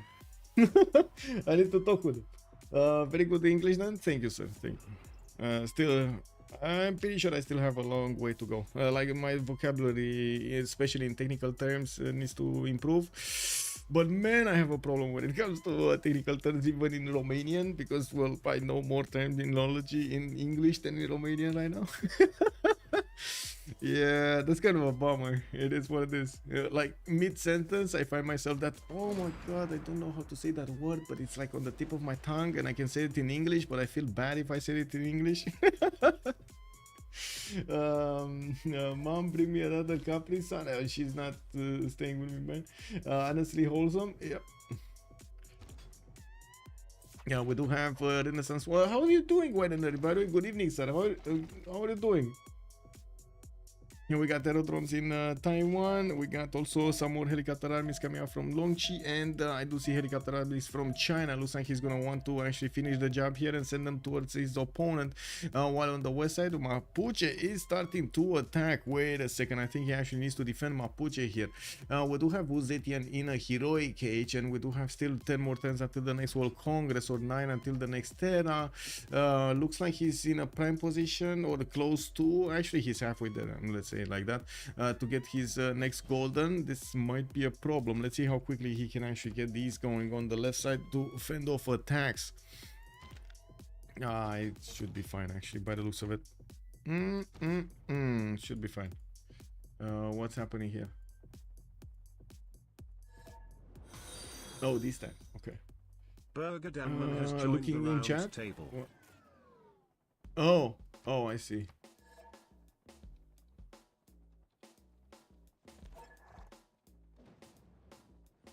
What is it? It's like 1 a.m. your time. Kick. Yeah, Pebbles, your kids here also. Good evening, sir. Thank you so much for the follow, Burger Den, man. Okay, let's see what do we have here. Artillery corps from Mapuche. We got connection. Oh my. Okay. We do have Mapuche still going against China here, and looks like tank armies are coming out, but slowly from the Chinese cities. We do have Xi'an here getting his tank armies in 3 from 2 cities. Another one, no, helicopter army slowly coming around. Looks like he just doesn't have the military where he needs to. He needs to plug the choke. He's probably gonna do this. This one is fine. I mean, too late to plug the full choke. And with one, how many artilleries? 1, 2, 3, 4. Oh, this is gonna take a long time to actually get Shanghai. It should be fine. He's gonna get his tank armies, and the second he gets his tank armies, these Mapuche units should be low. Should be just the same in strength, or no, on the defense. Ideology from JazzyJazz. Also jet bombers coming out soon. We do have Guystyle getting his computers, and ideology in 3. Oh, no. She wants to wait. Who is her teammate? I don't know who is her teammate. Let me see. Do we have? I think we have them in the same channel, right? So or somewhere around there. I don't know which one is this. Hold on. Too many questions. We got Russia getting rock bands here, and I do see Cossacks coming from Smolensk. Cuirassier armies definitely will want those tanks. We do have Seb getting his refining in 2 turns, while he's gonna get environmentalism. This will beef up his tourism count significantly. He should jump up to very close to 900 or 1,000 actually, very close to 1,000. But unfortunately for him, it looks like the defense went sky high, and right now he needs to get a lot more than he needed earlier. England deploying his bombers against Russia does help out so much. China actually chewing through the remaining cities of Russia. Yaroslav getting an attack. Solikamsk is about to go down, and I do see China unfortunately cannot reinforce that northeastern flank because of this west. Probably MM. You think MM is gonna win? Okay. Okay. M&M's. 740 science attempt for Mr.P. He is also on 287 points of culture. We do have multiple spies still going around his territory, and it does seem like his ally is falling on the west side. Now we do have Egypt about to go down. He has 3 more cities, and of course we're gonna need to see this one settle over here to the north of Scotland there.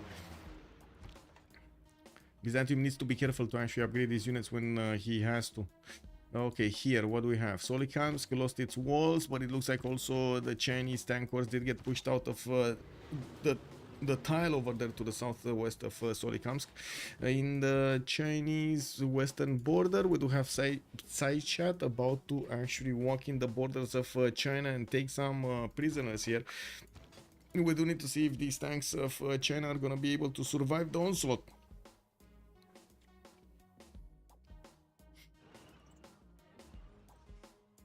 Two tank armies are coming around. A few more helicopter armies also coming in. This is starting to get into dangerous territory. So many units from Russia though. So many units from Russia.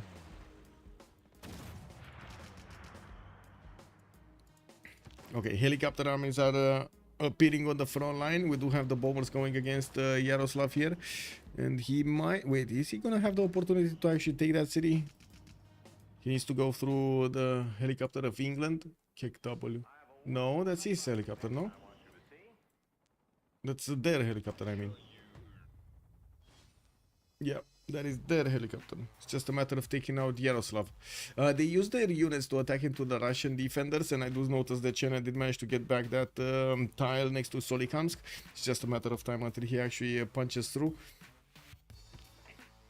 Needs to move tank into the sea to take the city. Water tile is unoccupied by Russia. True, China has lightning warfare in 3. Hopefully that let him make the units faster. Scotland GDR, soon TM. We might have seen that. I misread the map. Lol, my bad. 333 Monk. Good evening, sir. Oh, you mean in Solikamsk? I mean, there's no tile over there with water. If that's what you mean. Yeah. No problem. Well, today is my birthday. I have to be at the party, but I don't want to miss the end of the game. Oh my god, happy birthday, T. Beasley. What do you mean? Happy birthday. Oh my god, live long and prosper. China just spent 3,000 gold. Okay, on what? Did he just buy out, straight buy out stuff over here in the southwest? Yeah, what is his aerodrome? Because I'm pretty... Oh, jet bomber. He bought a jet bomber. Well, now this jet bomber is gonna do significant damage.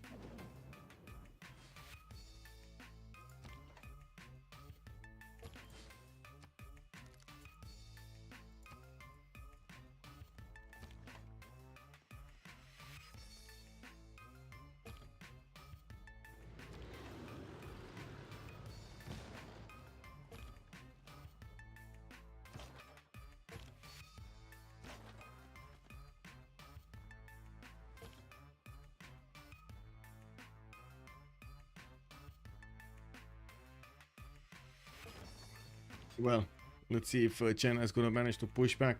I'm pretty sure Byzantium just will keep on going over here, chewing through the remaining units of Egypt, and of course going closer to the cities of Scotland. Now that GDR, when it's going to come out, it's going to be a problem. Satellites next time from Mr.P, rapid deployment. Looks like it is going to come out soon.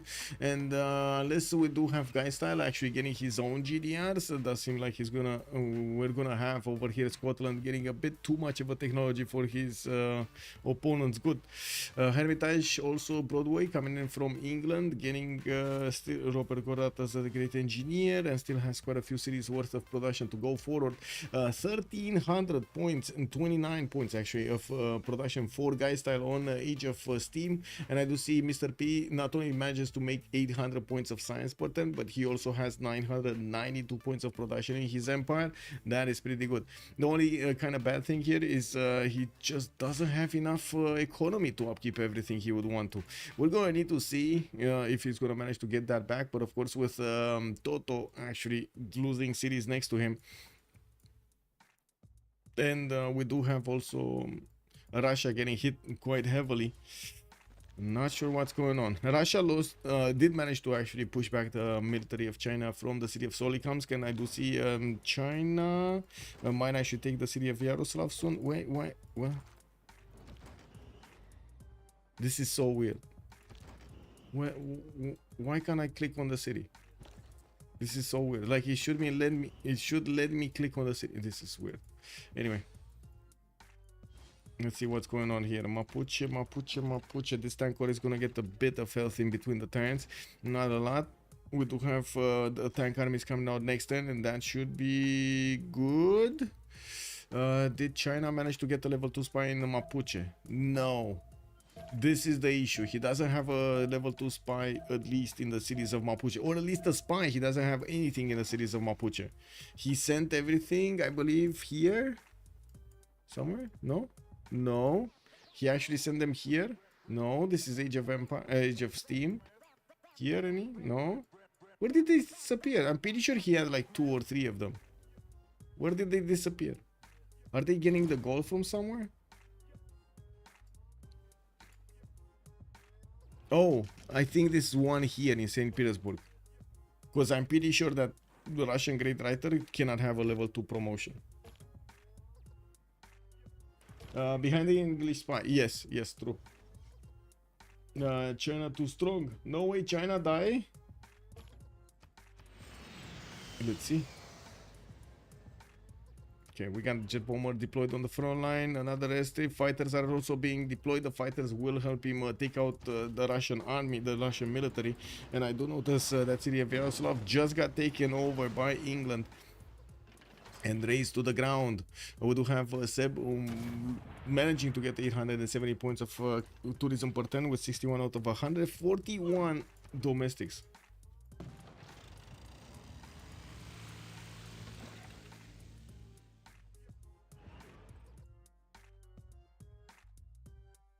Hey, we are 1 like away from getting to 30 tonight. Woo, let's go.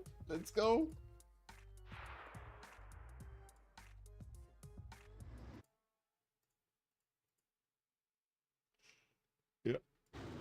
Well, Smolensk is getting another attack, and I'm pretty sure with the jet bombers appearing here, it's going to be much faster. Of course, it would have been nice if also England would have had some, but yeah, he's going telecommunication in 3 and suffrage in 3. Interesting path. He's also deploying bombers on the east side. That's very far east side, actually. Quite a few more bombers coming in.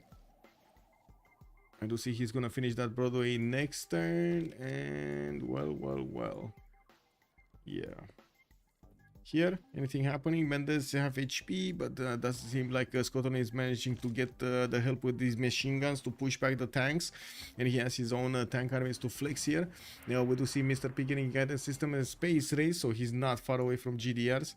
Modern armor is also coming around from Byzantium. This is going to be a stronger tank, but not strong enough for the GDR, and I don't really see him having enough production to actually output more. He's on 4. No, wait a second. Where is he? He's on 250 points of production. Just 250 points of production. That sounds like it's terrible.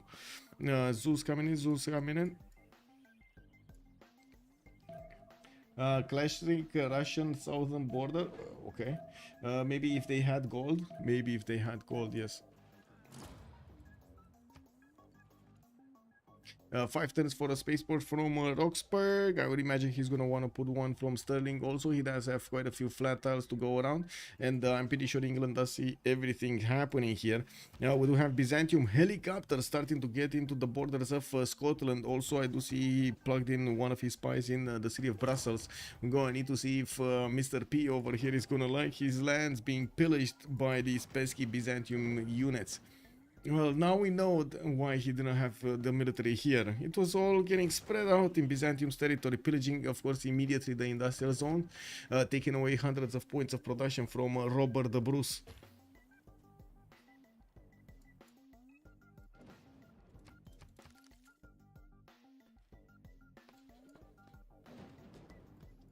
Scotland getting an observation balloon for these Mapuche artilleries, so he can actually hit the city of Shanghai with them. But you can see, unfortunately, the city of Shanghai did manage to get one tank army into it, and that beefs it up to 116 garrison defense. Even these artilleries have a hard time attacking into that city center, with China's artillery armies coming out, and with more jet bombers, more fighters possibilities, yeah, he will be able to push back. Now we do have some cats from Mapuche trying to get into the borders of China from the north, getting pushed back by one single tank army.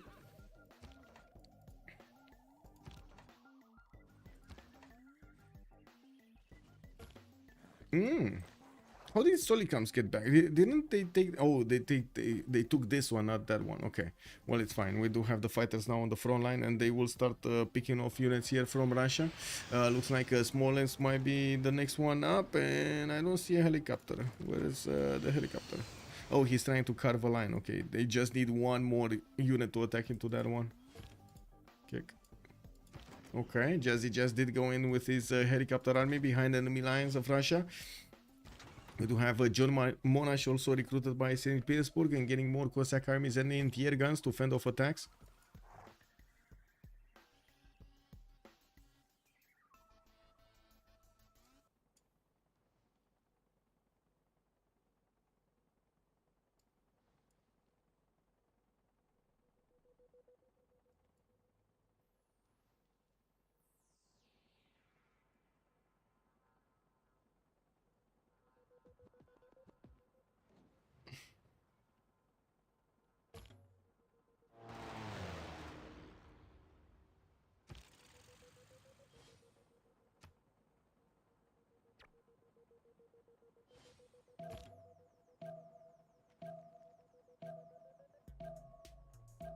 Well, with jet fighters coming out from Scotland, he's gonna get a stronger unit to fend off attacks. I'm pretty sure those will tear off any kind of tanks from Byzantium.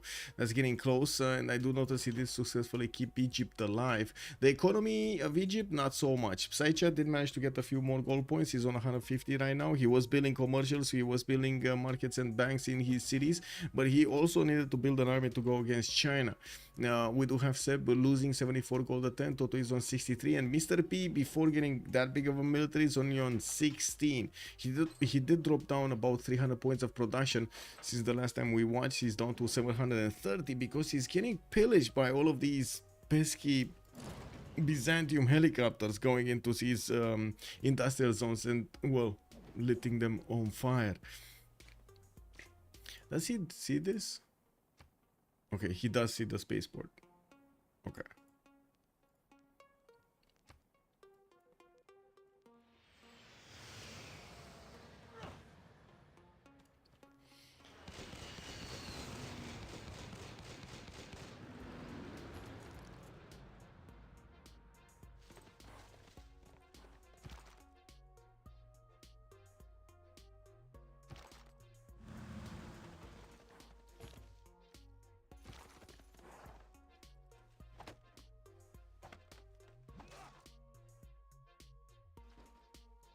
Ooh, more bombers coming out from England. Still no jet bombers though. These are just normal bombers. Just normal tiny bombers. Smolensk is without any health. Looks like the remaining Russian cities are gonna be over here still, of course, with intact walls. for the moment, the Russian military to the west side does have quite a few Cossack armies running around with cuirassier armies. Will need a bit of gold to get going, but I would imagine they want to keep that gold for Mr.P's GDR cause, even though looking at how much they're making per turn is not that big, and unless they actually get some pillages, it's going to be a very big problem actually getting it. Now we do have Byzantium also getting into the lands of Mapuche with some of his helicopters to actually pillage some of these tiles, and I do see he's not scoring up or arming these up. He just wants to do as much pillaging damage as possible, slowing down Mr.P. Guystyle is still on 500 science, and I do notice he's getting more spies, more bombers, and getting that Cristo Redentor on the right side. He did not go towards spaceport, and unless he actually finishes the game, well, this is gonna be Mr.P's victory. Yeah, I guess this is one of those lessons: never give up, you know. Yeah, maybe.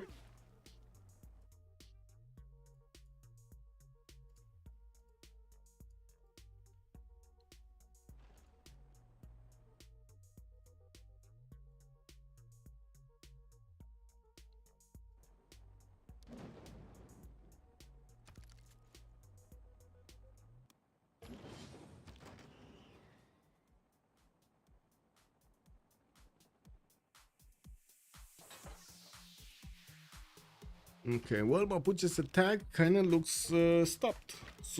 Successfully stopped. The J-bombers did get deployed towards the northeast so they can help against Russia. I don't see that many I don't see fighters actually deployed to the west. 123 has joined the round table. Red Clues, thank you so much for the follow, sir, and welcome. We do have helicopter armies, more of them being sent towards the northeast, and it looks like he's managing to clean up any of the invaders. So with the helicopter armies, he's also going to do damage, clean damage against these cuirassier armies. It's just a matter of time until he goes in there. You can see the 113 against the 91. No chance for the Cossack army to get out. We did have Russia managing to get enough units to actually take out the Chinese initial army, and of course with no more resupplies coming in, China did lose the majority of his units on the front line. He does need England to get in a bit more close up and personal, and I'm pretty sure England also needs to get his helicopters. Where are England's helicopters? Rocketry in one, democracy in one, okay.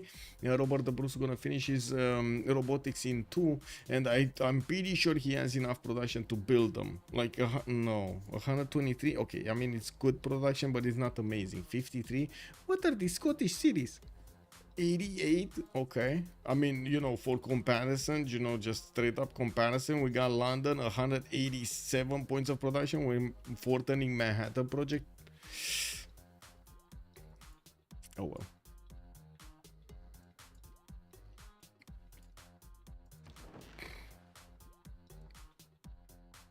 Okay, Scotland did upgrade his fighters on the front line, and now he will have the opportunity to deal damage against Raked's defenses. Now we will need to see if Scotland is going to manage to bring that GDR and retake the cities of Egypt. That's going to be a lot of Diplo favor points. Seb did manage to get to 73 out of 155 points to get the victory here.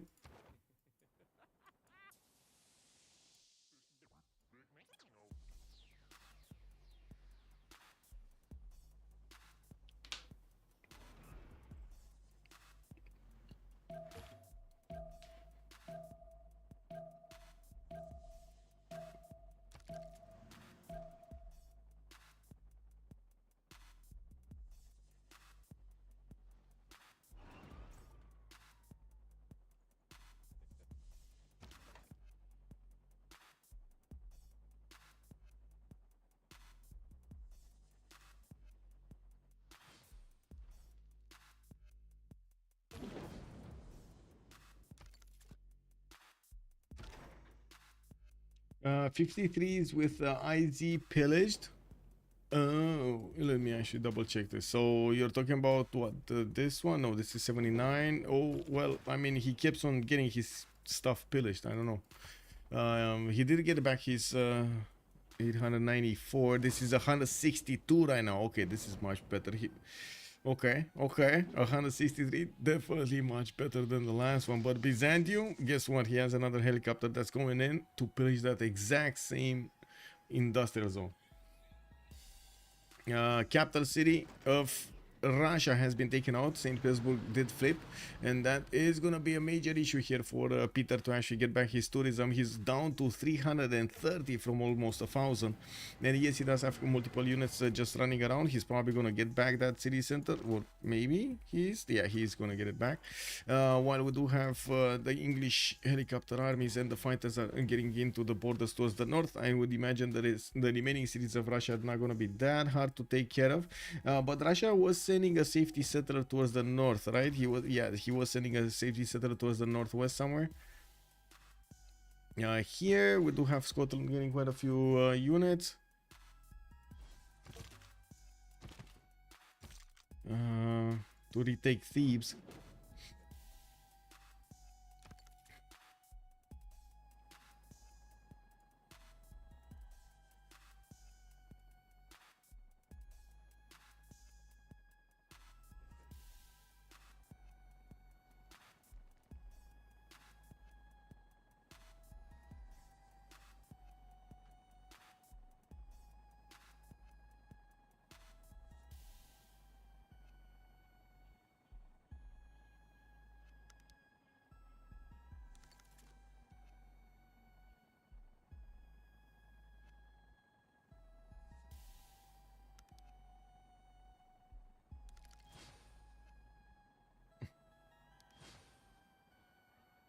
And we do have one more turn until the next era, and I do see Toto is gonna be normal age, not even dark age. Okay, Robert the Bruce gonna be a golden.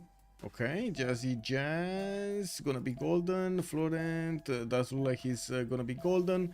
CheckMate is actually gonna go dark, and Guystyle is gonna have his golden age. Looking at the west of China, it does seem like Mapuche's units did move forward with one tile. While I do see a few more tank armies joining the fight here, Spec Ops is also on the way. We do have helicopter armies coming out from Xi'an, and I do see campuses. China was splitting his reinforcements from the west to the east, and well, we do need to see if he's gonna manage to punch through both. With jet bombers being deployed to the front, he definitely managed to take out Russia's capital. Now on the west side, it does seem like Mapuche is gonna keep on pounding his units, and I do notice China at the moment is actually prioritizing taking out the artillery, so they don't actually do that much damage against the city of Shanghai. Without a tank army inside of that city center, unfortunately dropped down to 107 strength. It's still strong, but not as strong as 117. Do we have a GDR? 4 turns for the GDR in the city of Sterling. Byzantium is just, you know, trying to roam everyone and do damage, but with the GDRs coming in, it's gonna be all up to Age of Steam to actually get his own GDRs out and about. Looking at the stats here, we do have 655 science on guys on Age of Steam, and I would imagine, yeah, he's getting a wave of Space Force. He's also getting in Manhattan project. I wanted to say that I would imagine he's gonna build that GDR quickly with 187, so still he's gonna like 4 turn it anyway, 3 turn, 4 turn it from the capital. The biggest advantage here is they actually have a lot of gold, not only in the bank, but per turn, and this is massive. Having the ability to straight up buy like 3 GDRs is gonna be insane. Lesson of the day: MM doesn't CC. I mean, they're gonna make it very far if they keep on not CCing and doing their best to win the game, because that's how you learn. It didn't work for one time, maybe it works the next time. Maybe it was a bit of a problem with the Civ, maybe it was a bit of a problem with the leader. Yeah.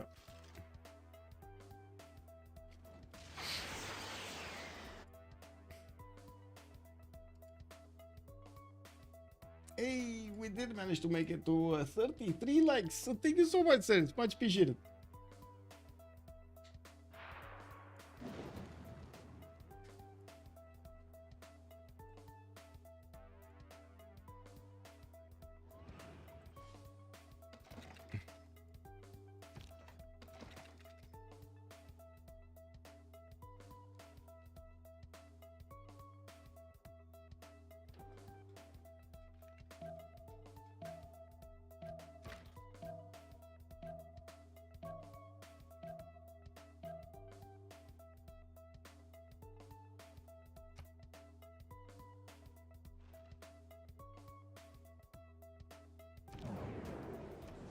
Okay. Oh, unit promotion class. Oh my. Okay. Let's go for recon here because, you know, we know the deal. Let's go for... I can't really do anything here. Kick. I don't want to do that actually. I guess I had to. No, let's go Lagrange.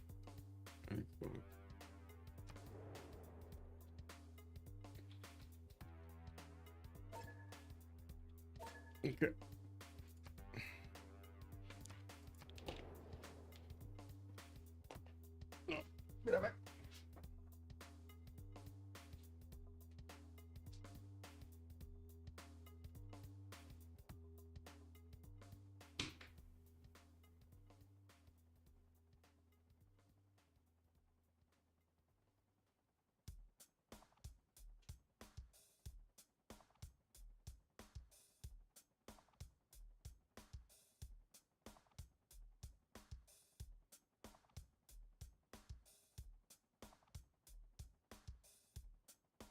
Let's put our living stereo stylus in this groove.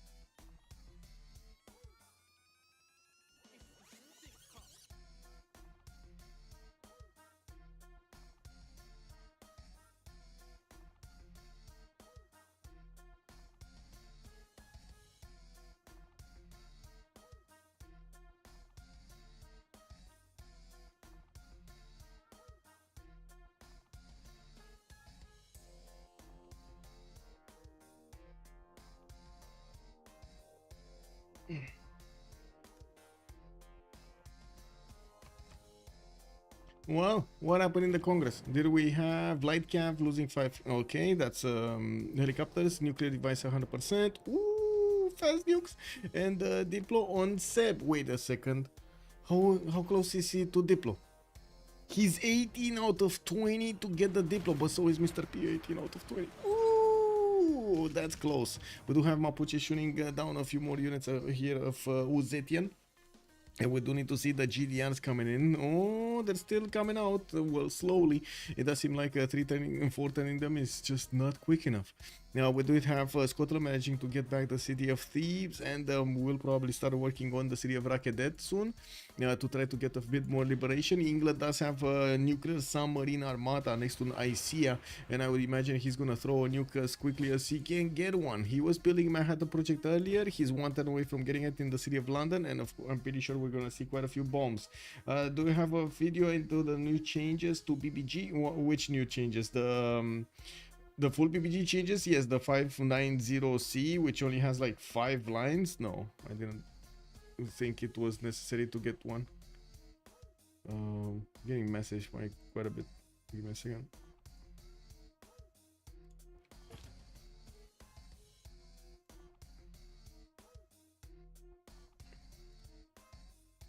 Usually I take a look at these in the pauses, but yeah, had something else to take it. Give me a second.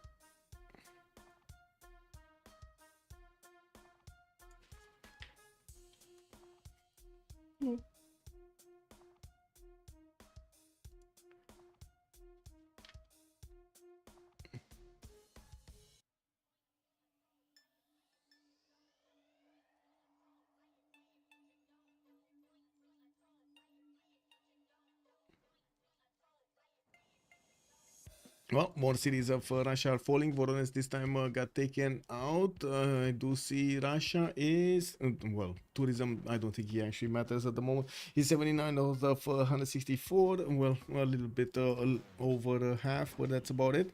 We do have England also getting in with his Cav armies. Remember, these do have a -5 penalty on them, but I'm pretty sure they are strong enough to actually go and take 0 HP city, so Astrakhan is probably going to be attacked soon. We do have also Moscow and Tver remaining for Russia, while he, wait a second, he got back this settler and now he's moving it forward. What happened here? It does seem like China is just going to need to clean up these last 3-4 cities as quickly as possible. Taruga also can be a liberation. And there are quite a few bombers available. Unfortunately, no jet bombers for the extra damage. Looking here, okay, nothing much. Let's see, England did finish that one. Let's see the production for the nukes. It should be like 3 turns for 1 nuke or 2 turns for a nuke. London is how much? 187 production. He's also finishing up the spaceport, so he's gonna start getting those projects for space. Well, Mr.P is gonna get his he's gonna get his GDRs on the map. He did build one of these space. Oh no, he actually never built the spaceport to the north. He never finished it to the north of Roxburgh. This is all GDRs, but like 12 turn GDR is not gonna be enough, especially since his opponents can buy 3 of them. Yeah. Not to mention build a lot of them. Come on, nukes. We gotta see the nukes. Nuclear Fusion also coming around next turn from Age of Steam. He will get the opportunity to build Operation Ivy, which will unlock the thermal nukes, which will actually do damage and can shoot down the GDRs. You kind of need to go and throw 2 of them, but you know, they'd still die. Okay, Tver getting under attack. Yes, there is an anti-air gun there, and it does chew. Oh, I do see the jet bombers. Come on, that's it. 2 jet bombers, and that's it. Okay. Guess there was a problem over here. Well, it looks like also Mapuche's army did get cleaned out. We do have China managing to push back his opponent and getting a few more helicopter armies as quick as possible. He's gonna take out the majority of Mapuche's units, and I do see there's a major problem for Mapuche to actually rebuild his army because of the production necessary. 110 gold a turn for Mapuche. I do see Russia losing 50. On the other side, we do have 1,000 plus gold per turn. No problems for them. I mean. Extasia, good question, ma'am. I don't know. We are hostage? We're not hostage. Anything interesting at the Congress? -5 for light caps, 100% production towards the project. And I guess Seb did get very close to getting the Diplo victory. He's like 2 points out from getting the victory condition. Come on, when nukes? 2 turns nukes in London. Okay, so the nukes are gonna start falling.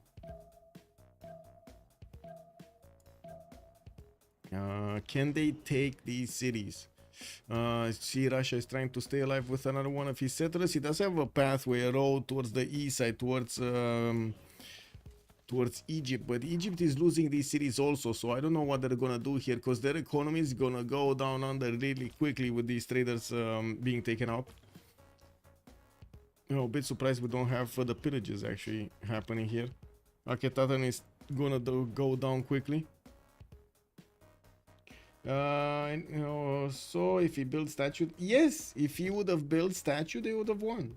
He never built statue. Yep, I agree. Statue was extremely important. Oh my god, look at Mr.P. -99. Did he get 1 GDR? 1 single GDR? No, it's actually China stealing gold from 2 of these commercials. Look, he's -100 gold. Did he lose a card or something? No, not even. I don't know why he's working this one though. It's not really useful right now. He does have fascism. Oh yeah, he's in democracy. Kick W. Okay, I don't see a GDR. I don't see also GDR strength series here. So yeah, modern armors. Should be fine. If he got more science, he could have he could be Potala and taking the savant. He could make it. But yeah, he wasn't there.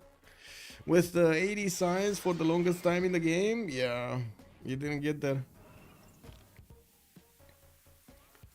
What is Russia? Okay, so city of Tver will be probably taken out soon. Astrakhan is also going to be taken out soon. I'm pretty sure we're using he's using bombers to attack into that city center, and he still has a few of them to attack. St. Petersburg gonna be, well, counter-attack here. The Cossacks will try to pillage a few tiles there. I do see the jet bombers are available to attack, and there is a possibility that they will attack this cuirassier, so they let in the helicopter to get into the borders of Tver and take it down. I'm not sure if they spend their movement though. I cannot click on them to see if they have movement or not. This is quite frustrating, but I guess it is what it is. We do have more jet bombers showing up, finally showing up from England. Oh, they started moving, started attacking. No? No. No, JazzyJazz. Wow, that's a lot of strength that he actually lost on that single unit, the helicopter army.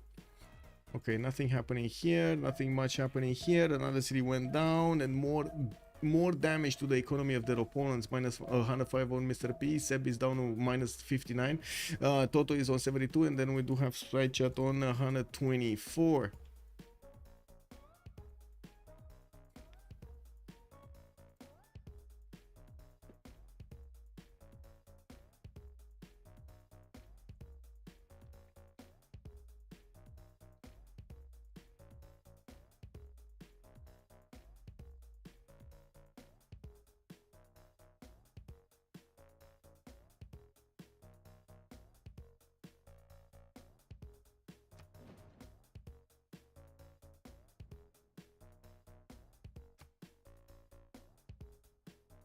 Oh, first GDR is out for Sterling, and I do see he went positive. Oh my god, GDR walks in, is positive in gold.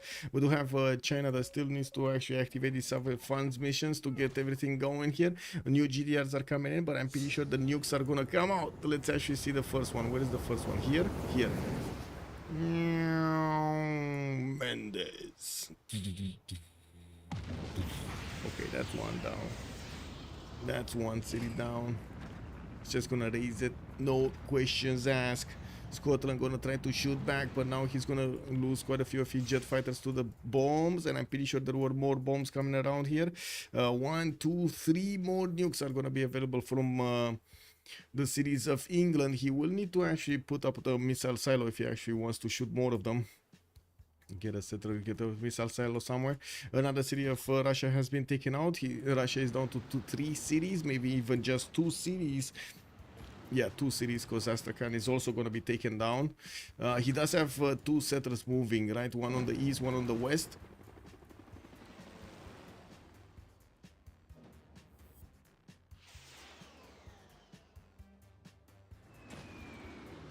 When GDRs from Guystyle, getting satellites in 1. Okay, not far. Not far away.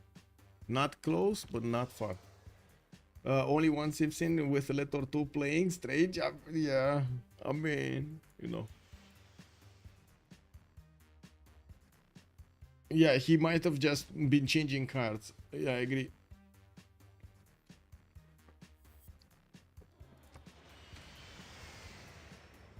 Yeah, we do have Guystyle managing to get more science than Mr.P at the moment. 561, 307. Did they take out another city away from him? Mr.P still has Bologna. Well, they did take out one of the science city centers somewhere. And Hattusa is still available for Toto, for Egypt. They never actually managed to take out Egypt entirely, even though he's down to 3 cities in total. Yeah, shared it with Thieves and Abydos. Cree's income is better than anyone. yeah. I mean, you know, it's a kind of a weird game when you have Lotaro making the most gold out of your team. I think that's quite a sign right there, if Lotaro's making more gold.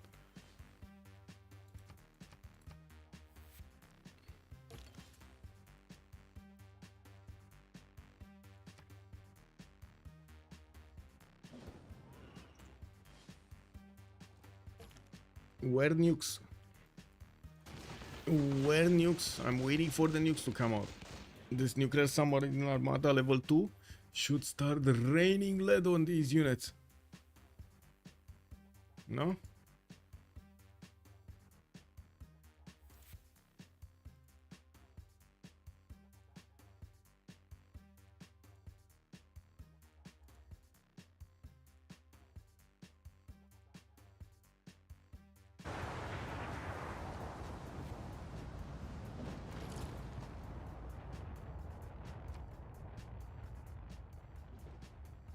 Hello? First GDR walking in. I heard something. Was there a bomb somewhere or what? Oh, I see. This was the bomb. Oh, I see. I see. Okay. So he sent one of those jet bombers there. Okay. Or slash bombers there. Easy. Okay, I do see War Department also finishing up in Chengdu. Mapuche did retreating his borders, while we do have China repairing his units in Shanghai and getting some new ones. In the meantime, he's still focused on taking out Taruga, and of course, Russia will need to settle a city quickly because that city might not survive that much longer. We do have two bombers here in this airstrip. One of them moved though. I don't know where, but it moved. And there's no airstrip yet in St. Petersburg. Way too much clutter there. Does these jet bombers have enough range? 2, 4, 6, 8, 10, 12, 14, 16. Oh. Okay.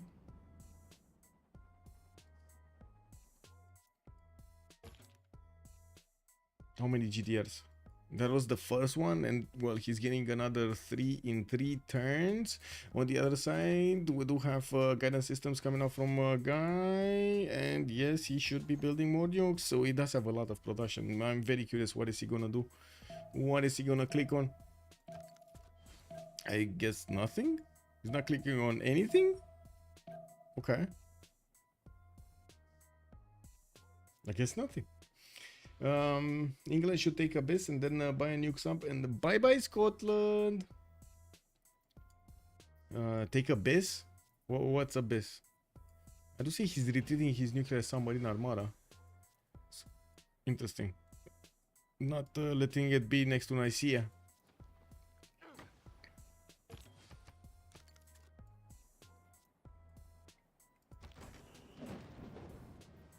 Okay, settler in the water. No chance of actually settling right there. There is another settler towards the northwest that could settle if that city of Taruga is going to be under pressure, which I'm pretty sure it will be. We do have the new coming in. Can he get it? Can he get it? Because we might actually have a 4 versus 3 situation. Taruga is getting killed, and if Russia does not settle his city, he's going to be put out of commission over here. It looks like it's gonna be Russia taken out entirely. 4 versus 3 situation right here. It looks like middle move is down to 3 players. Well, that's a bit of a rip. Oh, and that's the GG right there. That's the GG right there. Change throughout the ages. Whoa, whoa, whoa, whoa, whoa. GG. GG right there. We did have quite a few nukes showing up, but GDR were also showing up. I would say we did have a bit of a whiff of Reina first and how it works, and yeah, that's a lot of gold. That's a lot of gold, and not that much of a penalty when it comes to production and food. Not to mention science and culture. That was just beautiful. We did have also quite a few funny attacks happening on the map over there, with Egypt going against his next door neighbor Byzantium. Almost caught him with his pants down, but the forest there was atrocious. Mapuche did very well attacking into Cree and managing to take out his cities. He could have done a lot better, to be honest. Don't get me wrong, Mapuche would have cleaned this up, or should have cleaned this Cree up over there without a general much faster, but you know, it's all good. He did manage to finish the job in the end, and also put pressure, quite a bit of pressure on China. Quite unfortunate territory here for Scotland. He made it work, but yeah, he would have needed a bit more. Let's actually see what they have to say. I'm gonna switch my sound settings so I can actually hear something in my ear, and then we're gonna join them. They're gonna talk quite a bit in French, right? So we're just there to say hello and GG well played. Ça défend pas la culturelle, hein. Non, Oui, les mais merveilles, ça si défend au pas. moins si je peux aider avec des merveilles pour les places de théâtre et tu vois, monter en En fait, ce culture. qui défend la culturelle, c'est de faire des optis au niveau des dogmes. Bah, je sais Ouais, plus, j'avoue que j'avais c'est tellement de moves de guerre qu'à la fin je regardais même plus Non, à mais peine de toute mon arme. façon, pour défendre une culturelle, il n'y a rien de mieux que de raser la personne qui fait une culturelle. Et bah c'est ce qu'on a fait. C'est le meilleur moyen pour défendre une culturelle. Après, Voilà. là où Seb, je pense que vraiment, il te faut beaucoup plus de science. Tu regarderas des joueurs qui jouent Russie, ils font beaucoup plus de science que ça parce que. Et encore, moi, je pense que dans ta position, tu n'aurais pas dû essayer de partir sur une culturelle, mais sur une diplo. Vous n'aviez pas les golds pour que tu partes sur une culturelle. Pour moi, tu devais partir sur des ports ou des platco, des campus et avec des ZI, hein, bien sûr, tu alternes au niveau de tes villes, là où tu avais de la pop, et faire tes merveilles diplo. Pour moi, le fait, là, c'était pas une game culturelle. Là où tu étais placé, etc., c'était pas une game culturelle que tu devais faire, c'était une game diplo.